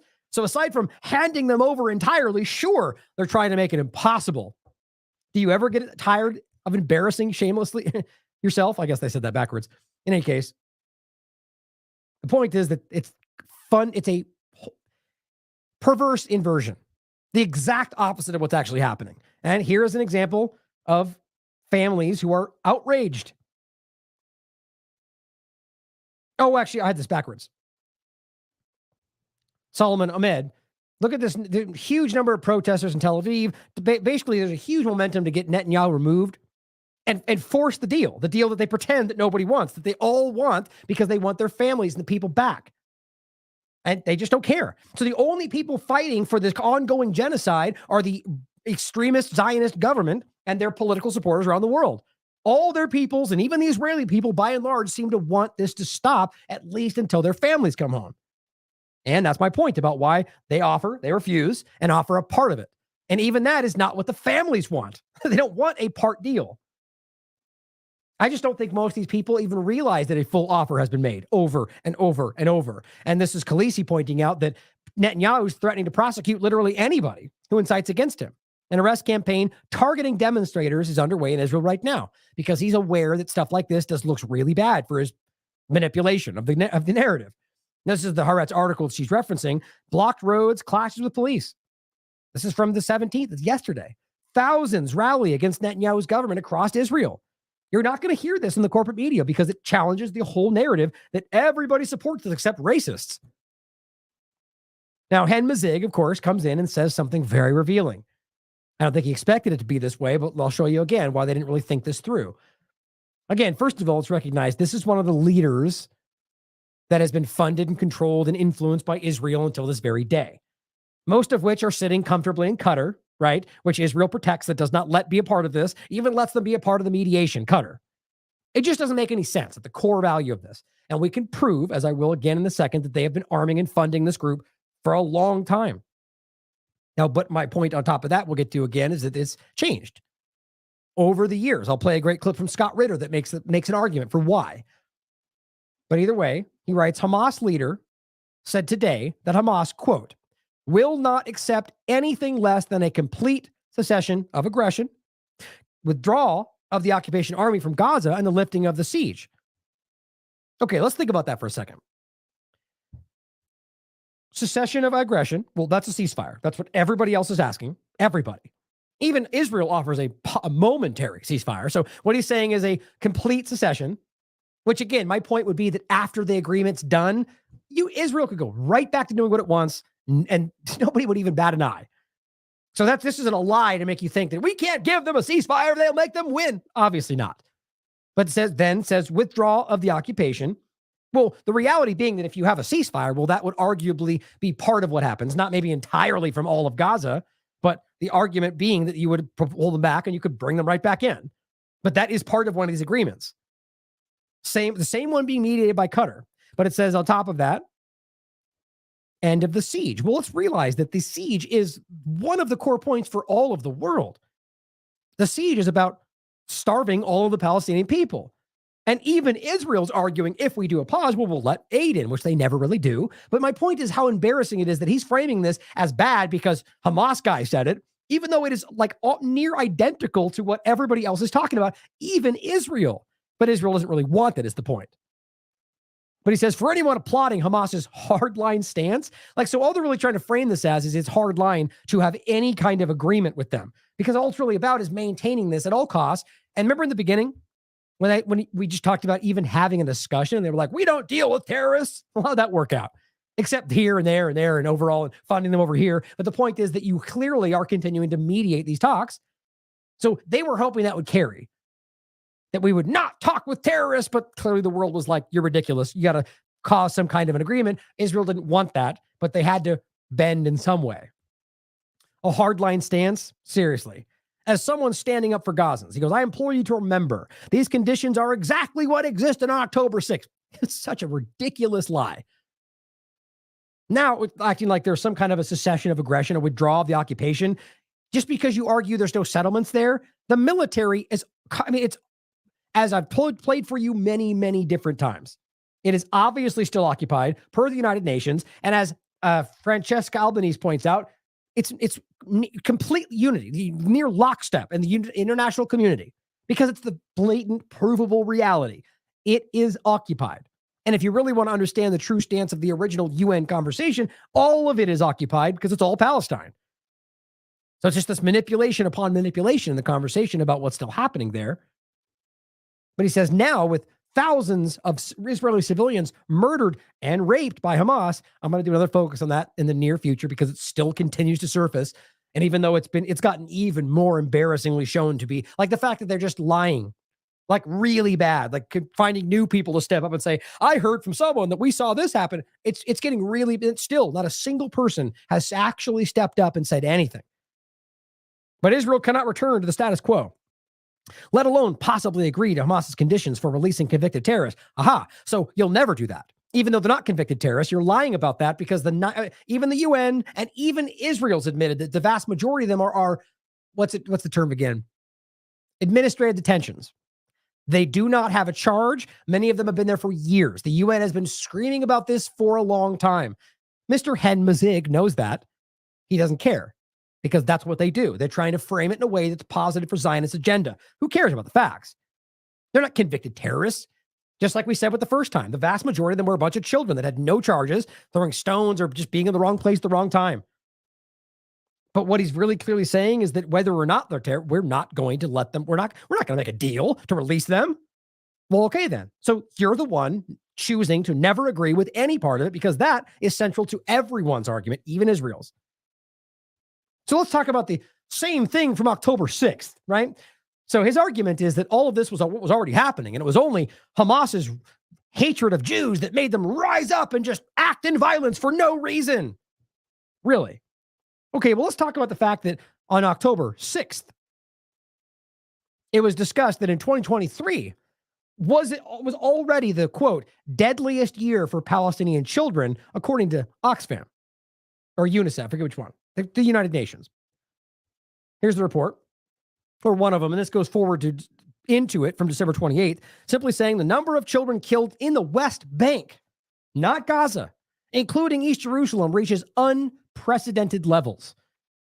But realize my point is this goes back before this started.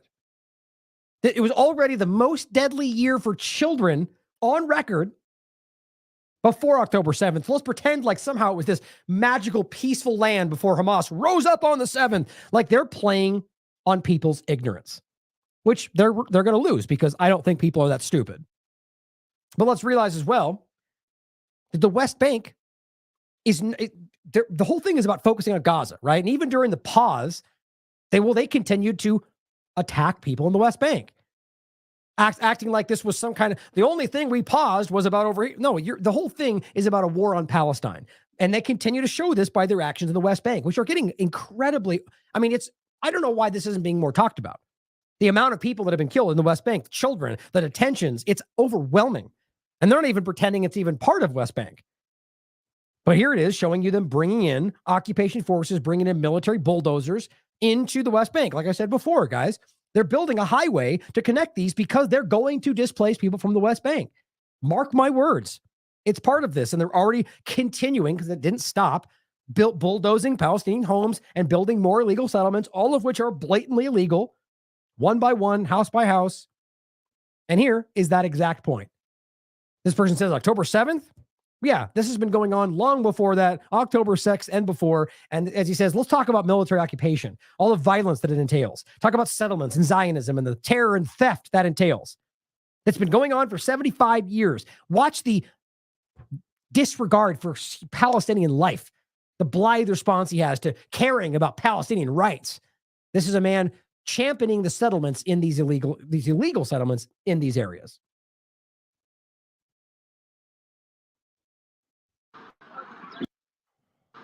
We take house after house. All this area will be a Jewish neighborhood. We are not finished the job. We are going to the next neighborhood, and after that we will go more.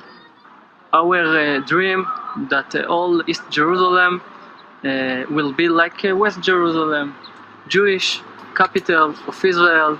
אני רואה בזה המשך של המפעל היהודי-ציוני, המשך שיבת ציון, זה הכל. זה בא על חשבון הערבים? כן, גם בג"ץ והכנסת בנויים על חשבון ערבים, וגם המדינה כאן הוקמה. רואה בזה המשך של המפעל היהודי-ציוני. I see this as a continuation of the Zionist project. Exactly. שיבת ציון, זה הכל. זה בא על חשבון הערבים. They ask, at the Arabs' expense? They say yes. כן, גם בג"ץ והכנסת בנויים על חשבון ערבים, וגם המדינה כאן הוקמה, כן, על חשבון חלק מהתושבים הערבים שגרו. These are important statements, right? So saying, but our government institutions were also built at the expense of Arabs who live here. And so was the state itself. Yeah, just proudly admitting the complete colonial settler colonialism, which is a violation of the law. Installed in the house, we went to the office in West Jerusalem of the man leading attempts to settle Jews in Sheikh Jarrah. Making a real estate argument between the Arabs in Sheikh Jarrah to make it now an international fuss, it's something that is it's not a real estate argument, is it? It's pure. It's an argument that goes to the very core. We talked about this video that emerged in which a Palestinian in Sheikh Jarrah challenges a settler. You are stealing my house. And if I don't steal it, someone else is going to steal it. No. That guy became a meme, right? We've all seen that. Literally, he's a famous meme at this point. If you don't steal, I don't steal it, somebody else is going to steal it. And if you make that point, people think you call you racist. It's real, guys. It's real. And that's the hilarious part of this conversation, that only in this conversation, it's this unique situation where provable, real concepts, even when you show it to somebody, are still called racist. That's a blood libel. You're a conspiracy theorist. It's like literally happening right in front of you. This guy openly says, if I don't, somebody else will take it, so I got to take it. My God. One of your own settlers. And the point, that was the context. The important thing is that's what he says. Watch the way this guy responds to this. Like, it's almost like immediate hatred of the person even posing the question, because how dare you even suggest that Palestinian lives matter as much as us? You are stealing my house. And if I don't steal it, someone else is going to steal it. No. One of your own settlers saying, if I don't steal it, someone else will, acknowledging For the it's been stolen. You want me Nobody said it. But it was stupid. So what? You want me to bring you? You've had the UN. You've had the UN saying what he called it stupid. In case you missed that, what's happening could amount to a war crime. What? What could mean a war crime? What? Expelling these people from their homes. Tell me. Could amount to a war crime under international law. So the UN, that we know how much That's it's pro. Okay, who cares about what the UN is saying? So you don't care that it could be. Of course not. I care about one thing: God. God. So this is either a person that's lying about that, in my opinion, or is convinced that that's the reality. Either way, think about how alarming that is. So nothing matters. Who cares about law, anything? So this is the mindset of thinking that this is the same as people believing that like Trump was sent by God. So it doesn't matter, because the ultimate thing is whatever you do is right because God sent it. God made that happen. You're literally impossible. You can't violate the law because God is bigger than you. That's the mindset. So that means that this is the kind of thing that drives genocide and the guys that, well, God wants this to happen, therefore it's the right thing. You can't fight something like that. And that is religious extremism. That's what we're dealing with. I know what I'm praying for 3 times at least every day. And I know what the Muslims are reading in the Quran. And I know what you as a Christian reading in your Old Testament. And it's written one thing: Jerusalem is the land of Israel, the land of the Jewish people. Right. And you know what's funny about this manipulation as well is just because the word Israel, which by the way is very simple to think about, that the Zionists who wanted to utilize Judaism simply plucked that name out so it would be seen as the historical concept. Not hard to wrap your mind around, but the idea being that because it's called Israel, therefore we know that it's the same point. That this is about a manipulation of the history. That's why people believe it. But here's another example of, what happened before October 7th. We talk about the 7th of October, I think it's important to talk about the 6th of October.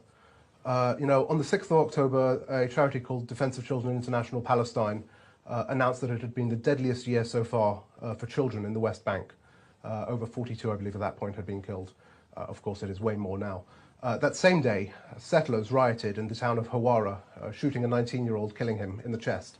While his funeral was going on, an Israeli minister went to Hawara and said we needed to close down the Palestinian shops in the town and build a highway around it for settlers. That same day, the Washington Post reported that Israel was cutting off the supply of donkeys to Gaza. And donkeys were important because fuel...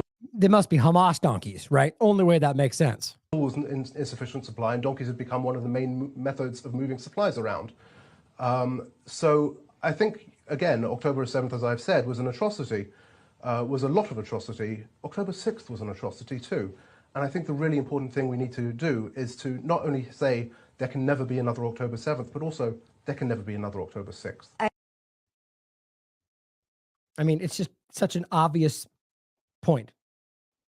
But that's going to be taken as racism. How dare you? Only our thing matters, right? I mean, it's just so embarrassing that it's one-sided, very clearly. And even people that are like hard on their sleeve, we care about every human life, all of it matters, we want all of it to stop. You're a racist because you don't only care about the one. So we saw that right in the beginning, over the top.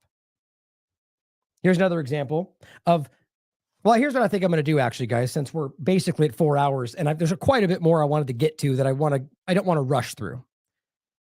So what I'm going to do here, first of all, this was about an old video. We've already discussed this, by the way. This is in regard to, I forget the guy's name off the top of my head, but the minister was assassinated because he was predominant. It was pro two-state solution. Netanyahu did not want that. So he basically had a huge rally where he showed him the guy dressed like a Nazi, and he got assassinated. And this is his wife saying, well, it's Netanyahu's fault this happened. And that was seen as effectively shutting down the two-state solution, right? Because it's very clear. And that's where I was going to go into the reality about the two-state solution. As just so it's clear, first of all, this is Minister Cohen saying, we would prefer not to reach a peace agreement if it would lead to the establishment of a Palestinian state, which is just like, yep, that's what we've always been telling you. That's always been the reality, but they're now blatantly acknowledging that we don't want so what that ultimately admits to is two things. You backwardly just admitted that what Hamas is fighting for is a two-state solution, which acknowledges their right to armed resistance for their, I mean, it's ridiculous. So, but the point ultimately is that you don't want them to have what you've always promised they could have. And so that's why you're going to stop the peace agreement. You know, it's just so, this is my point about lying about everything. It's just so, it's so disjointed. So the peace agreement is because the hostages are the two-state solution, and other arguments, that's what you want, and it's only because of Hamas that you won't do that, but now it's because of that it's, I don't know, you guys see what I point. It's just, this is circular logic that just one answers the other, and none of it makes sense. But the point ultimately here was about Hamas, and this is one of their new representatives speaking up and saying, no solution makes sense right now because we're in the war. Well, the war was about people fighting to have that solution, but it's just this ongoing manipulation that maintains this. And I simply said, well, then discuss now why the Israeli government leading up to the 7th was arming and funding Hamas. Explain how that makes sense if the whole point was we can't just let Hamas continue to exist. They'll never get into it. And you guys have seen this many times. The reality that this is what they were funding, what they were doing. The Mossad chief was sent by Netanyahu to Qatar to negotiate to make sure the aid continued to Hamas. And Avigdor Lieberman called him basically a terrorist supporter. Nobody cared. Now, I think I'm going to get into this probably, maybe tomorrow, we'll see. But this is, I want to go through this in more depth. But this is Israel ultimately telling you that we will not allow a two-state solution unless we have complete control over what happens, which we already know. And maybe I'll end with this and come back to the rest of it, this Scott Ritter clip. Well, I was going to show you, which I will coming up, just this disgusting reality of what they're doing. They're playing on channel 14, these videos of them basically. Oh, and this is what I was going to show you before. Look at this guy's mask on his face. Tell me that's not, look at that. Guys, I mean, that's torture. I don't care how small it is. You're doing that intentionally to discomfort this person. And remember, they sat like this, for, as one of them said, for weeks. Or at least, I think he said multiple days in a row. I think he said weeks. I have to remember to look back at the tweet. Either way, what they're doing is saying, these people are all Hamas. But he asks him, and he goes, what are you? Don't lie. And he goes, I just work at a furniture shop. I swear, that's all I do. I think he said furniture. Yeah, furniture. And he asked him again. He's like, no, I swear, I'm not Hamas. And the guy goes, yeah, we all know they're all Hamas. If we ask them enough, they'll tell us they're Hamas. He literally admits that they're coercing them while torturing them to get them to say what you want. Whether he thinks like that or not, that's what you're talking about. And every time this continues to happen. There's this new weapon they're highlighting. I mean, they're basically just shooting this person for no reason with a sniper from the top of their car. And then they just go over there and then talk about it. It's crazy. But you could see them testing their new weapon. They're sitting in the car, lining it up, and this guy just standing there, and they snipe him in the leg. It's just so amazing and horrifying how real this stuff is. Horrible stuff that you're going to be glad that we didn't get into today. But here is Israel's heritage minister saying that he thinks that anyone waving a Palestinian flag, quote, shouldn't continue living on the face of the earth. That's what he actually said. Here's the link to the Times of Israel article. Totally not a genocide, right? I mean, and then the hatred towards anybody, even waving a Palestinian flag. Here's what some IDF members left in one of the homes of these Gaza the Palestinians. It says, we will haunt you for the rest of your lives, with a smiley face. Now, this was posted by Quds News Network. Sure, you could argue, like in other cases, it was a fake hate crime, if you will.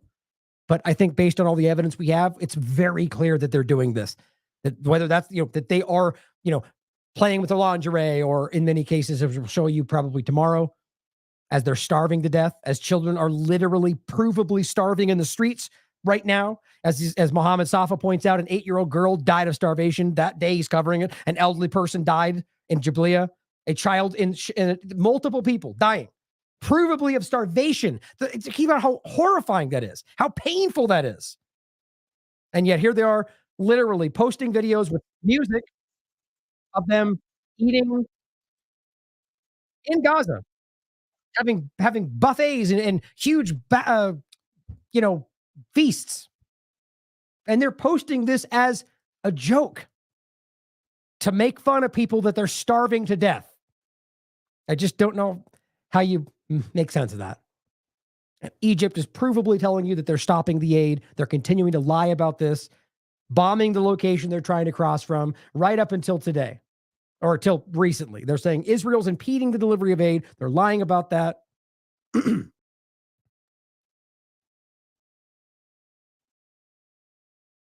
Let's see. Maybe I'll end with this and I'll save this for the next conversation, because talking about Scott Ritter's point is going to make me want to get into that. But really, just this was about the reality. Well, you know what? I will play this because the image is what I use this for ultimately. Let's play this real quick. So here is Scott Ritter. And I will get into this in depth probably in the next show, but this is what he's talking about in regard to the Hamas point, right? So my point in showing you Hamas and the funding is that they keep pointing at Hamas like it's the one-stop shop excuse for everything they're doing. But if we know that Israel was funding them, and this is where it gets into what I think changed over the years, because they were trying and funding, but money isn't everything. And people over the years who grew up in this area that watched their families get demolished while being called a terrorist grew up and wanted to fight back. And a lot of them ended up in Hamas, which then fundamentally changed the dynamic. And they were no longer willing to take money to lie about what's going on, hypothetically.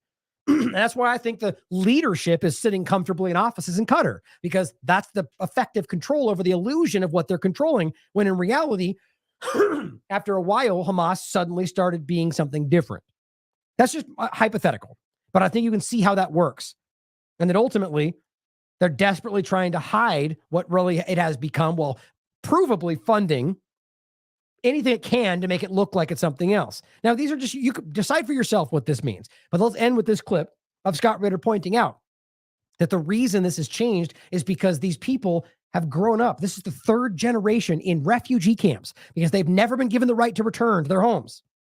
And what that creates is a situation where people are willing to fight to the death for their rights. Of Hamas, Shinwar, I think his last name is, he wrote a book, and I think the title was Children of the Camps. He's telling you the psychology of the Palestinians in Gaza. We here in America or in Europe have no clue what it means to be the third generation born in a refugee camp. The children of the camps today only know the camps. That's all they know. They don't know anything else. They don't get to travel overseas. They don't get to go on vacations, to other nations. The psychology of these people is completely different than anything anybody who wasn't born in the camp can understand. And so if people think that you could pressure these people, that you could bomb them into submission, that you can't, because they were born in the damn camp and they're going to die in the camp. And they knew that. And their only hope for salvation is a free Palestinian state. And Hamas is saying this is the way to do it. Resistance. Because if you don't resist, everybody sells you out. And that's the reality. And the people of the camp know this because they've lived it. They're not waiting for Egypt to do the right thing because Egypt has never done the right thing. They're not waiting for Jordan to do the right thing because Jordan has never done the right thing. Nobody has ever done the right thing for them. Not the Palestinian Liberation Army, not the Palestinian Authority. Nobody except Hamas. Hamas is the only organization that ever said, we're willing to stand up for you. We're willing to fight for you. We're willing to die for you. Why can Hamas do that? Because they're children of the camp. They're the same people. Hamas is the people of Gaza. There's no difference between the two of them. What the point is, the psychology is the same because they were born in the camp and they know that their fate is to die in the camp. Hamas knows exactly what they're doing. Why? Children of the camp, baby. And children of the camp, what did they do? They brought Israel into the camp. Now, I disagree to some degree on overall the point is, I think, accurate. But let's realize that just because that what he's demonstrating there is, I think, what we were discussing, the transition of what it has become. But let's realize that didn't stop Israel from attempting and funding. And so we have to realize, as I think it was, who was it, Vanessa Beeley? I forget. The argument simply being that there are still elements of it that arguably might still be influenced or controlled by outside forces. What he's arguing simply is that this has become, over the years, in 3 generations, this group has become, people have joined it. It has changed fundamentally. right? And so that, and ultimately what he's arguing is that these people know something, have lived a life that we can't even fathom, of just generationally being occupied, living under apartheid, rape, murder, and theft at any moment, destabilization, displaced, pulled out of your home in the middle of the night because they just want to keep them on their toes. Been discussed openly. And I think that just, it really does demonstrate just a fundamental difference in the way these people view the world. And that's why this is not, they'll bomb and assassinate and kill, and ultimately will fight for you to see it, just in hopes that maybe people will stand up for them for the first time, as far as I can tell. I just think that's very interesting. Oh, and then this was the image that I shared today. Or was it right here? Hold on. Right there. It's just a very powerful image, right? Now, of course, people can misinterpret this. This is not to suggest that everybody in Gaza is a terrorist, right? What you're looking at is the reality of a destroyed world behind this child who is going to live in that camp, who has nowhere else to look for any kind of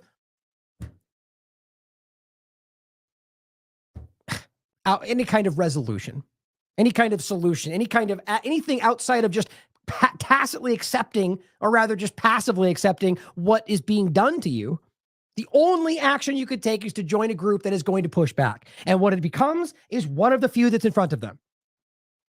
And then they manufacture this illusion that that's what they are. You have driven this into reality by 75 years of brutal occupation and murder and theft and rape and displacement and everything that continues to happen to these people over and over right now, day to day, moment to moment, every second. What do you think they're going to do? And quite frankly, the reality is that we should be supporting their efforts to stand up and push back, because what they're doing is protected under international law. And the only group that is legally violating the law, who's violating international law, is the Israeli government, and what they're continuing to do. As I've said before, even the action on October 7th was legally protected under international law per the 4th Geneva Convention. Not the actions against civilians, not the kidnapping of civilians, not anything else that happened outside the engagement with military conduct or military aspects, gosh darn it, of Israel. Anything outside of that was a crime. But you cannot argue that it was a terrorist act, because it was an armed resistance acting under the 4th Geneva Convention for armed resistance, which is protected under international law. It's provable. And I just get so frustrated that people like this are framed as something other than they are.